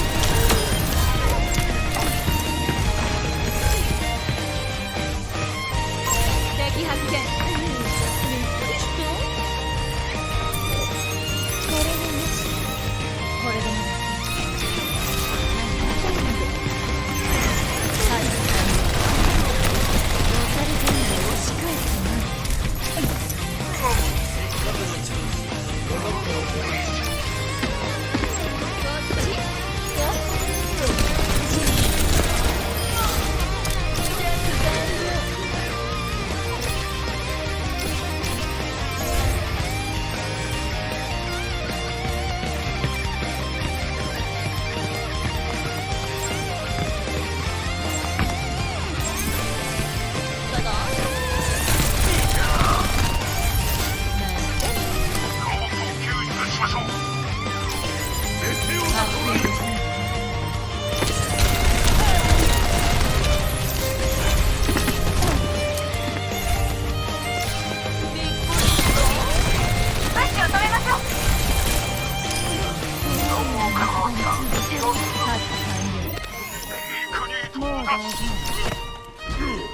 バリケードを動かしましょう。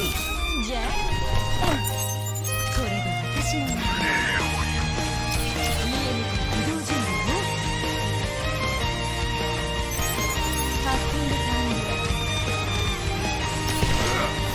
いいの困った。よくやったな。EMP チャージ。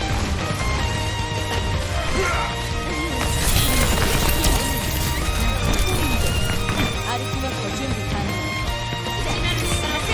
コメンチュが向かっていくぞ。闇の中をさまよえ。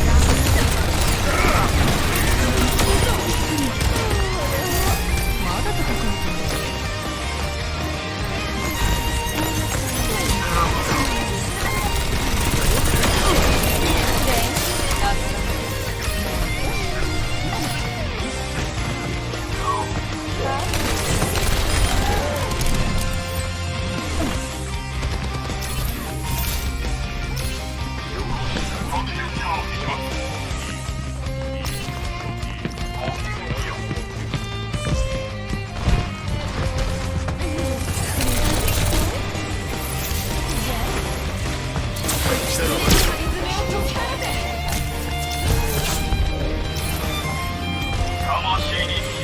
たぞ。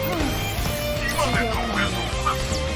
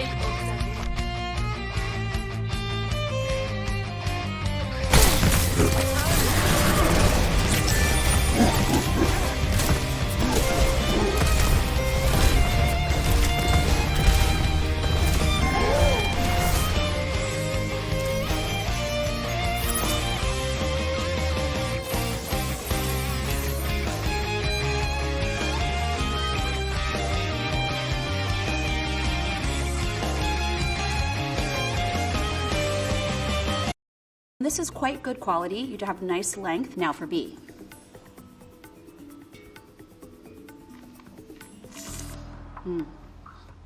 It's a rich, full-bodied, viscous, we like to say glycerin-loaded, although that's not fun to say at the table. And the finish on this is so long. I'm still tasting this. I have a suspicion the grape that we're dealing with, and it's one of the grapes that's very easy to grow. It's one of those grapes that can grow all over the world. When you have a grape that's easy to grow anywhere, the question of whether the wine is inexpensive or expensive has to do with the real estate, where you plant your grapes and grow your grapes, and then how much the resulting wine is going to cost. I think real estate has a lot to do with what's going on in the glass. I think B is a slightly more luxurious style of white wine. Shall we see if I'm right? Yay! I'm correct. So I think that this is 2 Chardonnays from different parts of the world. So in wine B, they definitely used the really beautiful couture barrels in order to get those complex aromas and complex flavors, and that leads to a more expensive wine and something that tastes darn good. Canned wine is a super fun thing because you're going to be on a boat or somewhere where you don't want to have glass. There are great canned wines these days. I'm going to dig in and grab the corkscrew because I still do need it for wine A.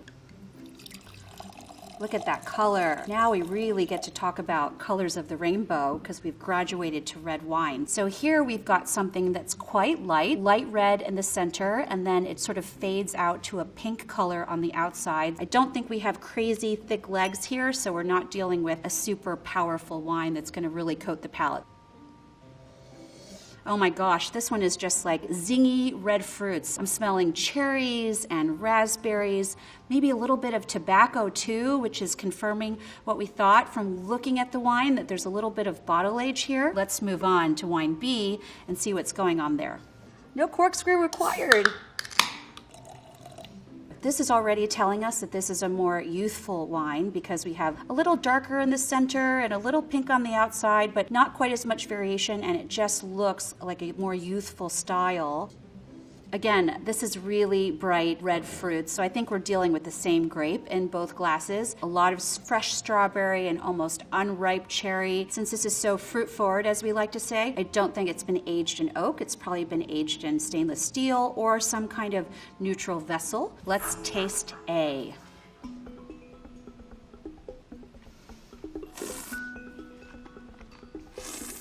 Wow, I really want to take my time with that. A lot of people like to sort of suck in and make all kinds of gurgling noises when they taste a wine to add oxygen, not only as you're swirling in the glass, but also in your mouth, and that's what I was doing there. And I'm getting all these beautiful stewed red fruits, like a strawberry pie with a beautiful crust in a glass. It's also a wine that shows its age. Sometimes with a younger wine, it'll be really fiery because it's not quite integrated yet, and the tannins are also very soft. When we're talking about tannin, we're talking about when you have a glass of red wine and you just feel your mouth really dry. Tannins diminish over time in all wines and in red wines especially. So this one is definitely an example of where the tannins have receded a little bit and everything is in really beautiful balance. But let's move on to B.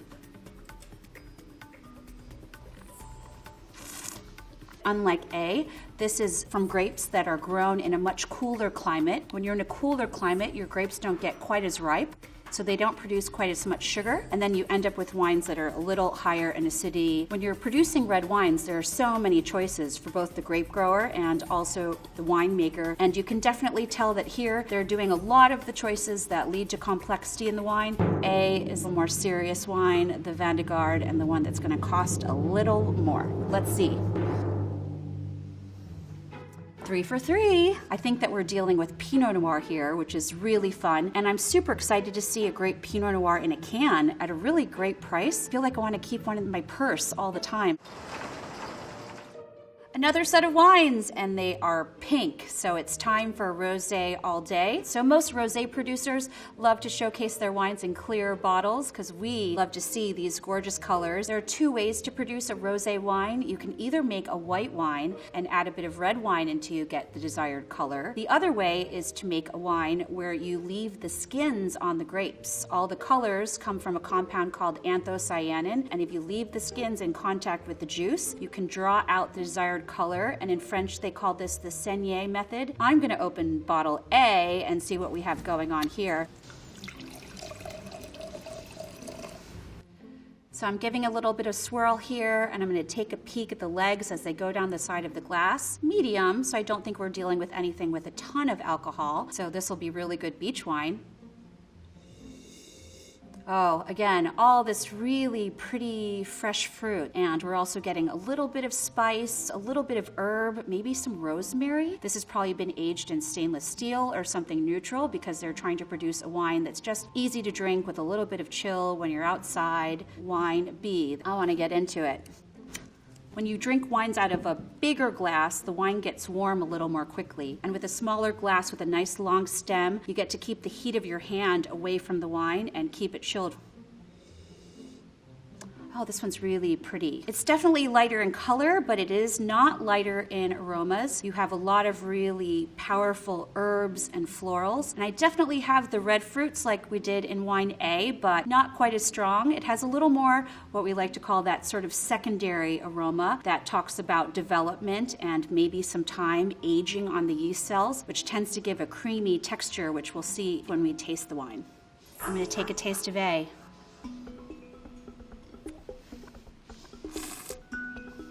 So just as the color is darker in A than it is in B, we also have a little more structure and a little more tannin that I would expect. I'm thinking that this particular rosé is made from a grape that has slightly thicker skins. As we mentioned before, the skins are where the compounds reside that give a wine tannin. This is a wine that would definitely be great with maybe meaty dishes or things that are grilled with a little bit of char and a little bit of smoke in the food. Okay, on to wine B. I'm gonna give it a taste.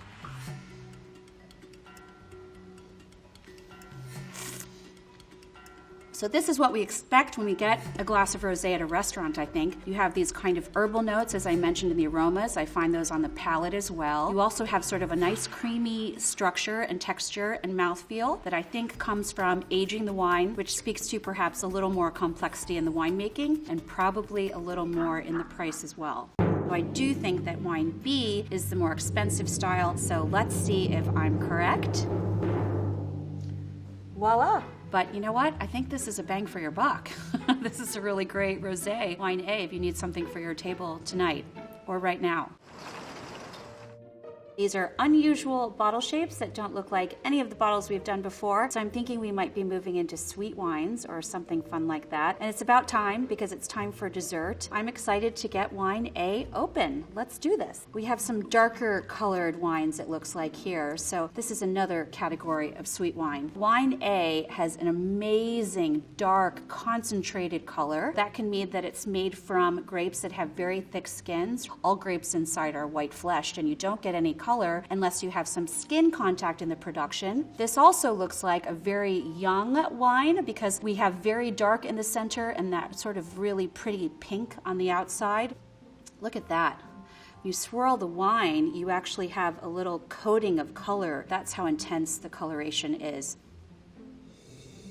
Oh, wow. These are almost kind of like burnt caramel smells. I also think this is a wine that probably sees a bit of time in the bottle because we've got these aging smells, dark, rich plum fruits, blackberry fruits, stewed, definitely. Let's see what's going on in wine B. What makes a sweet wine, as we all know, that's sugar, because a lot of times during fermentation, the yeast eats all of the sugar and you end up with a totally dry style of wine. If we want to leave a bit of sugar in the wine, we add a neutral spirit, something that's quite high alcohol, like a brandy. So you have a fermenting red wine that still has a little bit of sugar in it, and then you add in this very high alcohol spirit, and that kills off all the yeast, and that leaves behind a bit of sugar that we call RS. That means there's a bit of residual sugar. This one is also quite pretty, but a little lighter in color than wine A, quite youthful, very dark in the center. There's so much pigmentation from the grapes that it's coating the side of the glass.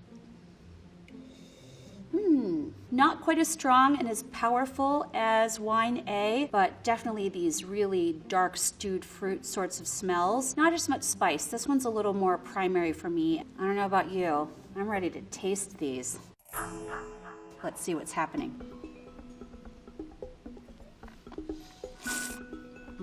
There's some sugar there. This is delicious. This is like having a candy bar that's stuffed with cherries or blackberries or currants or plums, but also these sort of chocolatey and cocoa and brown spice notes. It's kind of like a dessert in a glass. The finish is very persistent, and even though I swallowed a bit ago and I've been talking to you, it just keeps going and going. So let's see what's going on in B.